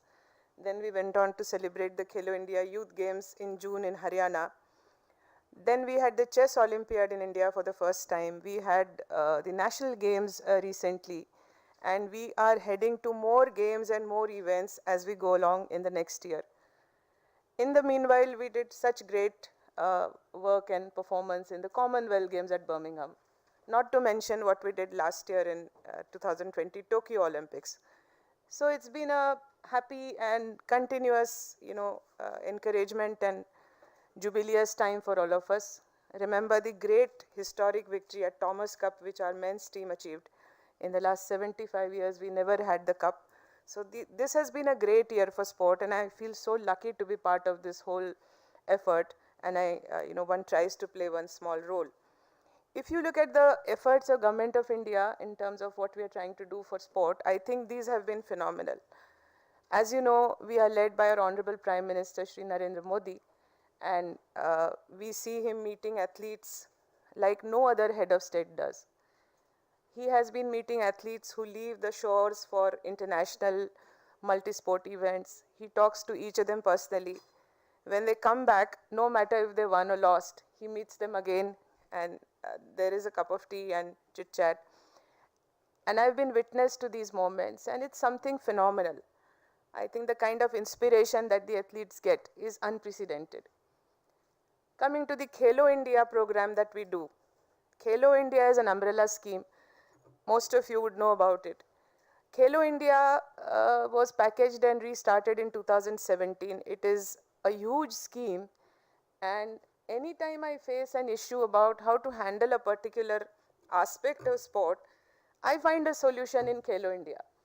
The scheme is enormously deep and vast, and we are trying to do a lot of work in the various verticals.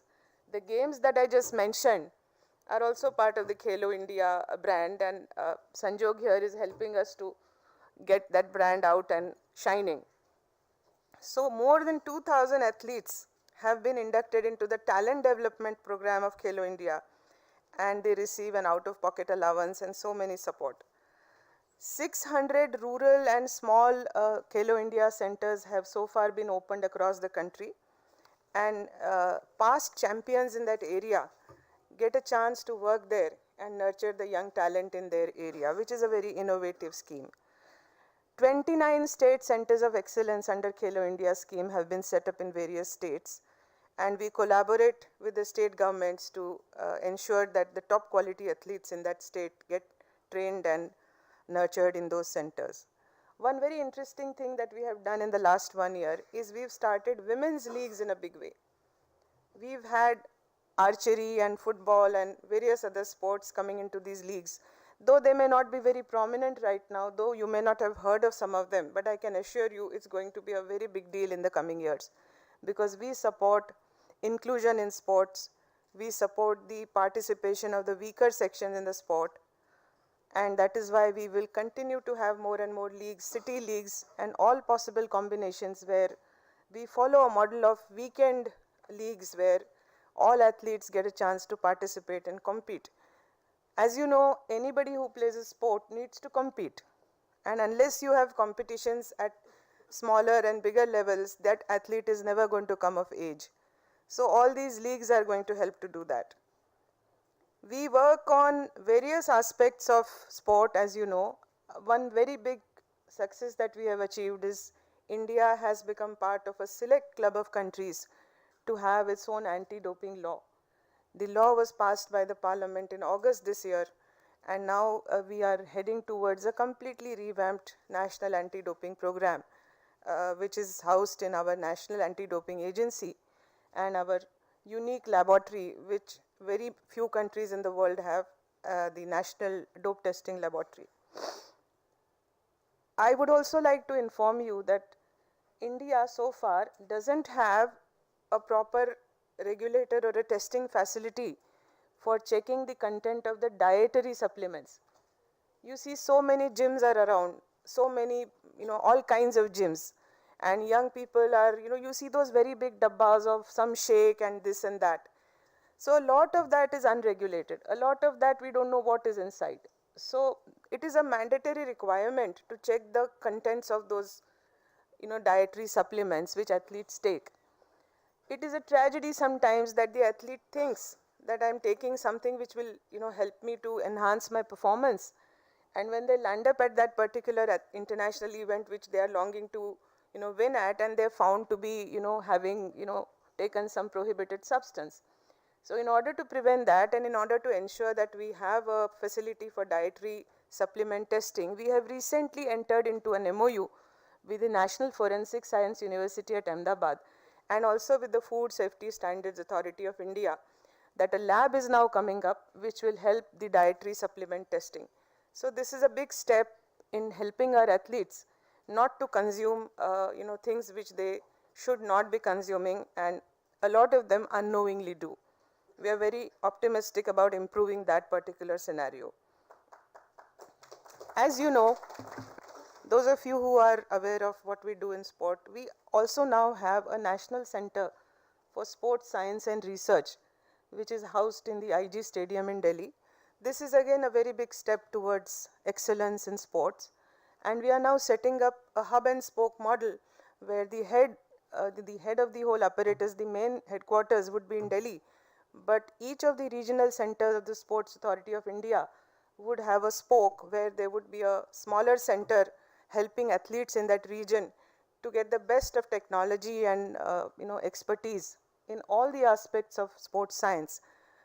Nowadays, you watch all these big stars and all. One star has about 10 or 15 people behind them, they're experts of all kinds who help them to win that particular gold medal. So we will soon reach that stage where our athletes will get institutional support and they will also be at par with the best in the world. We also have the top scheme, and our star athletes here would know about it. They're part of it. They help us to make the scheme work. The top scheme is the Training for Olympic Podium scheme, where we help athletes who are at a cutting edge of medal winning or international standards to grow better. And we have been able to sponsor their training abroad at a place of their choice, or to get them coaches who they want from anywhere in the world, so that they excel in that sport and get a medal for the country. So that scheme also is a very recent scheme and it's doing very well. Apart from that, there are many things that I can list, and there are many things that we do. I cannot for a moment forget the fact that sport is a very social and public activity.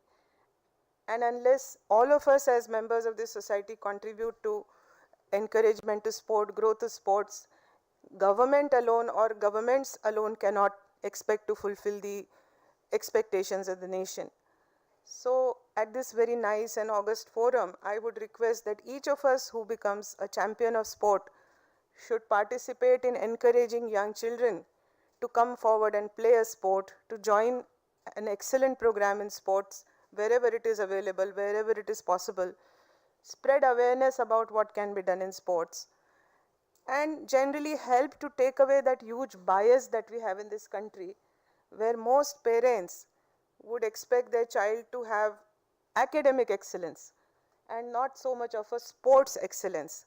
So I think we need to help to change that mindset, each of us who's in this hall or anywhere, and we have to take that seriously if we want our country to excel in sports.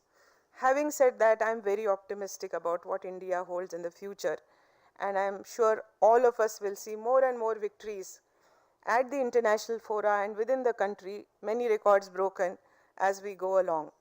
So I look at a very optimistic and happy situation. I am hopeful that we'll all contribute to making our nation a great sporting nation, and all of our contributions will go a long way in ensuring that. So I thank you once again for inviting me here. The day's program looks very exciting. All the cutting edge topics are listed here. I wish all the panelists, speakers and audience my best wishes. And thank you once again for calling me here. Thank you. Jai Hind.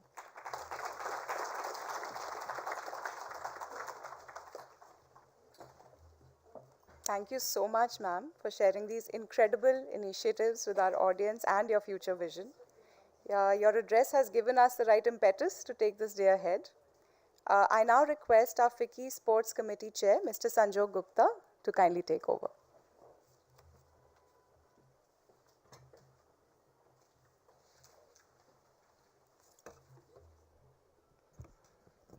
Good morning, everyone. Thank you so much, Madam Secretary. Thank you to everyone here for making the time this morning. You know, if a couple of years back, someone had wondered how much progress was India making in the world of sport, and if that question was to be posed today, I think the composition of this panel and the picture that you see before you is testament to how much progress has been made. There are more women than men on this panel, and I can't remember the last time that a sports panel had more women than men, and that to me is progress. And it's not just the panel. If you look at the agenda today, we will be joined by former India captain Mithali Raj. One of my former colleagues, Rika Roy, is here to moderate multiple sessions. So we are seeing representation from women in all walks of sporting excellence. On the field of play, in front of the camera, behind the camera, and with administrators like Sujata, we are only going to make more progress here. So what better way to start the morning than with a conversation with the three women here who are stakeholders in the sports ecosystem, and one way or the other are really shaping the future of the next quarter century, which will take us to 100 years of our independence. So I'm going to take the liberty of asking them a few questions, if they don't mind, because I think all of us want to hear more from them than from me or from anyone else. I'll start with Manika, being the youngest, I think, on the panel and perhaps in this room. Manika, as a young athlete who wakes up every day needing to be committed to what you do day in and day out, because that's the only way you excel. What about sport, what about where sport is today really inspires you or gives you hope that the future is going to be much better than the past has been?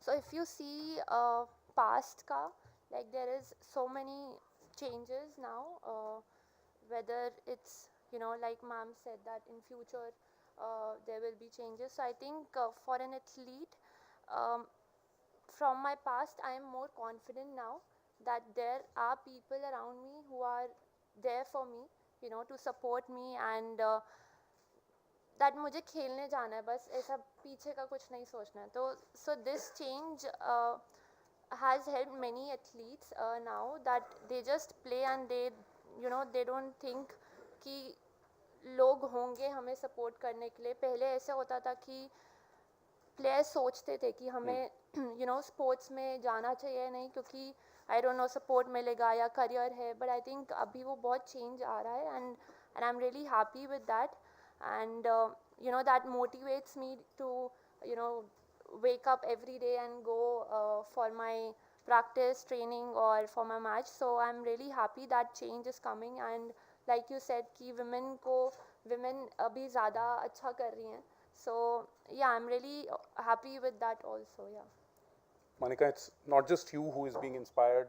I hope you know that you are inspiring millions of girls every day that you turn up for practice. So thank you so much for doing that day in and day out. Anju, you've been a global athlete at the top of your game, and now you're grooming a new generation of athletes who hopefully will be top of their game. What have you seen as the big shift in the sporting landscape which gives you a lot of hope and a lot of courage and confidence as you look to groom an entire generation of athletes now with your academy in Bangalore? As an athlete, when I was doing things, actually it was not like this. It was a tough time getting anything, any information or even training, the facilities, everything was a struggle for us. But nowadays, the system is actually supporting athletes really well. Government, SAI, or even the federations, they are with the athletes and they don't need to ask for anything. The support is right, actually it's reaching the athlete. And from very young age, the support, actually if you are talented, definitely you will be in the system. And the support will there till the end. The athletes in my academy, I can see the difference, the confidence in them, and they are ready to do anything because we are there to support. And they, as Manika said, they just need to do and just go and do it. That's it. So that's the change I am seeing. The struggle what we faced, it's not there in the field now. I think the other thing worth appreciating is just how many athletes are now giving back to the game what they received over many years. And I think that's also giving so much confidence both to young athletes coming through, but also to the entire ecosystem. that the athletes are staying engaged with the sport. So thank you so much for that, the because effort the that you're government making. is actually taking back all the knowledge what we gained through all these years. So that actually making the change. So we are also getting the support. That's why we are ready to give back to the society.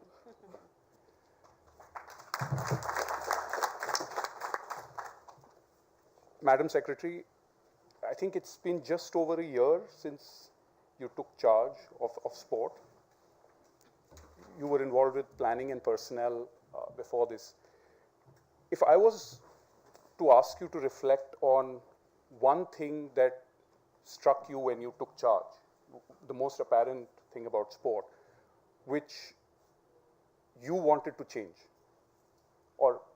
and it could be that you still want to change it, what would that be? Thank you, Sanjog. You made me reflect very quickly. Yes, it has been about, I started in October, so about 14 months now. It has been, number one, very exciting. It's been a roller coaster ride. And we've had so many events and so many challenges that it has really been very, very exhilarating at some point and sometimes stressful, I should confess. What strikes me even today, and my young colleague here will share, you know, we are IAS officers, so we are all over. We do a lot of topics as part of our job.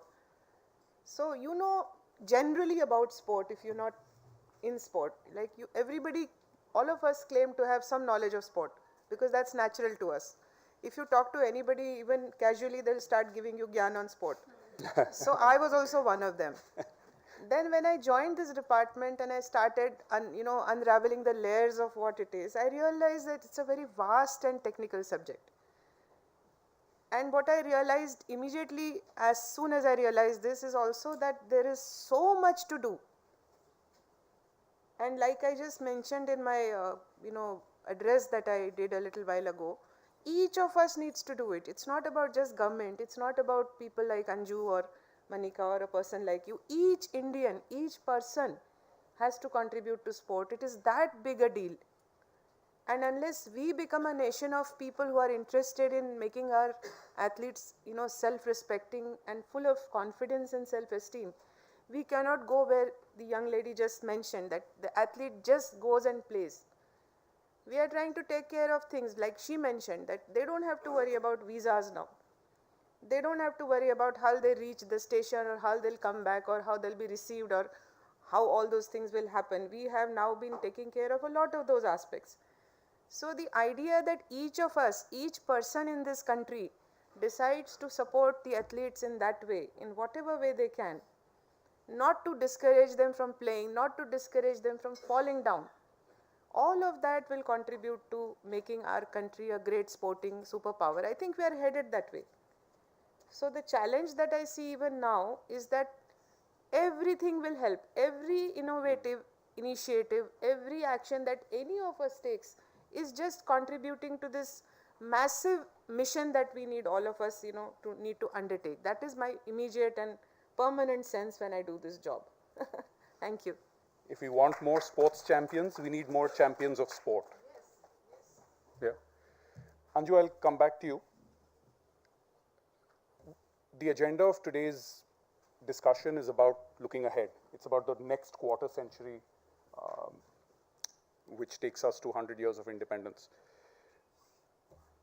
What according to you, and you've already spoken of everything that has changed, but what according to you are the big priority changes the system still needs to take that next leap, which will, as Madam Secretary said, turn India into the sporting superpower that we want it to be when we complete 100 years of independence? I can say that performance in the international arena, in sports, we are there. We are just knocking the door. So I just want to see that we are inside. So the planning is already started. It was not there before. Just before the championship, we will, when the team is going, buy the ticket. Everything was just before the competition. But now, we are planning for 2028. It's already started. We are identifying the athletes. And for 2024, already they are in. They are in the system. The support is already on for them. 2028, we are just trying to select the athletes. Most of them are already in. So I just want India to be a superpower, maybe in 2028, or yeah, yes, that definitely we can do that because the system is right in the right direction, and the entire actually it's a collective effort from everywhere. It's not only the government's job to do that; it's from everywhere. So I definitely believe we will be a superpower in coming years. Amen to that. Monica, you have a massive fan following across the country. How important are fans for you, and how important is for every sports person to play and have people cheering for them?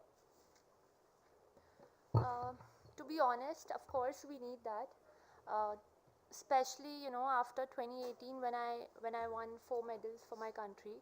So after that, when I opened my messages and phone, like so many messages were there. So for an athlete, that we need to motivate ourselves, and that really motivates us. And so I would like to thank each one of them. I would not say fan, but they all are well-wishers, and maybe the old people or everyone, they give blessings that we reach. Now we are at that level. So I'm really thankful to them, and of course we all need that because, to be honest, in the earlier stage everyone was watching only cricket. So nowadays abhi dusre sports ko bhi dekh rahe. So we are really happy. Like I go out, people know me, so that really matters. And like they know table tennis. So like from the young age my aim was, okay, mujhe nahi jano but table tennis ko jano. So that was really, मैं जब भी जाती थी तो मैं सोचती थी कि टेबल टेनिस होना चाहिए कि people know कि ये भी कोई sport है. So I am really happy कि अभी my sport is growing, and every athlete needs that कि लोग देखें except cricket. So yeah, I'm really happy with that, and I'm really thankful to everyone who who gives blessings and jo well wishes. And one message, Monica, to all the girls around the country who watch Monica Batra's success and pick up a TT bat or a badminton racket or go and run outside. Do you have a message for young girls who watch sport, like sport, and perhaps want to participate in sport but don't get a chance to? So I would, मैं उन girls को नहीं बोलूँगी, but I would like to tell their parents, especially, कि keep supporting them whatever they want. And like my family, they supported me when I started playing. So they said कि if you want to play, you just, of course not when I was 4, but later on when I started winning. So they just said that if you want to continue, you just give your full 100% and you just focus on this. So that support, we need that, especially girls in India. And yeah, but I think abhi ho raha hai aisa, like parents are really supportive, and so I'm really happy. And to the girls, I would say that whatever you want to do in the life, don't think about anyone or anything. Just go and just do, just be fearless and do whatever you want. Oh, thank you. Thank you.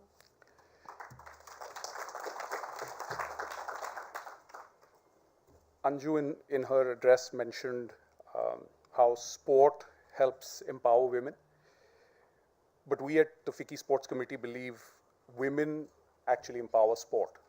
Our sport would not be what it is and what it can be if half the country's population is not engaged with sport the same way as the other half is.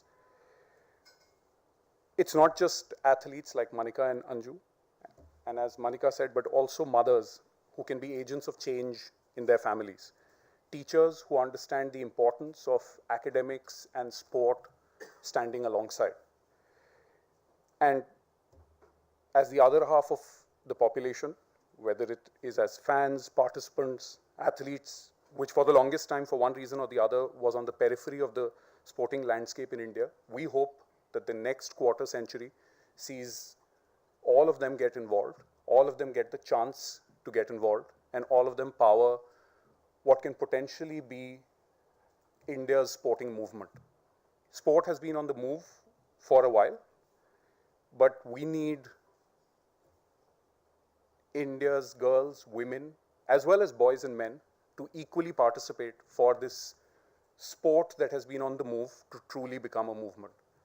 And on that note, I just wanted to thank once again Madam Secretary, Anju, Manika, for sharing your thoughts and inspiring us this morning towards what we believe could potentially be India's quarter century of sporting glory. Thank you so much.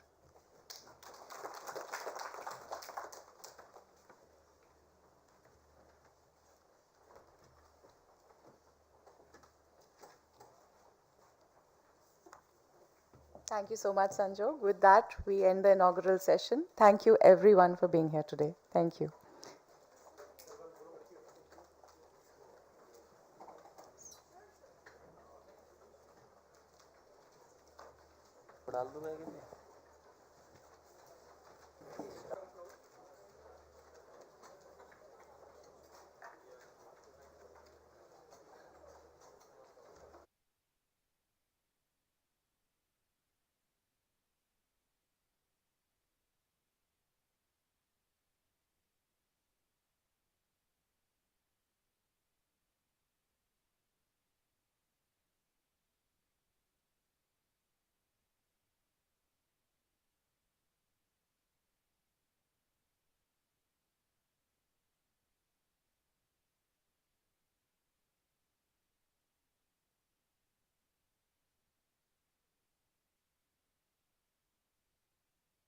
On the rising culture of sports leagues, I invite Ms. Rika Roy, Sports Editor, NDTV, to please take over. And we invite on stage Mr. Sanjog Gupta, Mr. Yannick from Fan Code, Mr. Parveen Dabas, Mr. Tenzing Nyogi, and Mr. Ryo Takahashi.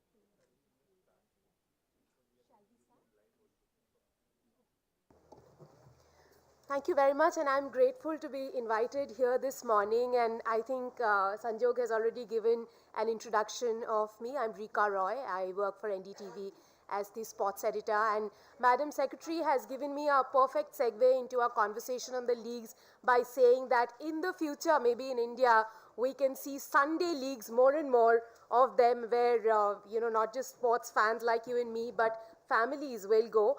But before all of that, I don't want to bore you with statistics like it has taken 135 years for leagues to come to India, because we are going to hear a lot of stats and numbers as we go along in the day. I'll have to introduce my panel, who are essentially behind putting together how the ecosystem of sports is working today, the sports leagues.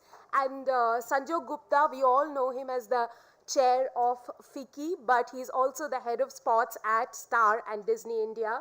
I have with me Ryo Takahashi, who's the business manager of Major League Baseball in India. And Ryo tells me that Japan is the #1 nation when it comes to baseball. Not even US. Okay.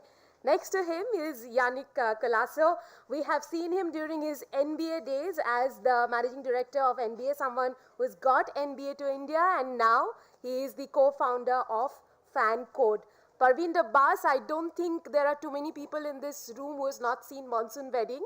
So he's an actor, director, and a sports entrepreneur, now starting the Pro Panja League. And we also have Tenzing Nyogi with us, who is the CEO of Ultimate Coco, the newest league that we have in our league universe. Right now, there are about 13 of them, 3 very established leagues and 10 leagues in various stages of development. We'll also see the Pro Panja League coming.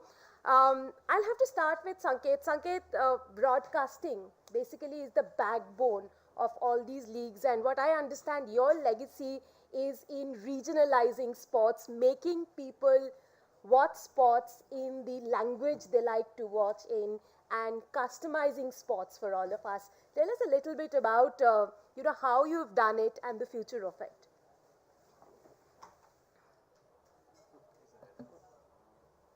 Sanjog, Rika. Yeah. We haven't met in too long, so. Yeah. Did I call you Sanket? Sanket, yeah. No, that's fine. Look, I think if we were to just pull back, instead of taking a broadcast lens on sport and on leagues, if we were to just pull back, if we were, am I audible now? Okay. If we were to just pull back to think about what is it that leagues and actually sports are trying to do. What they're trying to do is they're trying to find fans, right? Fundamentally, at the core of any sport or any league rests fans who really power the sport, because fans of today are athletes of tomorrow. So even in terms of viability of a league or a sport, it is a focus on fans which really drives the proposition of a league. And to that end, other than cricket in this country, there are very few sports and thus leagues which are followed, loved, and have affiliations nationwide. You have pockets of passion for sport across the country, and there are pockets of passion that leagues and sports are trying to find. And I think what we've tried to do at Disney Star is to really discover those pockets of passion and be able to go as deep as possible in those pockets with the sport that is loved. The league model is nothing but a structure or a framework for us to be able to organize the sport in a way where it drives affiliation. Because otherwise, it's not like sport is not being played around the year, but what the league does is it creates a reason for fans or for communities of aficionados to actually band together and be affiliated to it. So when you say a regional strategy, our regional strategy is really born out of what we believe is true for sport, that most sports in this country have pockets of passion. Those pockets of passion need to be deepened, and thus it needs the league and the broadcaster to actually work together to figure out how is it that you're going to be speaking to the fan, connecting more fans, and actually driving recruitment of the fans to the sport or the league. And language, culture, understanding the nuances of what that sport means in that region, all of those are ingredients for building something that drives fandom. And that, to my mind, is the core strategy that we've adopted with all the leagues that we've been involved in. Yannick, I'll take this fan question to you as well. How, through fan code, you're driving fan engagement? Have you seen with leagues, there are areas where we don't have traditional sports watchers, but because of the leagues going there, you have been able to get new fans? Yeah, I think, as Sanjog says, I think sports competition, sports development, sports popularity, aside from athletes and, parents getting their kids to play, what's really, really important is stories, right? And not just creating those stories, but how do you distribute that? How do you get the most amount of people to know about that? I mean, today if you ask someone who Virat Kohli is married to, what's the name of his daughter, everyone knows it. Someone wrote that story. Right? Whether it's in the media, someone wrote that story and propagated it and actually got people to know about it. So I think, what Star's done with Kabaddi is a great example.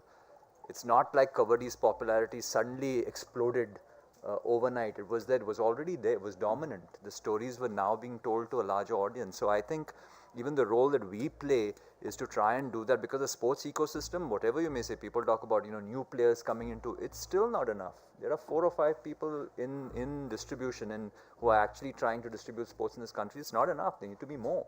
So I think the role that we've tried to do is that there's obviously this great job that on tier 1 sports that people focus on, Star, Viacom, Sony, whoever, and I've invested significantly in building that. We're trying to do a little bit more in the tier 4, tier 5, tier 6 sport, more grassroots. We're doing a lot of women's sport. We've done close to 5,000 live matches on our platform this year. We want to take that up to 20,000 next year. And I think using digital as a medium to be able to do that is something that it's given us the opportunity to do that in a much better way. Where in the past, when, I'm from broadcast also, when you wanted to actually show an event, if there was a second event at the same time, you needed another channel, which meant a massive infrastructure cost. Now you can do that, you can cater to fixed audiences. So I think the opportunity for all sports leagues and sports events in this country to get proper distribution and to get distribution to the audiences they want to and the stories out there is now actually significant. So it's a great time for. Do you think with sports having gone digital way, there is a great opportunity for newer leagues also coming up, because they don't have to spend as much as probably Star has spent in getting an infrastructure together, or some of the traditional, broadcast houses have had to spend getting their infrastructure together even before the league started? So I think digital helps you in terms of it decreases the entry barrier, but I think to make this like a slightly broader statement, you don't have to spend as much is a little bit of a fallacy. The reality is any business, whether it's a sport, whether it's, making coconut oil, whatever it is, you have to invest. How much you have to invest, what you have to invest depends on obviously the scale of the business you build. It depends on TAM, the serviceable market that you're addressing. But I think you have to, all businesses, whether it's a sports league, a sports tournament, or FMG business, you have to make a commitment to invest. And obviously, you have to bring partners who will also co-invest with you. And I think if you're bringing stakeholders who can invest with you, I think that's a tremendous opportunity. Parveen, would you like to chime in? I just want to add one bit to what Yannick said, and I think FanCode's done a tremendous job of getting sports and fans to connect, because what used to be the case with traditional modes of delivery, linear distribution, etc., is that unless you were sure that you will be able to reach a certain scale of fans and be able to aggregate a certain size of audience, you would not take a punt on it. Right. What digital delivery and non-traditional modes of delivery have done, and FanCode symbolizes that, is that it has enabled sports to genuinely find their pockets of passion, irrespective of what the size of that passion is. And I think that, to my mind, to add to what Yannick said in response to your question, is the big opportunity with non-traditional modes of delivery. that you're able to serve fans and communities which are smaller and smaller instead of always looking to serve communities which have to be of a certain scale. Now, Sanjog speaks about pockets of passion. Parveen, when you went for talent hunt, have you found pockets of passion? Tell us a little bit about the Pro Punjab League, because I believe arm wrestling not just big in India, it's big all over the world. Thank you. And yeah, it is big in the world. And what we discovered when we started on our journey, first, I just want to say here that because we spoke about inclusiveness, that we are one of the few leagues which has both men, women, and specially abled. And we've done that from the very beginning. You know, also, not just that we know, you know, sports, women in sports is, you know, the future, but it is the now as well, right? And it should be equal for all. When we started this journey, we were really surprised, and I'm sure nobody can still guess where you would find the most, you know, pocket of arm wrestlers. It was Kerala. You know, 50% of our finalists came from Kerala, and then Assam, Madhya Pradesh, and then Delhi, Punjab, Haryana, the northern belt. And, you know, like Sanjog really rightly put, we have tried to regionalize even the way we are reaching out to the fans in their language. You know, even little things like making, we released a Malayalam t-shirt, you know, our logo in Malayalam. You know, so little things like that to connect with those regions and the fans in those areas. And I have to say, it is a learning curve.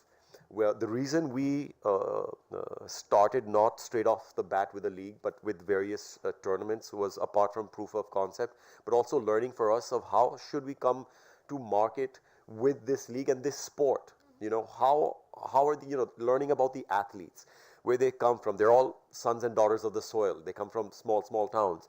How do people want to consume this sport in the various you know, region and all over the country? So it's those learnings now that we are going to bring to the table when we launch the first season. Parveen, when you are organizing this, how much of your work has to be done with the federation, or are you doing it without federation's help? How is your working relationship like? I think the word federation always brings a smile to people's faces in sports, right? So yes, there is an arm wrestling federation, and we work very closely with them because we don't realize that arm wrestling has been played in this country for a long time. It's one of the founding countries of the World Arm Wrestling Federation. And there have been nationals for a very long time, state championships. So a lot of our players, most of our players, have come through the amateur scene, which not many people are aware about, but they're very strong, you know, players. And there's a very strong base, so very close to the federation. We've signed a very long-term deal agreement with them, and we're working strongly with them, both on terms of the international rules and how we want to tweak them for broadcast and for the fans to consume, because that's also a very important part of it, right? Like we're speaking, how would fans like to consume this sport, which is a learning.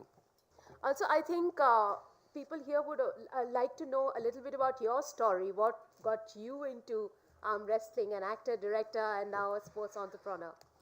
Thanks. So I've always been a sportsman since I was small. I'm from Delhi, Modern School, Vasant Vihar, Hansraj College. Unsuccessful sportsman, but that's why I guess I got into sports promotion. But I've always been a huge lover of sport, and I'm so happy and proud when the inaugural address, what I heard here about where we are and getting such strong institutional support, both private and public now. And I think you know, you need a lot of people like me, you know, who are passionate about sports, but maybe not, you know, successful. Not everybody can become a Manika Batra, right? But you need a lot of people who out there to play, to keep raising the standard. So, you know, I was one of them out there, you know, with our classmates playing, you know, the various sports. I was a basketball player and various other sports. So I always had this passion for sports throughout, you know, even during my acting career, big fan of boxing, MMA, combat sports. So when I did want to get into sports promotion, I first started some sports sites, We own MMAindia.com, which is one of the biggest MMA platforms in the country now. We're accredited with the UFC, Sports India Show, cricket. So we started various sports sites to first put our ear to the ground for the fans, because that's how they also engage with sport, is through these sports sites. So we learned a lot about the Indian fan community, the global fan community, through our sports sites. We've got a podcast as well of how they're engaging with sport, what they like, what kind of a sport would work on a mass basis in India. And I'm a big fan of MMA, but when I decided to take the plunge into sports promotion, I decided on Panja or arm wrestling, because I felt it was the only combat sport, because I consider it a combat sport, but was also aggressive but non-violent in a way. You know, so what I like to say is, pitai ho jati hai, lekin khoon nahi nikalta. You know, you have to understand the Indian mindset. You know, we're a little averse to blood. So I felt this was the combat sport, because if you see, there's not many other combat sports out there, leagues, of course, boxing, but many out there which are successful. So I felt this was the sport that can really reach out there, which people understand. There's a simplicity to it, which people really like. There's an emotional connect to it, because we've all played it somewhere or the other in our childhood, school, college. So that emotional connect was really there. So that's why, you know, that was the sport that I focused on, and of course started working on with the federation, different tournaments, and started bringing, you know, as our first season approaches, a lot of stakeholders together to bring the sport ahead. Tenzing, I'll have to come to you and talk to you about the newest league in the universe of leagues that we have, the Ultimate Kho-Kho. Now, when we talk about fans, you've been able to glamorize this traditional sport. How many new fans have you got into Kho-Kho through this Ultimate Kho-Kho League? Interesting question. Thank you firstly for inviting me. Sanjog mentioned a wonderful thing of inclusiveness. The first thing which excited all of us for Kho-Kho was the fact that it already had a base, right? Half your problems already solved there.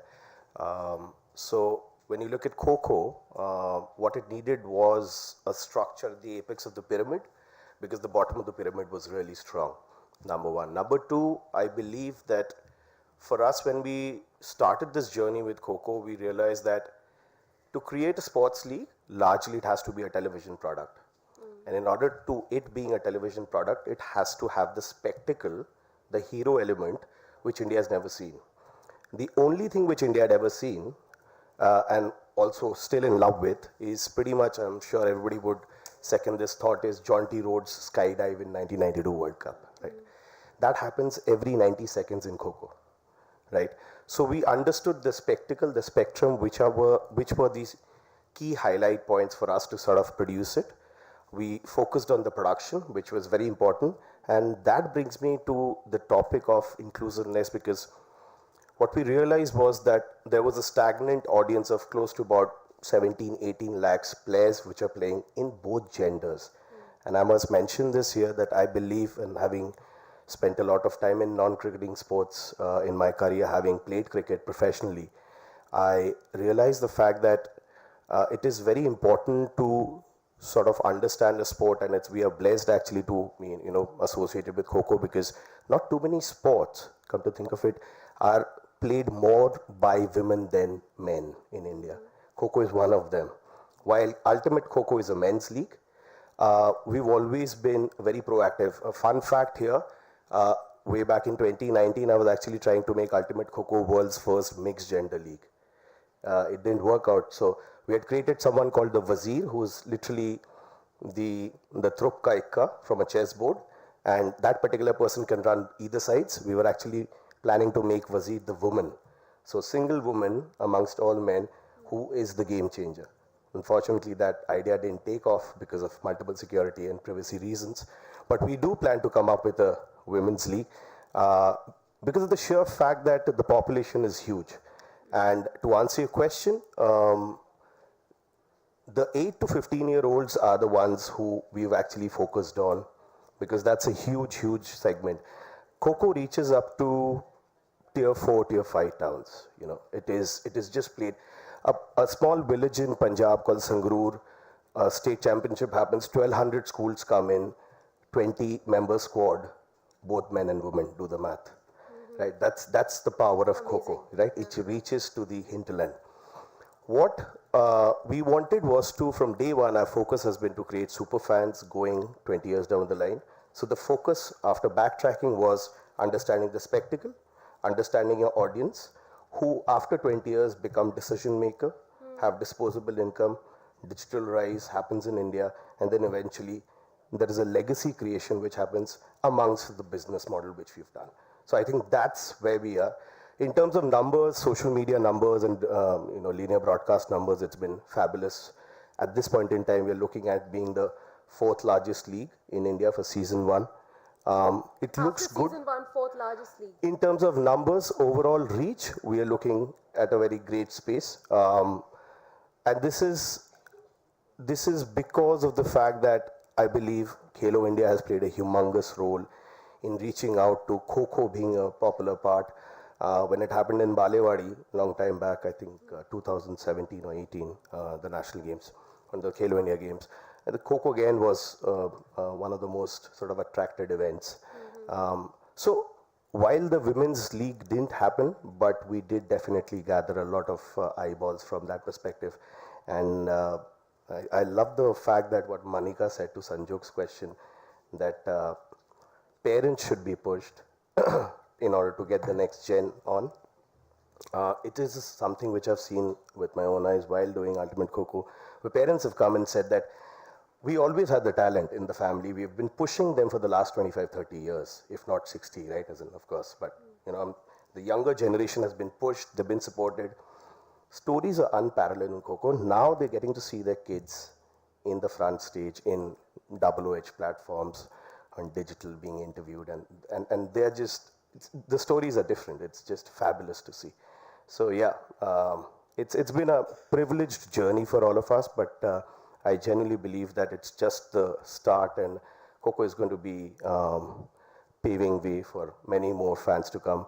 And I must thank Mashal and Star for taking that first step in 2014. That was the beginning. And a brave step. Well, from a Absolutely. traditional sport to I'll have to come to a non-traditional sport, Major League Baseball. Tell us, what is the kind of footprint you have in India right now, and the fan stories as well as the parent stories. You were just telling me how you are engaging in all of those. I believe the first ones who have been inducted into the sport are between 9 and 11. All right, namaskar everyone, and thank you, Rika. Obviously for us at Major League Baseball, we're kind of in a unique situation, very different from all the gentlemen that are standing here. Obviously baseball is still a very foreign concept in this country, but just very recently, we did this youth tournament called the MLB Cup, and in 2021 in December, we try to do as much market research as we can through COVID times on Zoom calls. We called coaches in Kerala, in Jammu Kashmir, and said, hey, do you guys play baseball? And they're like, baseball? So we started with 12 teams in Delhi last year, and that was basically our first step in setting foot in this market in terms of actual on-ground activity.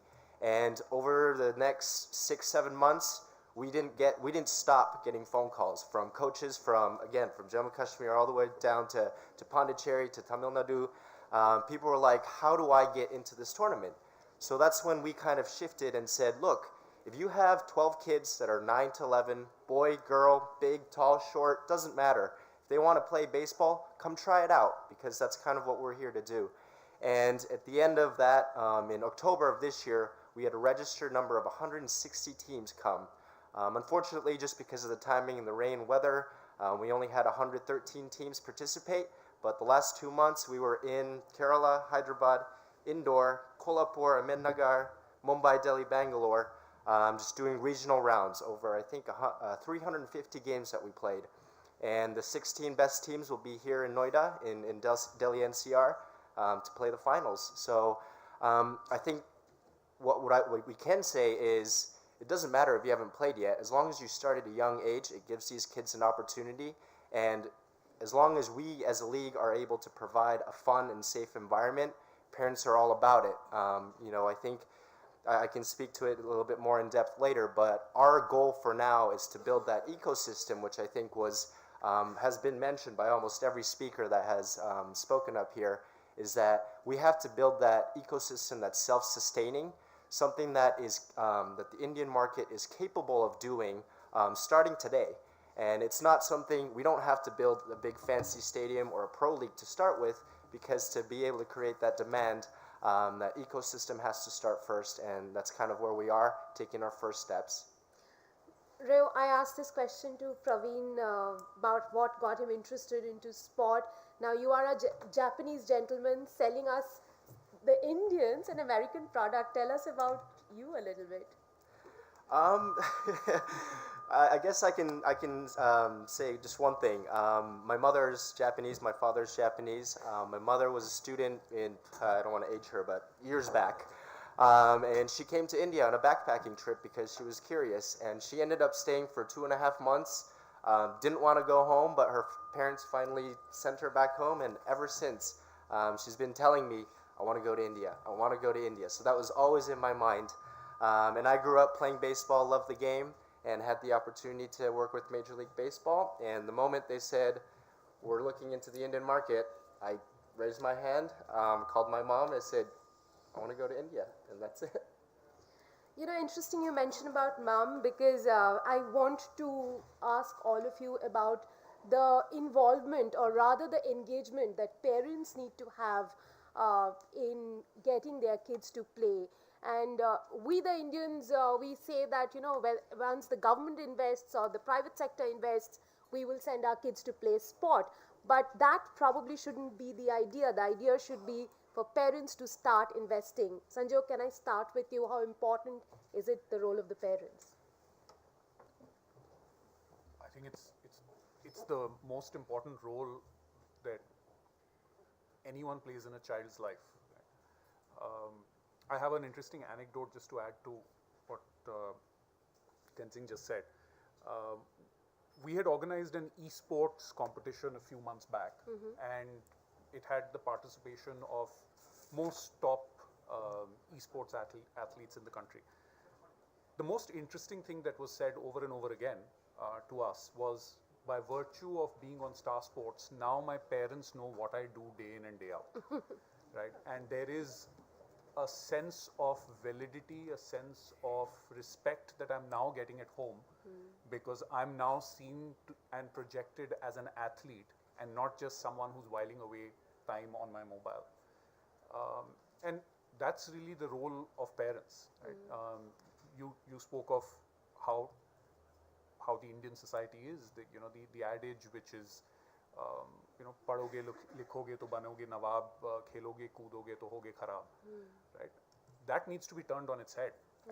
And fact of the matter is, as leagues take shape and more participants become athletes, and genuine athletes who now have careers, there'll be that much more of a reason for moms and dads to encourage their kids to play, and not just to play, but give them the freedom to pursue a career in sport. And that's the biggest issue. Actually, most kids play, and most kids play a lot, and parents are fine generally allowing young boys to play, and it's changing, but it's somewhere there for young girls to play as well. What happens between the ages of 8 and 12 is that kids who used to play a lot, used to play 6 hours a day, 7 hours a week on an average, stop playing altogether, so much so that by the time they're 12, the number is 45 minutes to 60 minutes a week. And the reason why that happens is because the parents force a choice upon the child to decide what career he or she wants to pursue, and it's never an option to be a sports person. We did a study 3 years back, this is pre-pandemic, where we spoke to 8 to 12-year-olds about the careers they wanted to pursue. Sport didn't feature in the top 20.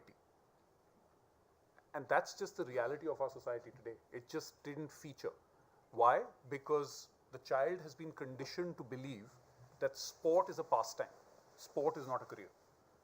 So it's well and good to play till a certain point, but the first sacrifice that you have to make at the altar of choosing a career is sport.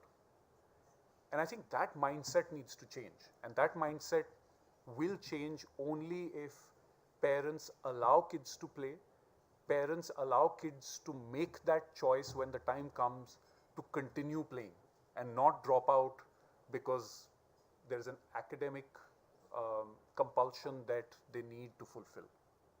So they play the most important role. If this country has to truly become a sporting superpower, a lot of parents have to become champions of sport, such that their kids become sports champions. Absolutely. And Reo, how are you going to schools and addressing this with the schools? Because I think you are trying to institute the game in certain schools across the country. Yeah, I think earlier Sujata ma'am mentioned that, you know, everybody has to get involved, everybody has to kind of change that mindset, and just as Sanjog mentioned, there is a culture that we want to change as sports people so that more kids get the opportunity to have the opportunities that maybe we see overseas.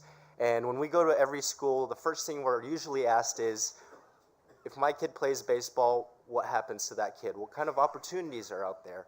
And so we always kind of have to revert back and say, look, we're not here to develop a Major League Baseball player right off the bat. We're just trying to give your child another opportunity, another option, right? Right now we have a lot of options in India, but having another sport is never going to hurt. And the idea, and oftentimes we go to the primary school level, and I'd say more than half the schools would say, well, we don't really have a physical education curriculum or a program. Once a week on a Monday, they'll go out for 45 minutes and they'll do whatever they want. Some kids will run around, play football, others will play cricket. Others would kind of sit around by the staircase and chit-chat with their friends, and that's kind of their outdoor activities that they get. And so what we're trying to do is try to implement baseball into the PE curriculums, but it's not everybody grab a bat, helmet, and let's play ball. It's coming from the basic movements. It's flexibility, it's running, it's throwing, it's catching, hand-eye coordination, and these come in little different activities, and by the time you go through half a semester, unknowingly these kids know how to play baseball, because instead of running to straight back at the bowler or the pitcher, as we would say, they would look first and go around the diamond like we do in baseball. And so I think it's important to not, for us, especially as a new sport, not to enforce and say this is how the game should be played. But again, just give that opportunity and say, try this activity, try these movements. If you like it, continue to play. And I think that's where we're going to start to see a little bit of a trickle-down effect of kids going back home and said, hey, I played this new sport, this new game, I'm kind of interested in. And then I'd have to credit Yannick and Sanjog for being our partners in putting baseball out there. And like you said, unless the parents see what that sport is, they're going to say, what are you talking about? That's some sport, that's the only sport, that's a sport that only Doraemon plays in the backyard, is usually the response I get. And they're like, oh, that's why you're from Japan. But I think that is very important, right, to get in front of the eyes, instead of in front of the mass media, in front of the mass crowd, but at the same time, the development starts with the grassroots, from the teachers, the principals, and once again, the parents. So, but aren't Indian kids as natural as Doraemon? 100%. Well, Doraemon's not that good at baseball, but yes, absolutely. Every kid that, basically every kid in India, when they're 3 years old, they're throwing a ball, they're catching a ball, they're swinging a bat. The hand-eye coordination is there. So we go to a school field and we say, all right, we're going to teach a new game, and you toss a ball at somebody, they'll catch it and throw it right back at you. That's not the case in many of the countries that we've been in the past. So I think already we're a step ahead. So we are able to build that infrastructure and that ecosystem, and again, those opportunities, there's definitely a ton of potential for us to be able to develop the game. Parveen and Tenzing, I'll take this question to you, since you've just lately done a talent hunt for the respective leagues. What kind of involvement have you seen of the parents? Parveen, let's go with you first. Great question. I've already had quite a few conversations with parents, and it's a much more layered issue, than we realize, which is why, very specifically it's been brought up that the parents have to be involved. If you see in the hinterland, a lot of times, a lot of sports are seen as a way for a job. कि ये sport करेंगे, थोड़ा 2-3 साल खेलेंगे, and we'll get a job, in the police force or somewhere else. It's a means to an end, and not just always for the sport itself. Is that wrong or right? I can't say, but as long as it adds more players who, if they continue to be successful, then they will get a job, but they'll continue to play. So I don't necessarily see it as a bad thing. I see it as a good thing, because they know that if nothing else, I will get a job, I can continue to play. So that is one of the questions also we've been trying to answer since the beginning. We have managed to get arm wrestling up till the police games, inducted into the police games as well as get a lot of state support in various states for athletes in terms of prizes and everything, because that is what the parents are looking at, right? So, in fact, our 90 kg champion was almost not coming to our last tournament, because of, his parents were like, kya karega, the usual question. So we had to speak to them, and you have a and he eventually won. So I would say we are at a place now which we've been developing, including the amount of cash prizes and everything, to show that there is a future in the sport, to make sure that you have that ground level sport, especially of the parents. And I don't think one can say that strongly enough, that support is really, really important, because you need a large influx of, for lack of a better word, soccer moms, because especially at a young age, it's the parent who's literally taking, the kid from, place to place, so that they can take part in tournaments. And if you don't have that support, it's very hard sometimes for the kid to overcome those obstacles. So you need that focus of both parents, and at least physical presence of that one parent a lot of times, going to various places. And so they need to, sometimes it is for the passion of the sport. A lot of times, it is coming in now. We're at a great time right now, like Anjuji said it really, well, is that we already have a foot in the door. I want to make sure we're in. So parents are seeing, future for children in sports, and all kinds of sports, and I think it's a combination of what we are also doing, all of us, people in the ecosystem, to make sure that that's seen even more clearly, and the public institutions also to help support that. This is a wonderful question, and Praveen actually addressed a bit of it also. I would like to answer this in a different way. I believe, with the influx of sports leagues, which started 2008 onwards, India came across multiple leagues which... yeah, Benu Dasgupta, absolutely.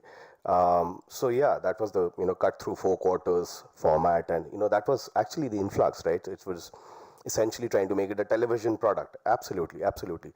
But I think the panel sitting here and the way we are looking at leagues cropping up, it is a fundamental responsibility for the investors and the league owners, the rights holders, to create a sustainable model. And I say this because what Parveen just touched upon, and what even Sanjog touched upon, and it actually amalgamates together.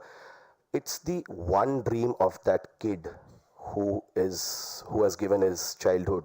And I've been a sportsman myself, I'm sure a lot of us have been. We know how much it takes from a kid's life in order to dedicate yourself to become a professional sportsman. You actually forget everything. If after that there comes a league and it can't sustain, then it's injustice. And the overall ecosystem falls apart, right from the parents' belief to the kids' confidence to the overall commercial value, right? And I believe that is something which all of us in India, whoever is trying to build up a new league, should keep a sustainable model, and which is where I sort of summarize it, creating superfans 20 years hence. If my kid is 10 years old today, when he's 30, he will be supporting Ultimate Coco, I'm assuming so, right? But he will be a decision maker with disposable income, and in order to sustain that, I have to sustain Ultimate Coco commercially. by virtue of bringing the right stakeholders, the right team owners who not only have the financial might but the intent to grow the sport in the particular catchment area, which is very, very critical, right? And a great federation, I must say this, because then what happens is, and with that, when you get the influx of Khelo India, the umbrella ladder program, where, if you're coming first, great, but what if you came second? What happens to you then, right? So that's another question, which brings me to another point, which is, do we have enough feeder tours? Only golf has, and I've been in golf for about 13, 14 years. I saw that, and it worked. Gaganjeet Bhullar and all these guys came out, Anirban Lahiri, they all came out from the feeder tour programs. So can we replicate that in other sports, which is very critical. And then eventually, if we do all of these things right, I think the parents would be confident, and that's exactly what I faced. They were already playing the sport for the last, years, but when Ultimate Kho happened, they said, pretty much what Sanjog said about the esports thing, कि मेरे बच्चे को मैंने देखा, मुझे पता है वो कुछ कर लेगा अब. And they earn decent, right? So I think from there, if you can translate that to the women's, that is where the confidence, that's where the sea change happens. When they say, Acha, tuja, and I'm with you, So as sports rights holders, I think it's a responsibility for all of us to create a sustainable business model. Yannick, both Tenzing and Parveen spoke about having women and a lot of them in the sporting universe. And as we move closer and closer to Paris Olympics, there will be more talk of inclusivity. Would you say right time to have more and more women's leagues?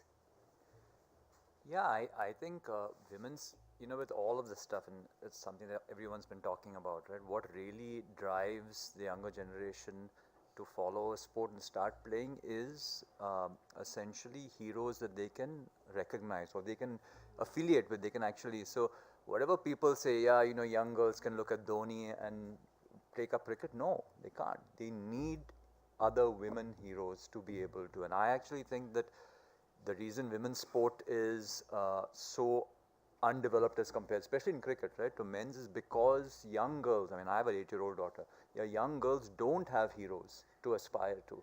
So I think that investment now, and it's happening now, right, when you see Jemima, when you look at the Indian, Smriti, the Indian, you look at these players, they're now starting to, people are looking at them and actually saying that now is a chance for the young kids who are actually going to play, and that kind of, works with parents to say, okay, let's get them to play. So I think for us to build, continue to build women's sport and, as shareholders in this ecosystem, the investment in building heroes is, I think, one of the most important things other than actually the infrastructure around it. Sanjog, will you add to that? I'll just add to the point that Tenzing made, and actually I'd love for Yannick to speak to that. Tenzing spoke about the feeder system. At times everyone looks at the glory of IPL and forgets just how much cricket is played at various levels, which actually feeds this commercial behemoth that IPL is. There are about, if I'm not wrong, 2,500 domestic games that are played round the year as part of the cricket circuit, which actually throws up the athletes and creates this foundation that IPL and marquee cricket actually sits on. And the reason why I want Yannick to speak to that is, I think Fan Code can be credited for actually turning the spotlight on what he calls Tier 4 and Tier 5 tournaments, which seems like, something that sits below, but actually forms the foundation of the viability that the sport or the league needs. Yeah, and I think, to talk about how you actually, these foundations, like these events happen, right? They've been happening for ages. There's no magic bullet that, now these events are happening because they get covered. I think, but to be able to work with these events and to be able to give them a platform to showcase what they do. Sanjog spoke a little bit about this, that digital allows you to actually target. There's an example. We did this women's T20 event in Assam where, and it was given free. You had to authenticate yourself and you could watch it for free. We actually, most of our marketing was essentially going to this 400 girl athletes and telling them post on your Facebook pages. Right? And we had 80% of people who watched it were from Assam. So there's this concept of saying we need, 20 million, 30 million people to actually show an event. Digital allows you to be able to create those buckets like it allows you to do simultaneous events. And I think when you start working locally, because all sport is about affiliation. And if you can start building and working on that affiliation, all sport, whether it's men's, women's, and you'll help build that foundation and then it'll keep growing up. So yeah, I think that's something that we have been really, really focused on at FanCode also. Sanjog, I'll have to ask you what I asked Yannick. Exciting time to have Women's League now, with all talks of Women's IPL and other leagues. We are a licensee. We are a licensee. I think that question has already been answered by some federations. I think, as Yannick said, women's sport has shifted significantly over the last 5 years. I'll be the first one to admit that the pandemic dealt a bigger blow to women's sport than to men's sport.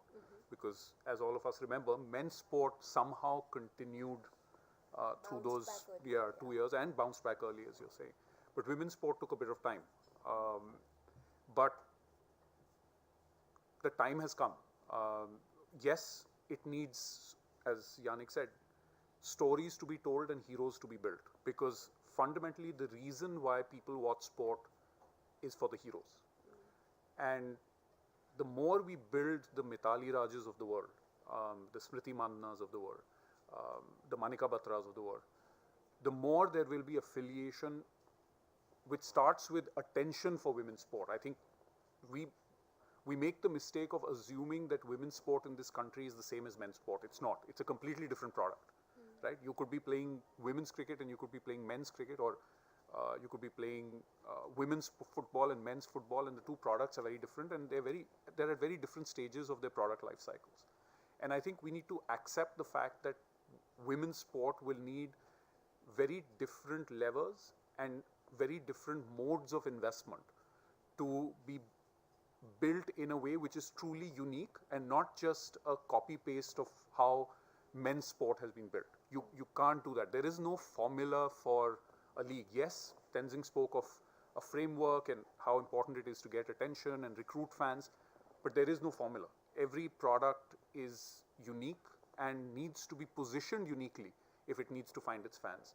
So I think, just to answer your question, the time for women's sport has come, but it will require the same focus and attention that Tenzing and Praveen spoke of, to build it uniquely and have a proposition which appeals not just to girls but to boys as well. At times the mistake that all of us make is women's sport should be watched by girls and men's sport should be watched by boys. That's not the case. 45% of total viewership for men's sport. The 2020 women's final, the T20 final was an ideal example of what Exactly. sport should be. 85,000 people in MCG and not all were women. Oh, absolutely. Men, families. 45% of total viewership for any sport is women. So it's not like, that there is a completely different audience that needs to be attracted. The audience is already there. Right. What we need to do is we need to give them a reason to feel a sense of affiliation and to want to be affiliated. And that will come from heroes, that will come from stories, that will come from, as I said, the Manika Batras, the young emerging heroes who will become stars and will cultivate followings of their own. Now, before I wrap up, here's a question I have for all of you, since we are looking ahead to the quarter of a century. Sanjog, first to you, as a broadcaster, innovator, one big change in the leagues that you would like to see? Laser sharp focus on fans. I think leagues at times come to fans last when they should be starting with fans. And I think that, to my mind, has to be the biggest shift in mindset for any sporting property, definitely a league which wants to be sustainable over a 10, 20-year period. You have to start with fans and you need to build your proposition based on what the reality of the sport is and what does the audience want and how the audience engages with the sport. The laser sharp focus on fans will potentially make the difference between a league being viable or, as Tenzing said, being a flash in the pan that disappears after 3 years. Raya, for you? Yeah, I think I can definitely second what I just heard from Sanjog. And for us, we have to understand where we are as a sport. We have to understand and accept that baseball isn't a main sport in this market as of now. And for us, again, it's just building that foundation, that next generation of fans, because there is a direct correlation of a child playing a sport or having experienced a game later in his or her career, wanting to become a fan, wanting to watch it on TV, wanting to spend money on it. And so the more kids that we can get to play baseball at a younger age, and the longer we can do that, that means 10 years, 20 years from now, we have a generation of kids that say, I know this game, I've played it. They might be a CEO, they might be a consumer, a father, a mother, and these are the people that are going to make the difference in the long run. So for us, again, just building that foundation one by one so that we have long-term success. Yannick, let's hear from you. Yeah, I'd build on the fan piece, right? Because I think that's so important. But I would to add another thing that from the information, from what you understand from the fan, don't be afraid to innovate. Right? I think that's so important. I mean, it's extremely difficult for a well-established sport like Major League Baseball, like the NBA, and even they are constantly innovating. I think newer leagues and newer sports should be willing to rip up everything and start again. They should be willing, as Sanjog said, to have a different product for the women's competition, different product for men's competition, and you should be willing to do that and say that after a year it failed, I'm going to try something else again. I think that innovation, culture of innovation that has built so much of great tech products in India globally, I think that's something that a lot of sports and sports leagues and sports events should be taking on. And again, not innovate for the sake of innovation, but starting on the fan, getting information, what the fan wants, why are they not interested, what will engage them more, and then innovate around that. Yeah, just to continue from what Sanjog, Roy, and Yannick have said is the focus on the fans, because the fans are everything. We've managed to generate 156 million views in the last 4 months on social media, so we hope to, but it's also knowing the difference between the short format and the long format. The same thing won't work on both, so you have to know the difference. And as far as social media goes, and since we're talking about women's sports, most of those views came from our female athletes, especially Chetna Sharma from Assam, watched mostly by guys though. So we did do some innovations, like Yannick was saying. We pitted Chetna Sharma, one of our female champions, against some guys, and she beat all of them. So that went viral on the net. Always a good story. Ki ladki ne ladko ko haraya. So always innovate, focus on the fans, and hopefully, that will be our strong point going ahead. Tenzing. Pretty much by the time it came here, it was solved.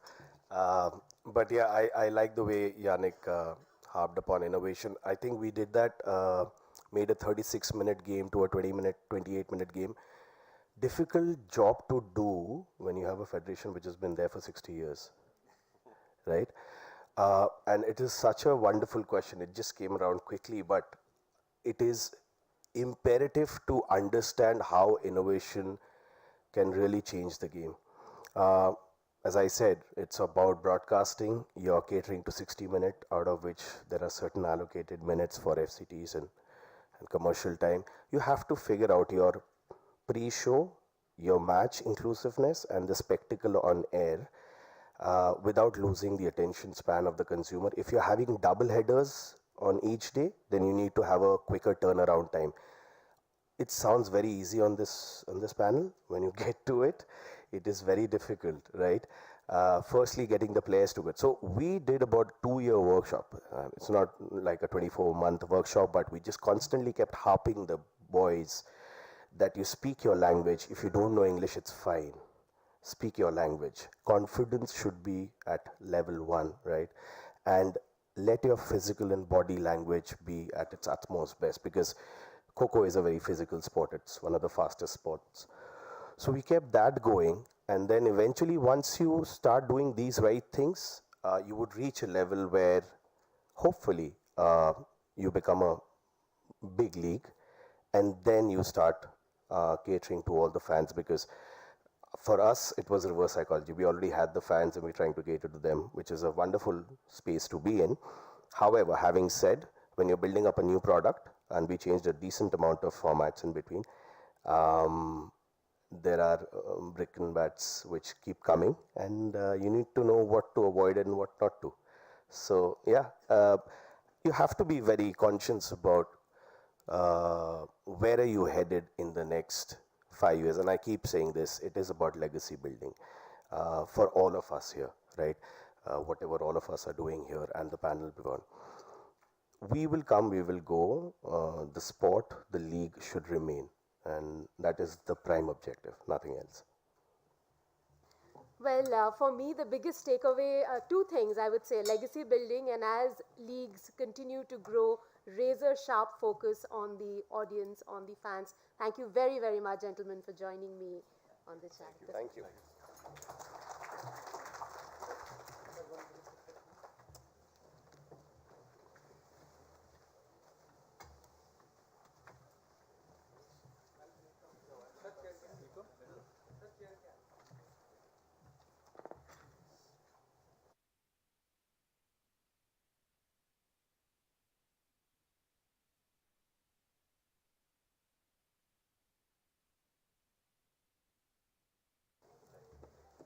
Thank you, everyone. A very warm round of applause for our first panelist session. It was excellent. Thank you so much. Our second session is on how fantasy sports enhances the sporting experience. I'd like to invite our moderator, Mr. Subhayu Roy, Head of Brand Partnerships at Sportskeeda, to come on stage. We have with us Mr. Joy Bhattacharya, Director General, Federation of Indian Fantasy Sport, and Mr. Amit Purohit, CEO and founder of Fantasy Acharya. Please join us on stage. Thank you.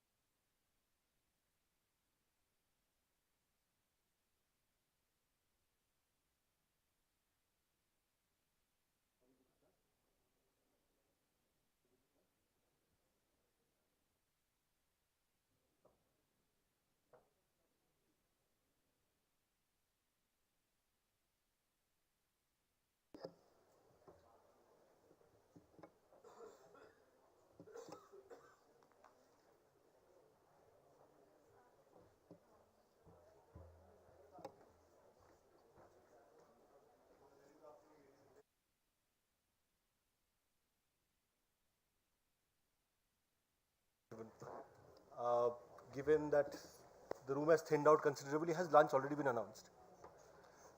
If not, we would like to take you through a discussion that's of immense interest to a lot of people in this room. Quick show of hands. How many of you here have ever made a team on any fantasy league platform? Okay, very younger TG. Yeah, the younger TG. Well, back in 1962-63, a bunch of people sitting in a particular hotel in New York felt that being a mere spectator of American football was not enough. They charted down some rules, said that we will create our own ideas of who we feel are the best players, and based on their performances, we will accrue points. Fast forward to 1969, the King's Cross pub in New York says this is a damn good idea. We'll open this up to the public, and hence the first public fantasy league was born. I have with me today two proponents of this phenomenon in India. Joy being the Director General of the Federation of Indian Fantasy Sports, Amit, the CEO and founder of Fantasy Acharya. Today we are going to discuss how fantasy sports have changed the way the sports landscape has evolved. Right? Joy, coming to you first. You are the original proponent of this, going back to the super selector days. Do you think fantasy really changes the way the fan engages with the sport? Yeah, actually the journey started many years back, around 99-2000 when I was at ESPN Star Sports. And we were producing a lot of cricket content, and one of the things was obviously India cricket was not difficult to sell. Everyone who came in watched India cricket. But non-India cricket was a challenge. Why would somebody watch a series between Pakistan and Zimbabwe or between South Africa and Australia? So what the question was, we were actually, this is in ESPN Star Sports, we were in a conference in Bintan. And the whole idea was, how do you increase interest in non-Indian cricket? That's where the discussion actually came. And then it was decided that perhaps the best way to do it is to create some sort of a fantasy platform. So that's where we started putting together something called Super Selector, which was the first ever fantasy show in those days. And the whole idea of it was, fantasy sport originally allowed you to pick anybody from any team. And we said if that happens, then the amount of skill in it is reduced because you just pick all the top players. So what we did was we created a way of creating a cap and a limit, and then we started doing it. And of course, the international people, the biggest mistake we did at that point in time is we gave it to an international software house to run because ESPN Star Sports thought Indians couldn't handle the software to do it. As it turned out, they said, we have 15,000 people playing our fantasy sport in the UK, we can handle it. When Super Selector started that night, Nasir did the first show. There were 37,000 people landing on the page within the first, and this is early 2000, so this is not internet penetration of 2000. There were 37,000 people landing in the first 15-20 minutes and the site immediately crashed. So from there, that was the journey from where it started. I have only one huge regret about it that, I've spent a lot of time in sports, television and sports as well. I've won only one award on stage, not company awards, but one award on stage, which was my best sports producer award for producing Super Selective. And I had a lovely picture of it. Unfortunately, that picture, the man giving me the prize is Peter Mukherjee, so I can't even show anyone that prize anymore. So that's the story of my life, That's how Super Selector started. What a wonderful story, and a journey that started in 2000. Fast forward to 2022. Indian fantasy platforms today advertise having over 150 million users on their platforms. Amit, coming to you. The engagement that people feel with a fantasy platform, right? How much does the format or how much does the nature of the game have to do with it? So, if you were to talk about the nature of the game in terms of the nature of the sport, then the shorter the game, the better the people enjoy it these days. So if I were to go back to my days when I was playing Super Selector that Joy had conceptualized, I was okay making a team for a test match also, because it helped me engage throughout the test match, and I could watch the test match with a lot more fun and compete with my friends. Also, parallel to this, if you look at the Fantasy Premier League that operates, people almost play for the entire year, right? They wait for the reward, or reward is also what, it's just banter between friends.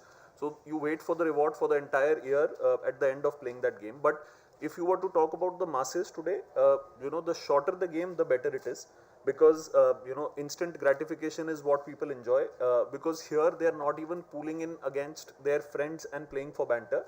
Here they are pulling in against the random audience and then trying to win out of it, right? So if you are trying to do that, then instant gratification formats are and of course a brand like Dream 11, when they pioneered it in 2016, the format that runs today, it was very, it was, while the daily fantasy sports was very common abroad, but so was the season-long format, right?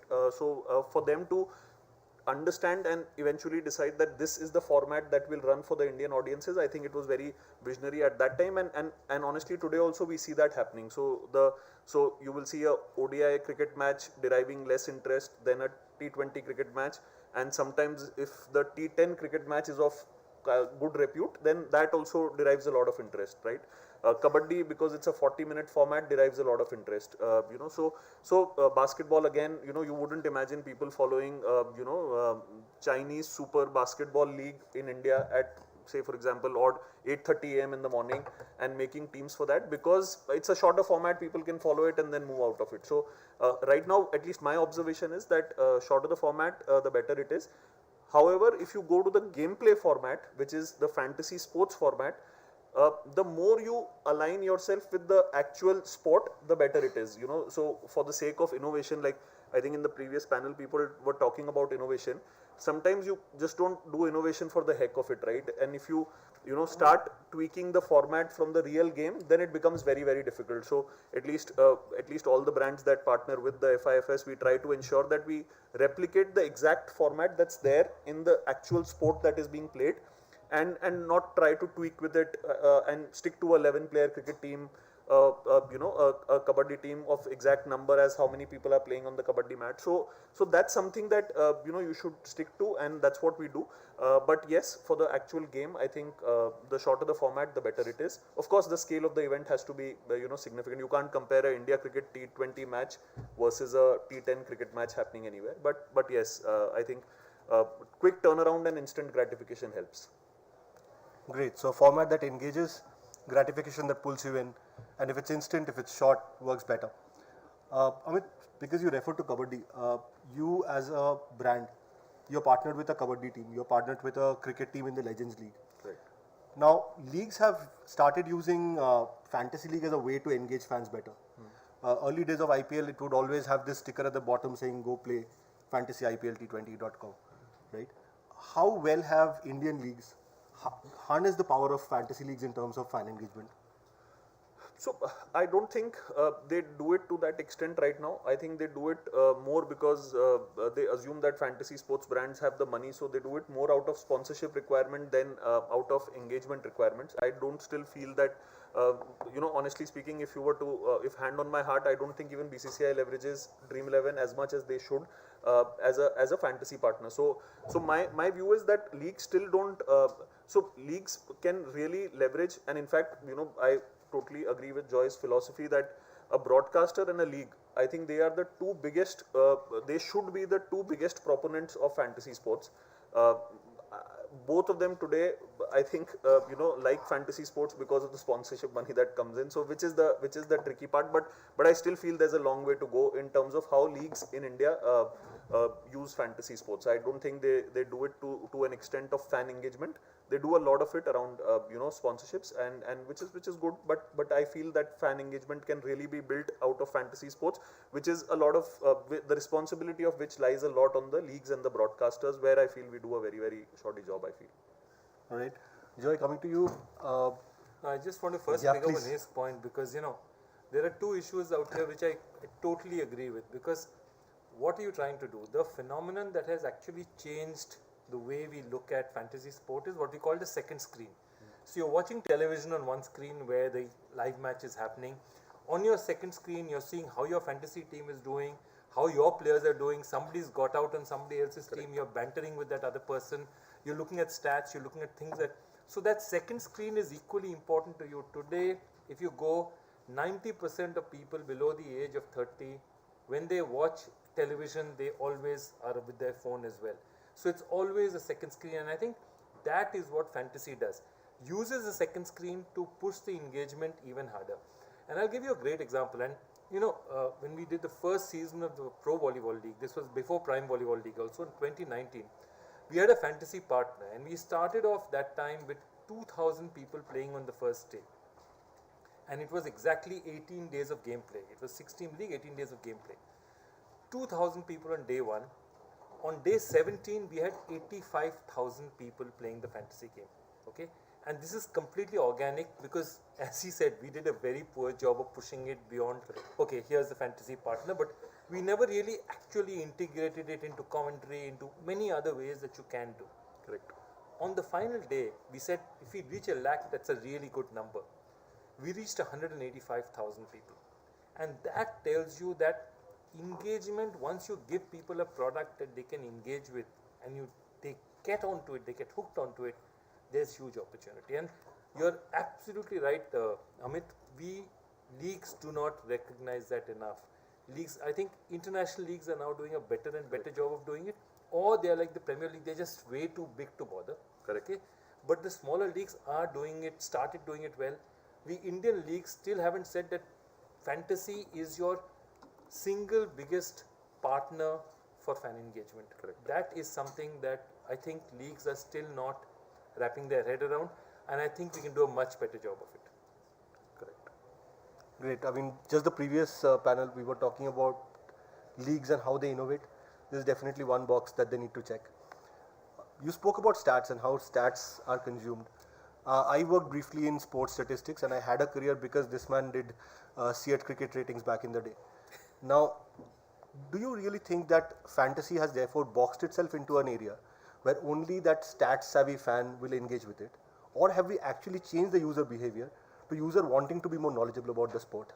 No, today I think the biggest, if you go to anyone who works in retail in fast-moving consumer goods like HUL and all, they'll tell you the big revolution in India was with shampoo.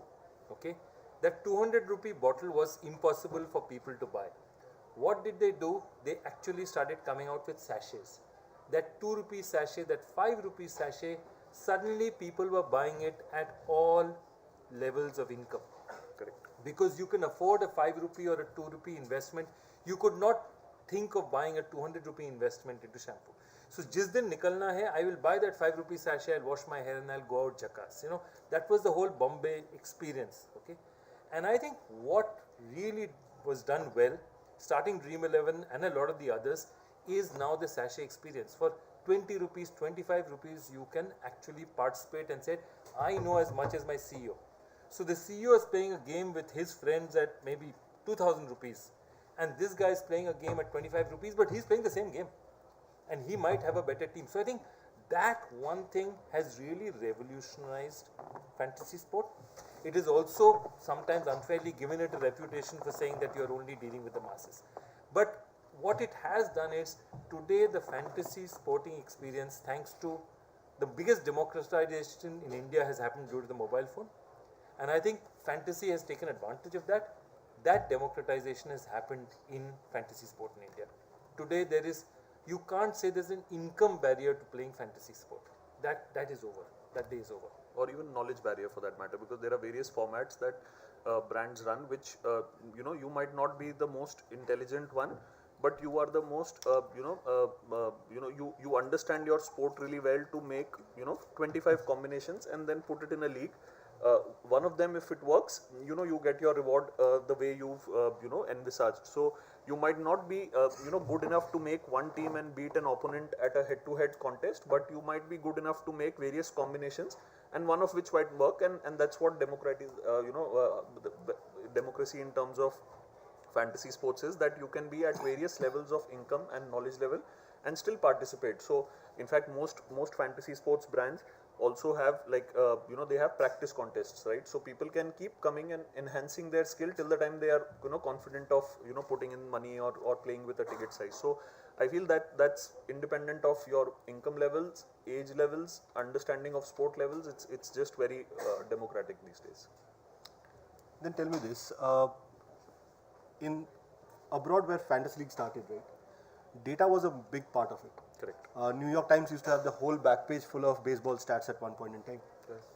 In India, that seems to have been driven by and large by the lure of instant gratification. Correct. Is this sustainable, or moving away from the whole banter aspect of fantasy, is it even still talking about fan engagement at all, or have we moved away from that?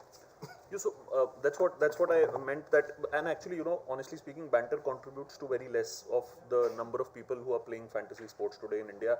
If close to on an average in a quarter, if 1 crore odd people are actively playing, I don't think more than 2 to 5% are playing for banter. They are playing for money, and they want to win that contest, right? So I still feel that there is and the point is that we are at the tip of the iceberg in terms of using stats. Like when you're saying statistics were there on the last page of New York Times. Today, even if you were to search for statistics, you will not find them very easily, right? And for all leagues, I'm saying, you might find statistics for, say, for example, how much Virat Kohli has done over the last 3 to 5 years, but you won't find it very, very elaborately and very granular levels pay at all levels for all cricket leagues, right? So we are in fact far away from reaching that level. We must educate the consumer for us to then decide that these are people playing for instant gratification. We've not even reached that level where we educate the consumer. Even if you were to see cricket broadcast on television these days, it is very you try this out anytime on any major event happening around the world. If the India-Pakistan game is a couple of days away, on any non-India cricket match, you will have commentators talking about the India-Pakistan game 2 days later, right? So if I am going to make a team today on England versus New Zealand, there is no input that I will get from that pre-show or the content around it. You will not get any. So we can't even say that people are waiting for instant gratification only. They are waiting for input to be given. It is just that we as an ecosystem don't provide enough input for them to be able to make intelligent calls. So, and I genuinely feel the seasoned fantasy sports players in India are like intraday traders. They do it day in, day out. They watch matches. In our last discussion, they were mentioning Assam League that is happening. In Assam Women's T20 League, which is happening in Assam.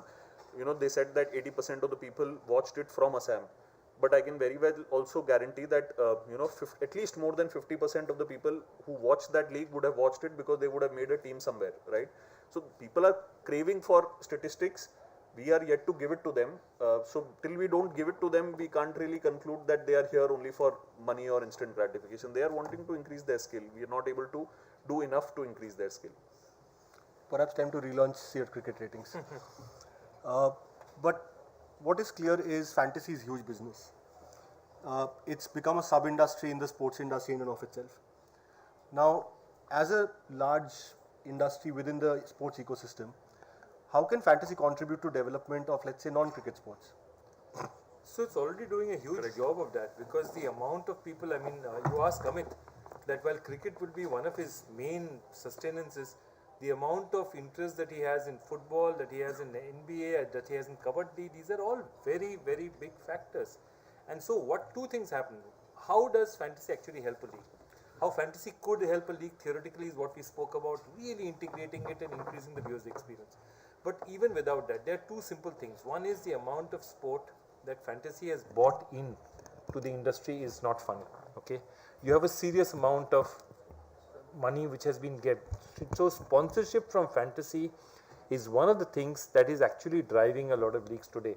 A lot of leagues today are looking out and saying that, okay, I'm going to get X amount from my title sponsor, Y amount from this, and Z amount from my fantasy sponsor. And that is also, so money is going into it. And a lot of companies are actually using that money and also going back and creating foundations, creating places where they can actually go to consumers and say that let's help this ecosystem, because if sport is not there, there's no fantasy. Okay. So that's the whole thing. So there is a lot of support for that, and I think that is what is happening over time. Things are developing. I think to really take it to the next level, it needs better integration. But already fantasy is definitely giving back very, very substantially to sport in thousands of crores in terms of investment, in terms of league sponsorship, thousands of crores. Non-cricket as well, and non-cricket at that, in India especially. I mean, if I had to kind of talk about fantasy, what would happen if on, let's say, Fantasy Akhada, you were to increase prices for teams that you build around kabaddi or volleyball as opposed to cricket?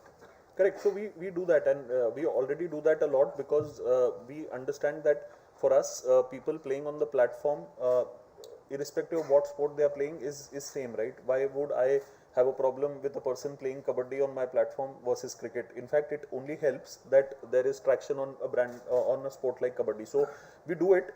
It is also a function of how much you can attract in terms of attention. So this is something that I always tell everyone who I discuss this with, that building other sports is important, but it cannot be the job of only one person in this ecosystem to build that sport, right? So a fantasy sport, and forget Akhada for that matter, let's focus on Dream 11 also. If, say for example, they take the complete responsibility of building football, and then there are not enough takers, then it becomes a one-way street, right? So brands do focus, at least we do focus on. So in fact, I was telling Joy a couple of days back when we met that we currently are very, very confident that we are India's #2 fantasy sports platform for football, for sure, in terms of the kind of ecosystem we create, the users who turn up, etc., etc. But we did that because we understood that most other brands don't really focus so much on football, because probably the market leader doesn't. So they feel that probably cricket is the only thing. So today, I don't think we get more than 70% of our revenues from cricket. So it is less than that, while the industry might be really skewed towards 90-95%. So I feel that we take it as an opportunity, and but there's only so much that you can do. People also need to start following for you to be able to give out a lot, and it can't be just a one-way street. So and others, like I'm saying, broadcasters, federations, they also need to do their bit to up the ante around the sport, and then the fantasy piece can flow in very nicely, and fantasy can definitely be one of the biggest levers to drive that. Fantasy is a lever to drive engagement. Do you think the same translates to women's sports as well, women athletes? How can they find support in fantasy? I'm not kidding. Today, if you were to take a pool of 100 odd people, and 50 of them playing fantasy sports or playing any one platform, Dream 11, Akhada, or My 11 Circle, or anyone, and then compare it to a 50-member group who does not play fantasy sports. Trust me, they will know more women cricketers than the other 50 who are probably not playing fantasy sports. And I'm not even saying Indian women cricketers. They will know women cricketers from countries that you would have never thought of, like especially after the recent Asia Cup for women's that happened. Trust me, there will be people who can take names of 11 Thailand women cricketers, which no other, even a sports fanatic, like I can vouch, even Joy would not be able to name the entire 11 cricket team members of the Thailand women's cricket team, right? So if that is the level of awareness that people get for, and it's not just true for women's cricket, it's true for basketball as well. Like NBA, again, 50 people from fantasy sports versus 50 people who follow sport. Again, you will get to know more information, more players that they will know about. So women's cricket, women's sport also takes a lot of uplift when people play fantasy sports, because they feel that there is asymmetry of information. मैंने इसके बारे में पढ़ लिया, तो now I know a little more than what others would know. So it really helps, and it is already helping. It is just that, like I'm saying, it only cannot be the lever to push women's cricket in India. There has to be enough done from the broadcaster, from the federation, from the associations, etc., to take that uplift. Yeah, I just want to pick up on a point of his, that what really is a differentiator in fantasy sport. It's what he said, asymmetric information. That means I have some information that you don't. Okay. Now all this information is in the public realm, right? All this information, nobody is subscribing to some special website to get it. Which means today that if I study or work harder at trying to make my team, over time, you may beat me on one or two, but over time, I will beat you more often than you beat me. And I'll give you a classic example. Like today, there was a basketball game between Los Angeles Lakers was playing the San Antonio Spurs. Now there were 11-12 games being played. Now there's a player called Anthony Davis who's doing really well for the Los Angeles Lakers. He's averaging some 35 points over the last 10 games. Now, when he's playing today, do you pick him or don't you pick him? And the funny thing is, you don't pick him because LeBron James has come back from injury to the team. So when another good player comes back from injury, that means he is going to share some of the amount of pie that Anthony Davis is going to take. Now so there is one level of knowledge knowing Anthony Davis is a good player. Correct. Your second level of knowledge is knowing that LeBron James is injured and will return. And your third level is understanding that if he returns, Anthony Davis cannot get that many points. He statistically will be lower than he normally is because LeBron James will pick up 20 points and 10 rebounds himself. So what I am trying to explain to you is that level of understanding of sport, and women's sport exactly, they know it so well. They will tell you that yahan Jemima ko yahan run nahi milta hai. And Jemima, for example, everyone rates as a better one-day player than a T20 player. So they pick her on one days, they don't pick her on T20s. And they understand the game at a finer level. So what I am trying to say is, the best analogy I can give for you is the stock market. Today, fantasy cricket people are like the stock market. If they have extra information, over time, they will win more often than you will. Wonderful. As Joy put it before the session, we have a excuse me, we have a patriotic duty to release you for lunch on time. So I'll come to the last question that I have, and this is a bit of crystal ball gazing. As the Federation for Fantasy Sports, how do you see this fantasy area developing going forward? See, it's huge. 2-3 things have happened very recently which people are not aware of, because people normally, unfortunately, bad news is easier to spread than good news. Recently, Google has allowed fantasy onto the Play Store, and that's been a huge change because getting into the Play Store means far bigger opportunity on Android to get to so many more people, give them a more convenient experience, as it were. Okay, and I think what is happening is, in the way there have been lots of small judgments in various states saying this is right, this is wrong. I think what is happening is that the center has recognized that you cannot have arbitrage, and secondly, in something which is basically played online, trying to control it state-wise is almost impossible. So I think what has happened is the center has taken cognizance of the fact that this is now a bona fide large industry which contributes a fair amount to the exchequer, and let's regulate it. And in fact, that's the one thing that we've always said. We've met the government, and instead of saying don't regulate us, we said, sir, please regulate us. Because the only way to ensure that the bad apples go out and you play in a pure format, as for me, as somebody, as a Director General of the Federation, is to regulate and have rules to do. So I think if that happens, that's the stage for the next big run in fantasy sport. I think the other sport is going to develop even more. I think there's a huge potential right now. Wonderful. Amit, the second screen experience, as it were, is changing. We have moved from big screens to small screens now to immersion.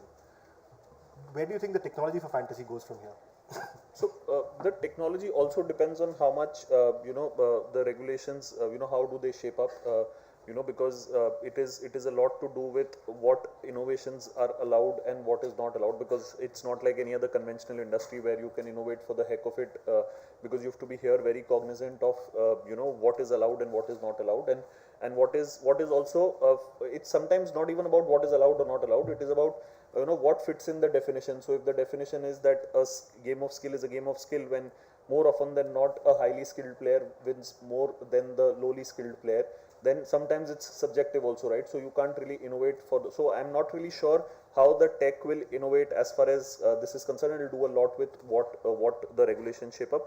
But if we were to crystal ball gaze, I personally feel that if the regulations keep flowing in the way they have of late, because it's been very supportive, I just feel that fantasy sports will make a lot of space for itself in conversations, in not just in drawing rooms but also in boardrooms of where they should be in India. Wonderful. So ladies and gentlemen, that's been it from me. I've had two wonderful gentlemen here that I have learned from, and I hope this has been as enriching for you as it has been for me. A few quick recap.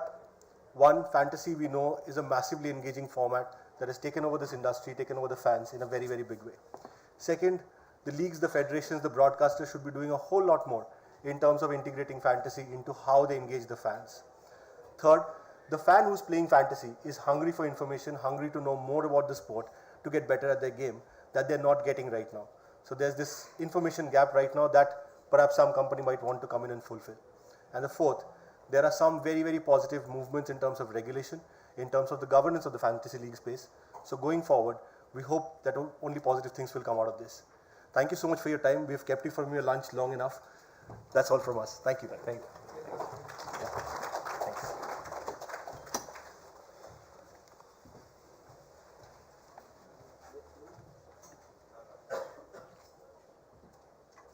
That's as tall a panel as you'll find here. Missing. Thank you so much. Thanks to the members of the panel. We'll break for lunch now to reconvene by 2:15 sharp. Thank you.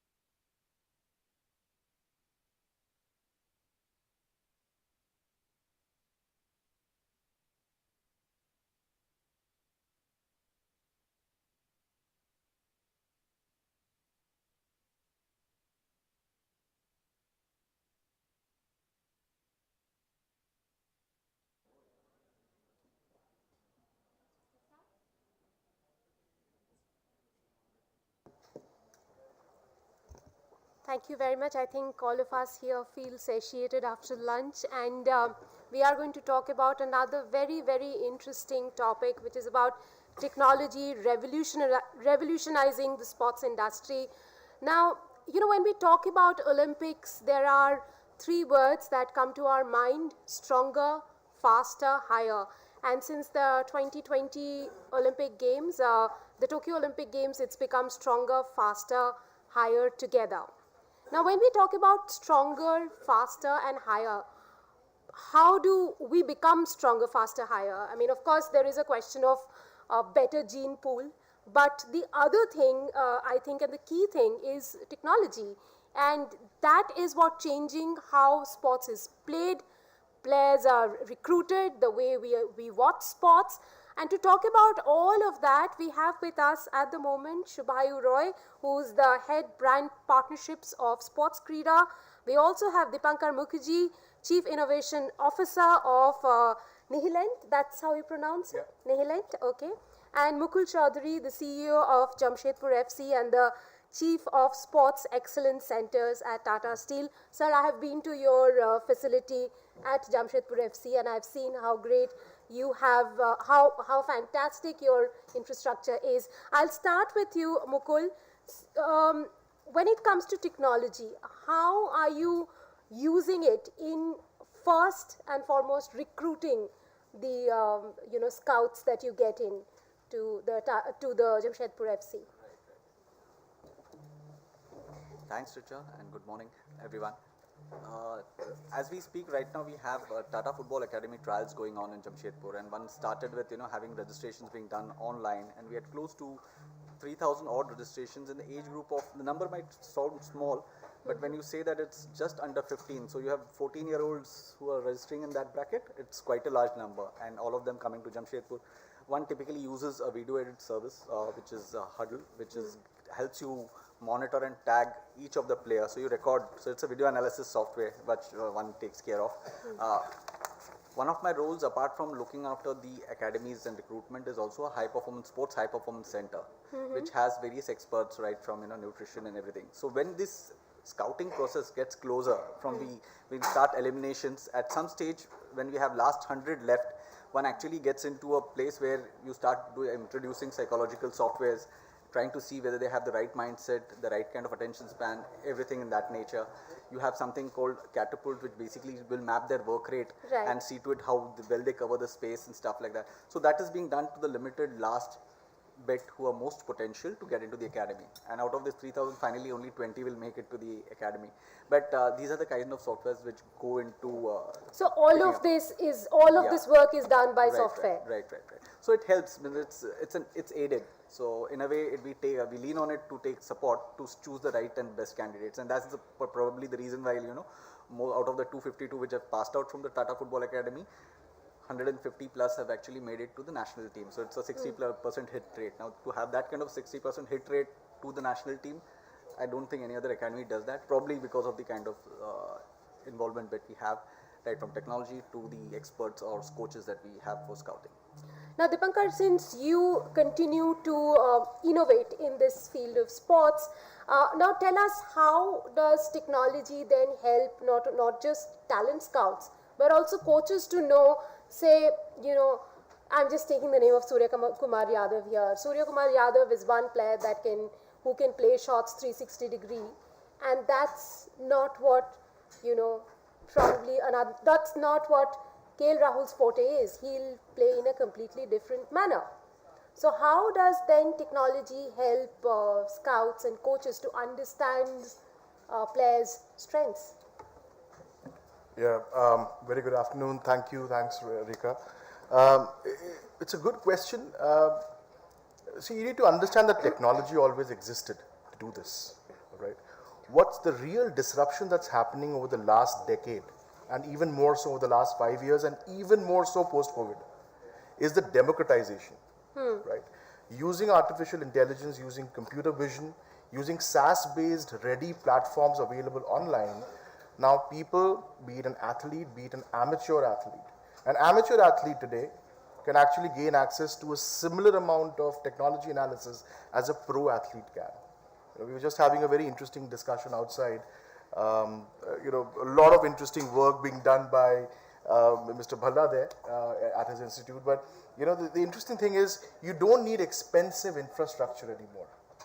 You can have this app on tap using your phone. You can actually, so we are working with a lot of African schools, and what we are using is basic CCTV camera networks.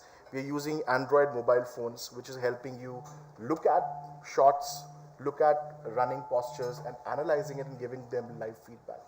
So it is no longer in the hands of a select few. It is no longer in the hands of a wealthy university. So that's the kind of level of the technology is. That's the kind of disruption that's happening, and that's what India will benefit at. By the way, going back to your opening statement, gene pool is not a problem at all.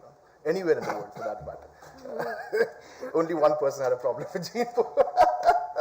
So technology is definitely the disruptor and the leveler, and it will definitely create a lot of change in the way coaches are looking at sports, amateurs are looking at sports, and how performance can double, treble, and quadruple in very short time. You agree with that? So that sports is changing the way sports not just is being played, but the performance levels going up? Absolutely. I mean, going back to as early as 1980s, people were tabulating data on elite athletes. Now, what has happened, as you said, because of the power of the mobile computing becoming so high, because of data being so ubiquitously available, today you can analyze the performance of even a school athlete using the same parameters, the same algorithms, the same methods as you would do for a Neymar or a Messi. Now, that is what is, I think, the biggest change that has come on the performance side of the sports. However, to kind of continue from where he left off, sports as an ecosystem starts with the preparation of an athlete, ends with the consumer consuming sports. Absolutely. And I think the greatest delta in terms of where technology has made an impact, I see that on the consumer acceptance of the sport, or how the consumer engages with the sport. Be it our behavior on social media, be it streaming of sports into otherwise areas that did not have televisions, be it coverage of athletes across the various countries. He spoke about hurdle. There used to be a time when scouts would take flights endlessly to travel the world to find out which is that 17-year-old boy in Venezuela who has 86% pass completion rate. Today you walk into Y Scout, you say, okay, below 17 years of age, 86% pass completion rate, and here are 2 guys in Nigeria, 3 in Venezuela, 1 in Indonesia. That is the beauty that data has brought to the table. Mukul, are you using something like Y Scout? Very much, very much. So, typically, what he rightly said, today sitting at home, before you recruit particularly the foreigners, sorry. So, very much we are using it. Typically, for example, when we do a recruitment with the senior team, with the Jamshedpur Football Club team, one would typically be looking at foreigners in particular, where you have to have access to so many people, and you have to pick the right guy, and that's when basically Y Scout and softwares of that nature come very, very handy. One can actually go and see hundreds of profiles, and it's basically so well tabulated, so well organized in terms of archiving. You write from missed passes to the mistakes that they make, to the best passes that they make, the best goals that they convert. Everything is tabulated, and you can see full matches as well. So if you actually are interested in a player, you actually go down deeper and say, okay, fine, I want to see at least 3 matches that he played in last season to see how he actually works. Is he consistent or not? So it's tremendous help. It's tremendous help. While sports, we would all like to believe, is about fairness, but there are deeper issues about corruption in sports. Do you think technology also helps to clean up sports in many ways? Yeah, clean up in many ways. One is, the way penalties happen, or way of bad refereeing happens. All of those get caught, right? There have been allegations of corruptions in the past where televised streams were what you based your analysis on. Today, people, I mean, when we are working with soccer leagues in the US, or when we are even working with Tour de France, what you're seeing is people are commenting live, because the data that's coming out is visible to everyone, right? And it's not filtered. There are no data biases anymore. There is no one person doing it. Very interesting initiative being done by a domestic league, Tenzing was there before. What they are trying to do by trying to digitize the entire scoring of Kho, a very complex scoring mechanism. But they have tried to kind of do that using digital tools so that it's more measurable, it's more accountable, it's more fair. And also I feel I mean, it's not just technology, it's just the digital era where, there are no media gatekeepers. You come from NDTV, but you no longer control the news. News is coming from different places. We are forming our opinion live and not waiting for the next day's news to form our opinion. That's very important, I feel, in terms of countering, making it more publicly available, transparent, and open to judgment, so to say. That's a very interesting point he's made, that there are no more gatekeepers. Do you see then that way content has been more democratized? When I say about content, I talk about sports content has been more democratized than it was in the past? Absolutely. Look at yourself in the last 24 hours. FIFA World Cup is happening. You are forming your opinion based on what your friend said on Facebook, what you yourself might be putting out on Instagram. And Sports 18 is perhaps the last place where you're going for opinions. You're going there for live broadcast, and that's about it. It's all happening on the second screen. It's not just even second screen. I'm saying today in India we use the term second screen very loosely, but the fact is that is the first screen for a lot of people. So unless you are switching between the stream and Twitter, you are typically basing all your behavior on that device. But your source of information is now not somebody who's put in X number of years as a senior journalist and has kind of earned the creds. But there are pitfalls to that, right? Like democracy, there are pros and cons, and you are also not then filtering things through purely based on fact. You're also building an echo chamber for yourself, but that's a debate for another day. In terms of how technology has percolated this, this was always happening, right? In Calcutta, back in the 70s, East Bengal plays Mohun Bagan, fights erupt outside the stadium, people walk back home. Now, as they are walking back, friends will debate and research and say, this shot should have been played and that person should have passed. That always happened. But now when somebody says, this person should have passed, and he has 1,000 followers, who then retweet? Who then send it out to the ether? Now that information is spreading very fast. The velocity of information is what has changed thanks to technology, I think. Would you, Dipankar, would you like to talk to us about the pros and cons of that, the way information is being spread right now? And purely in terms of sports. I think there is no con to that. We make things bad or good. It's really up to us. See, what's happening is there will always be larger entities with business interests who would want to exploit it or try to push information in a certain way. But in the hands of people, like he said, the high velocity of transmission dissemination is going to only aid and abet the growth of sports and make it more popular. I mean, emerging sports will benefit the most. I was just having a chat with somebody who was trying to start a ice skating league, right? Yes, technology will help her in using AI-enabled coaching in the absence of infrastructure, but also in terms of disseminating this thing about what is ice skating and how can popular sports abroad be brought into our country. Even things like the way scoring is happening today, right? When we are working with soccer leagues and we are giving the information back to the consumer, we are allowing them to dissect it. We're allowing them to do it, and they have the power of creating those filters and change the things and look at different things. Even when we're working with Tour de France, what we're allowing people to do is have virtual cameras so that they can look at the hill across which they are cycling at their own leisure, at their own command, at their own will. Right? I'll just point out one last thing. See, the future of broadcasting also is going towards from pixels to voxels. It will be volumetric capture, where you will have three-dimensional capture happening. POCs are already being done. I was part of one that was getting done for MLB. Another one has happened for NFL. There what will happen is people will be able to control where the camera is, what to look at, whose perspective to look at things from, because camera distorts. Here you can control it and then share What do you your mean by own. people will? Audiences. The audience will. The audience can choose where the camera is and what to look at, whose perspective to look at from, over the shoulder, from behind. So all of those things are changing at lightning speed. Things are going to happen much faster than we wanted to.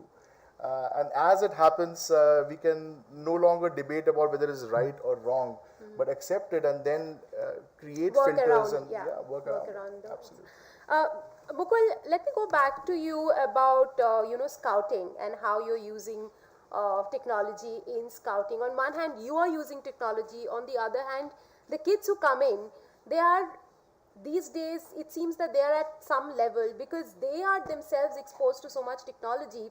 They don't come as raw sports people probably because they are exposed to technology. They correct certain things and then they come to you. Do you at times find that it's difficult to change them when they come to you because they have been exposed to so much? Not really. If you ask me today, typically today's kid is well informed, and that really helps because he knows why the coach is telling him something, and what would be the outcome of that. So I think in a way he's little more educated than what I was 30 years back. So I think from that perspective, it is only helping. And I think just to add to what Dipankar was saying, typically there are no cons as far as information and technology is concerned, because it's only making it fairer. But more importantly, if at all it is a con, it's a con for people with wrong intentions. So I think it has just gone better.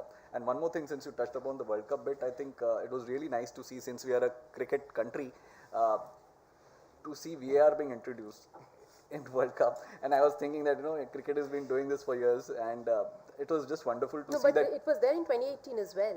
No, but I'm saying they come in much later. Okay. And it is to the extent where typically you felt really nice when the game was stopped, and typically one was referring particularly the Japan-Germany match, and Japan got the advantage because of certain things, which was making it much more fairer. So I think that's really helping, and it's really getting better. So I think it's just wise to have it, and I think in times to come, India will be, I think we are growing very fast as far as technology is concerned, and the catch-up will be much faster than we think. Also, Shibayo, in terms of convincing your advertisers and sponsors about the stuff that you do on the digital platform, how easy is to tell them today that look, we are being able to do a lot more on digital platform than traditional television audiences, the way we show news and or sports on TV, how different we are, and hence you should be investing on digital platforms. There are two parts to this, right? One is the analytics, the marketing analytics that I throw to any potential customer.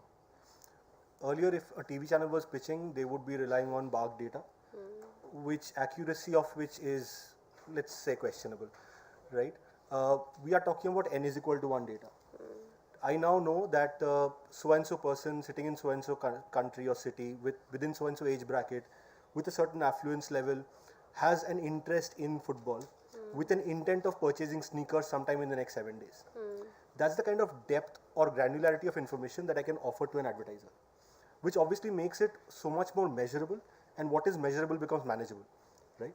So the advertiser also leans towards digital spends because ROI is so much more easily measurable. That is one part of it. The second is in the kind of content that we create, right? I'll touch upon one particular case study. This was done by Audi in Major League Soccer in the US. Audi was sponsoring MLS, and they did not have a very big vehicle, pun intended, that they could really kind of back their sponsorship on. So they said, what could we do? A company that tabulates data from the MLS was capturing 2,600 data points per 90-minute match. And they said we can use all of these data to create player performance indexes. Audi Performance Index gets born. Today, Audi Performance Index is the most referred to index in terms of player performances in football in the US. Now, when we create these things, digital enables us to create formats beyond just saying, okay, here is an article which will get 10,000 page views. Will you put a banner on that? Right? I'm getting underneath the skin of the sport. We were talking about TrackAb some time back, right? TrackAb is a very interesting story in technology. TrackApp as a technology was built for missile tracking on fighter jets. They tried selling it to the US military. The US military did not want it. The NFL wanted it because they wanted to use that same technology to track their player movements, right? And that movement of players, the streaks of movement around the ground became monetizable properties with advertisers. That is where technology really helps us. Also, yesterday, I'm just going back to what happened yesterday. New Zealand beat India by 7 wickets. That was around the time when the World Cup matches were starting.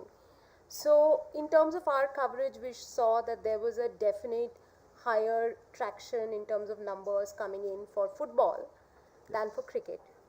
How do you then, on a digital platform, convince your advertisers that this is the time that you should be coming to football and not to cricket, or, vice versa? It doesn't really work like that on digital because, as I said, it's no more broadcast, right? It's very narrowcast. It's at an individual level. So if a brand wants to reach out to that consumer who is more likely to buy Nike sneakers, they would perhaps advertise more on football than on cricket. Okay. A brand which is perhaps more FMCG and more mass based, despite whatever numbers, will keep advertising on cricket. And then it is our quality of content or quality of production that will have to enable a certain amount of footfall happens on that content. I think, yeah. And I'll add to that. I think the way advertisement and advertisers will be functioning in lieu of sports will also dramatically change. It's already changing globally. In India also you see that change. You can't just rely on FCT anymore. You have to become relevant and contextual to the sport, to the fans' mind. Otherwise, people will switch off and skip. So is it all about fans? It is. That was very nicely picked up during the initial conversations. It is completely about the fan. You have to start with the fan. I'll give you an example. Data doesn't have to be boring. So data is not just about performance analytics, right? What we are doing very interestingly with some of the European soccer leagues is we have built an application where fans are allowed to add their video cheer for their team, all right? And they're doing this in stadia, they're doing it from home. As you're doing it, we take the permission, but we also look at their own expressions, right? And we're analyzing them live.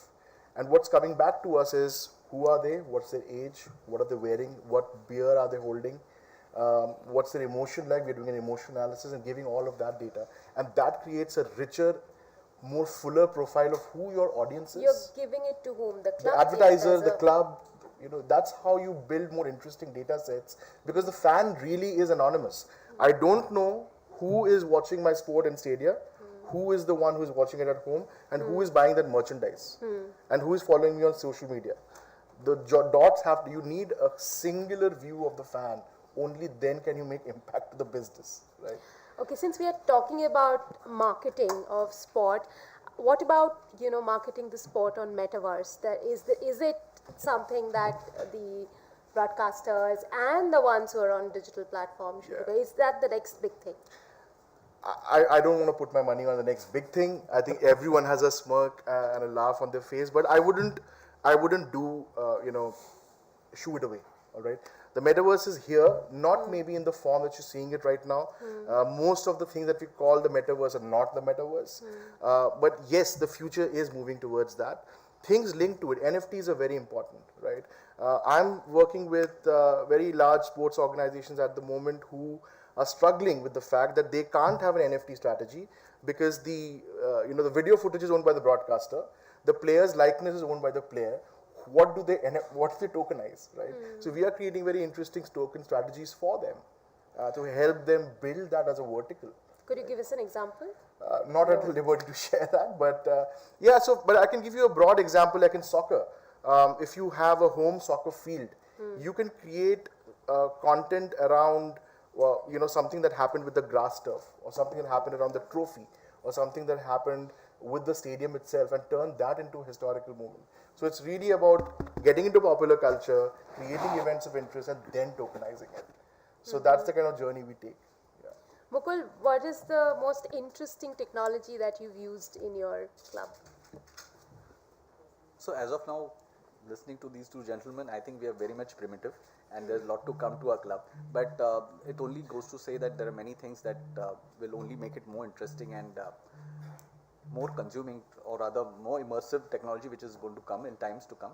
and it will only make it better for us to monetize it, because today it's very difficult to just go with the TRPs that we have, and the digital technology per se is not so sellable as of now, is what we feel. That when we talk about certain social media handles and we say, hey, these are the numbers that I'm carrying and blah blah blah, it's hardly sellable in the market. So the kind of interventions that are happening now and what we will see in going forward, I think we will be able to monetize it better in time to come. So that's what my submission would be. Dipankar, we already have 13 sports leagues in the country.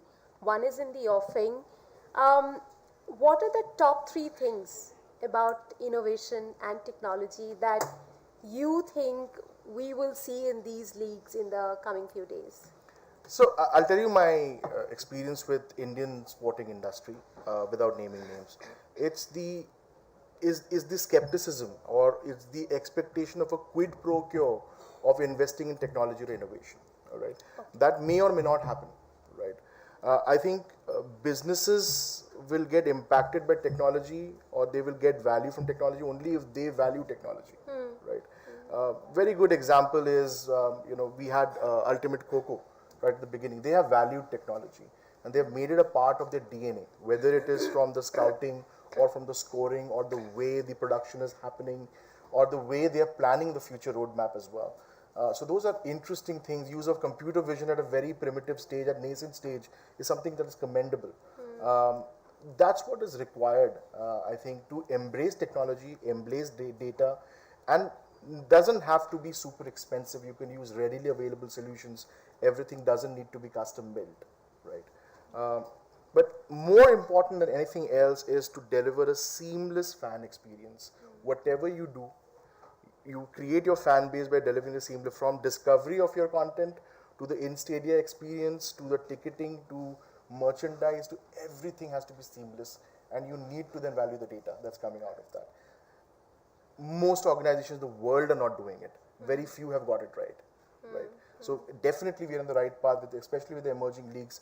Whoever comes up. That has been Cristiano Ronaldo's one of his pet peeves. Yeah, that exactly. Manchester United hasn't got it right. Right, they haven't got it right. So I think we only should wish for the best for our emerging leagues. Absolutely. Okay, as we wind up, since we are talking about the next quarter of a century and how technology is going to impact sports, let's hear from you, Shubhayu, the top 3 things that you expect to happen in the field of sports, the impactful technological innovations.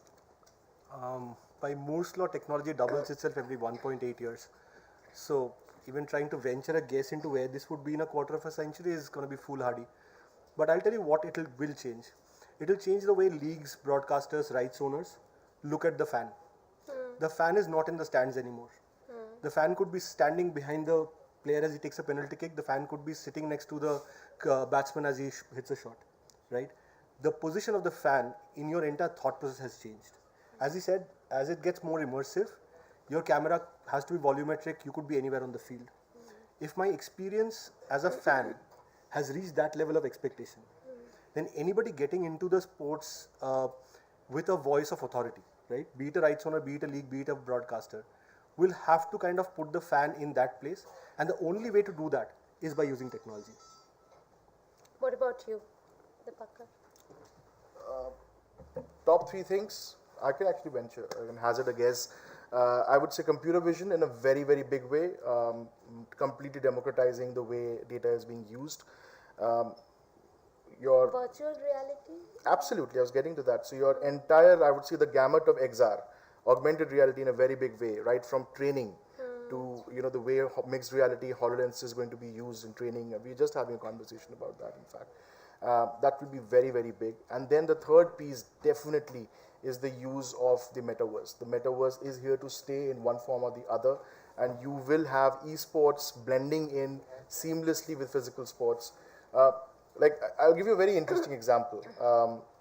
This is essentially being done for Major League Baseball right now in the US, where we are trying to create an immersive commerce platform for them, web-based, no apps to be downloaded, no headsets we want. But the idea is with the minor league, different rights holders, again, for merchandise, for content, for NFTs.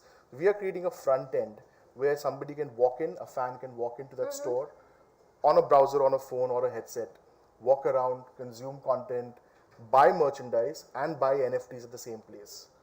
The back end could be anywhere, the rights holder could be whoever, but the front end is what's being controlled by the media, by the sports organization. And you're already doing this? Yeah, we're already starting to build that. So that's the kind of journey most sporting organizations and brands need to take.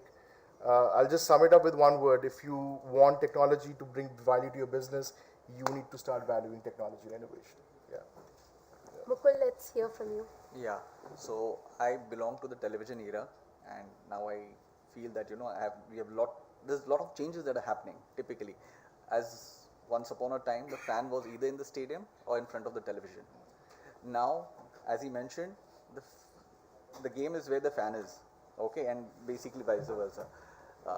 Given the kind of population that we have, and we treat this as India as a tribe, I think we have a very bright future for particularly sports when it comes to consumption. I think typically Indian sports and Indian consumption of sports will drastically go up, and I think that will all help into monetizing of sports. And I think that's the phase that we'll see in the next 10 years or so to come. So I think that's a great future for sports in India. Very interesting. Interesting times ahead for all of us, and as more and more leagues come in, perhaps we will get to see these technological innovations come into Indian sports as well and benefit Indian sports. Thank you very much, gentlemen, for joining me. Thank you. Thank you for having us.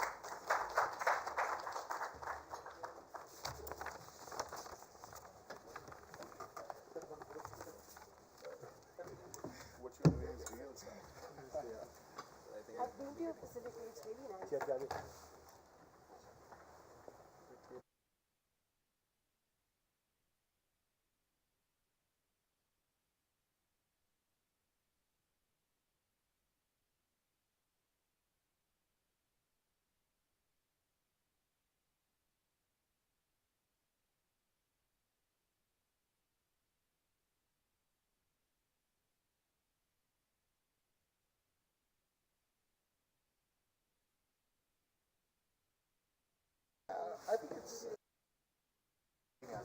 Thanks, Rika. We'll start with the next session in a few minutes.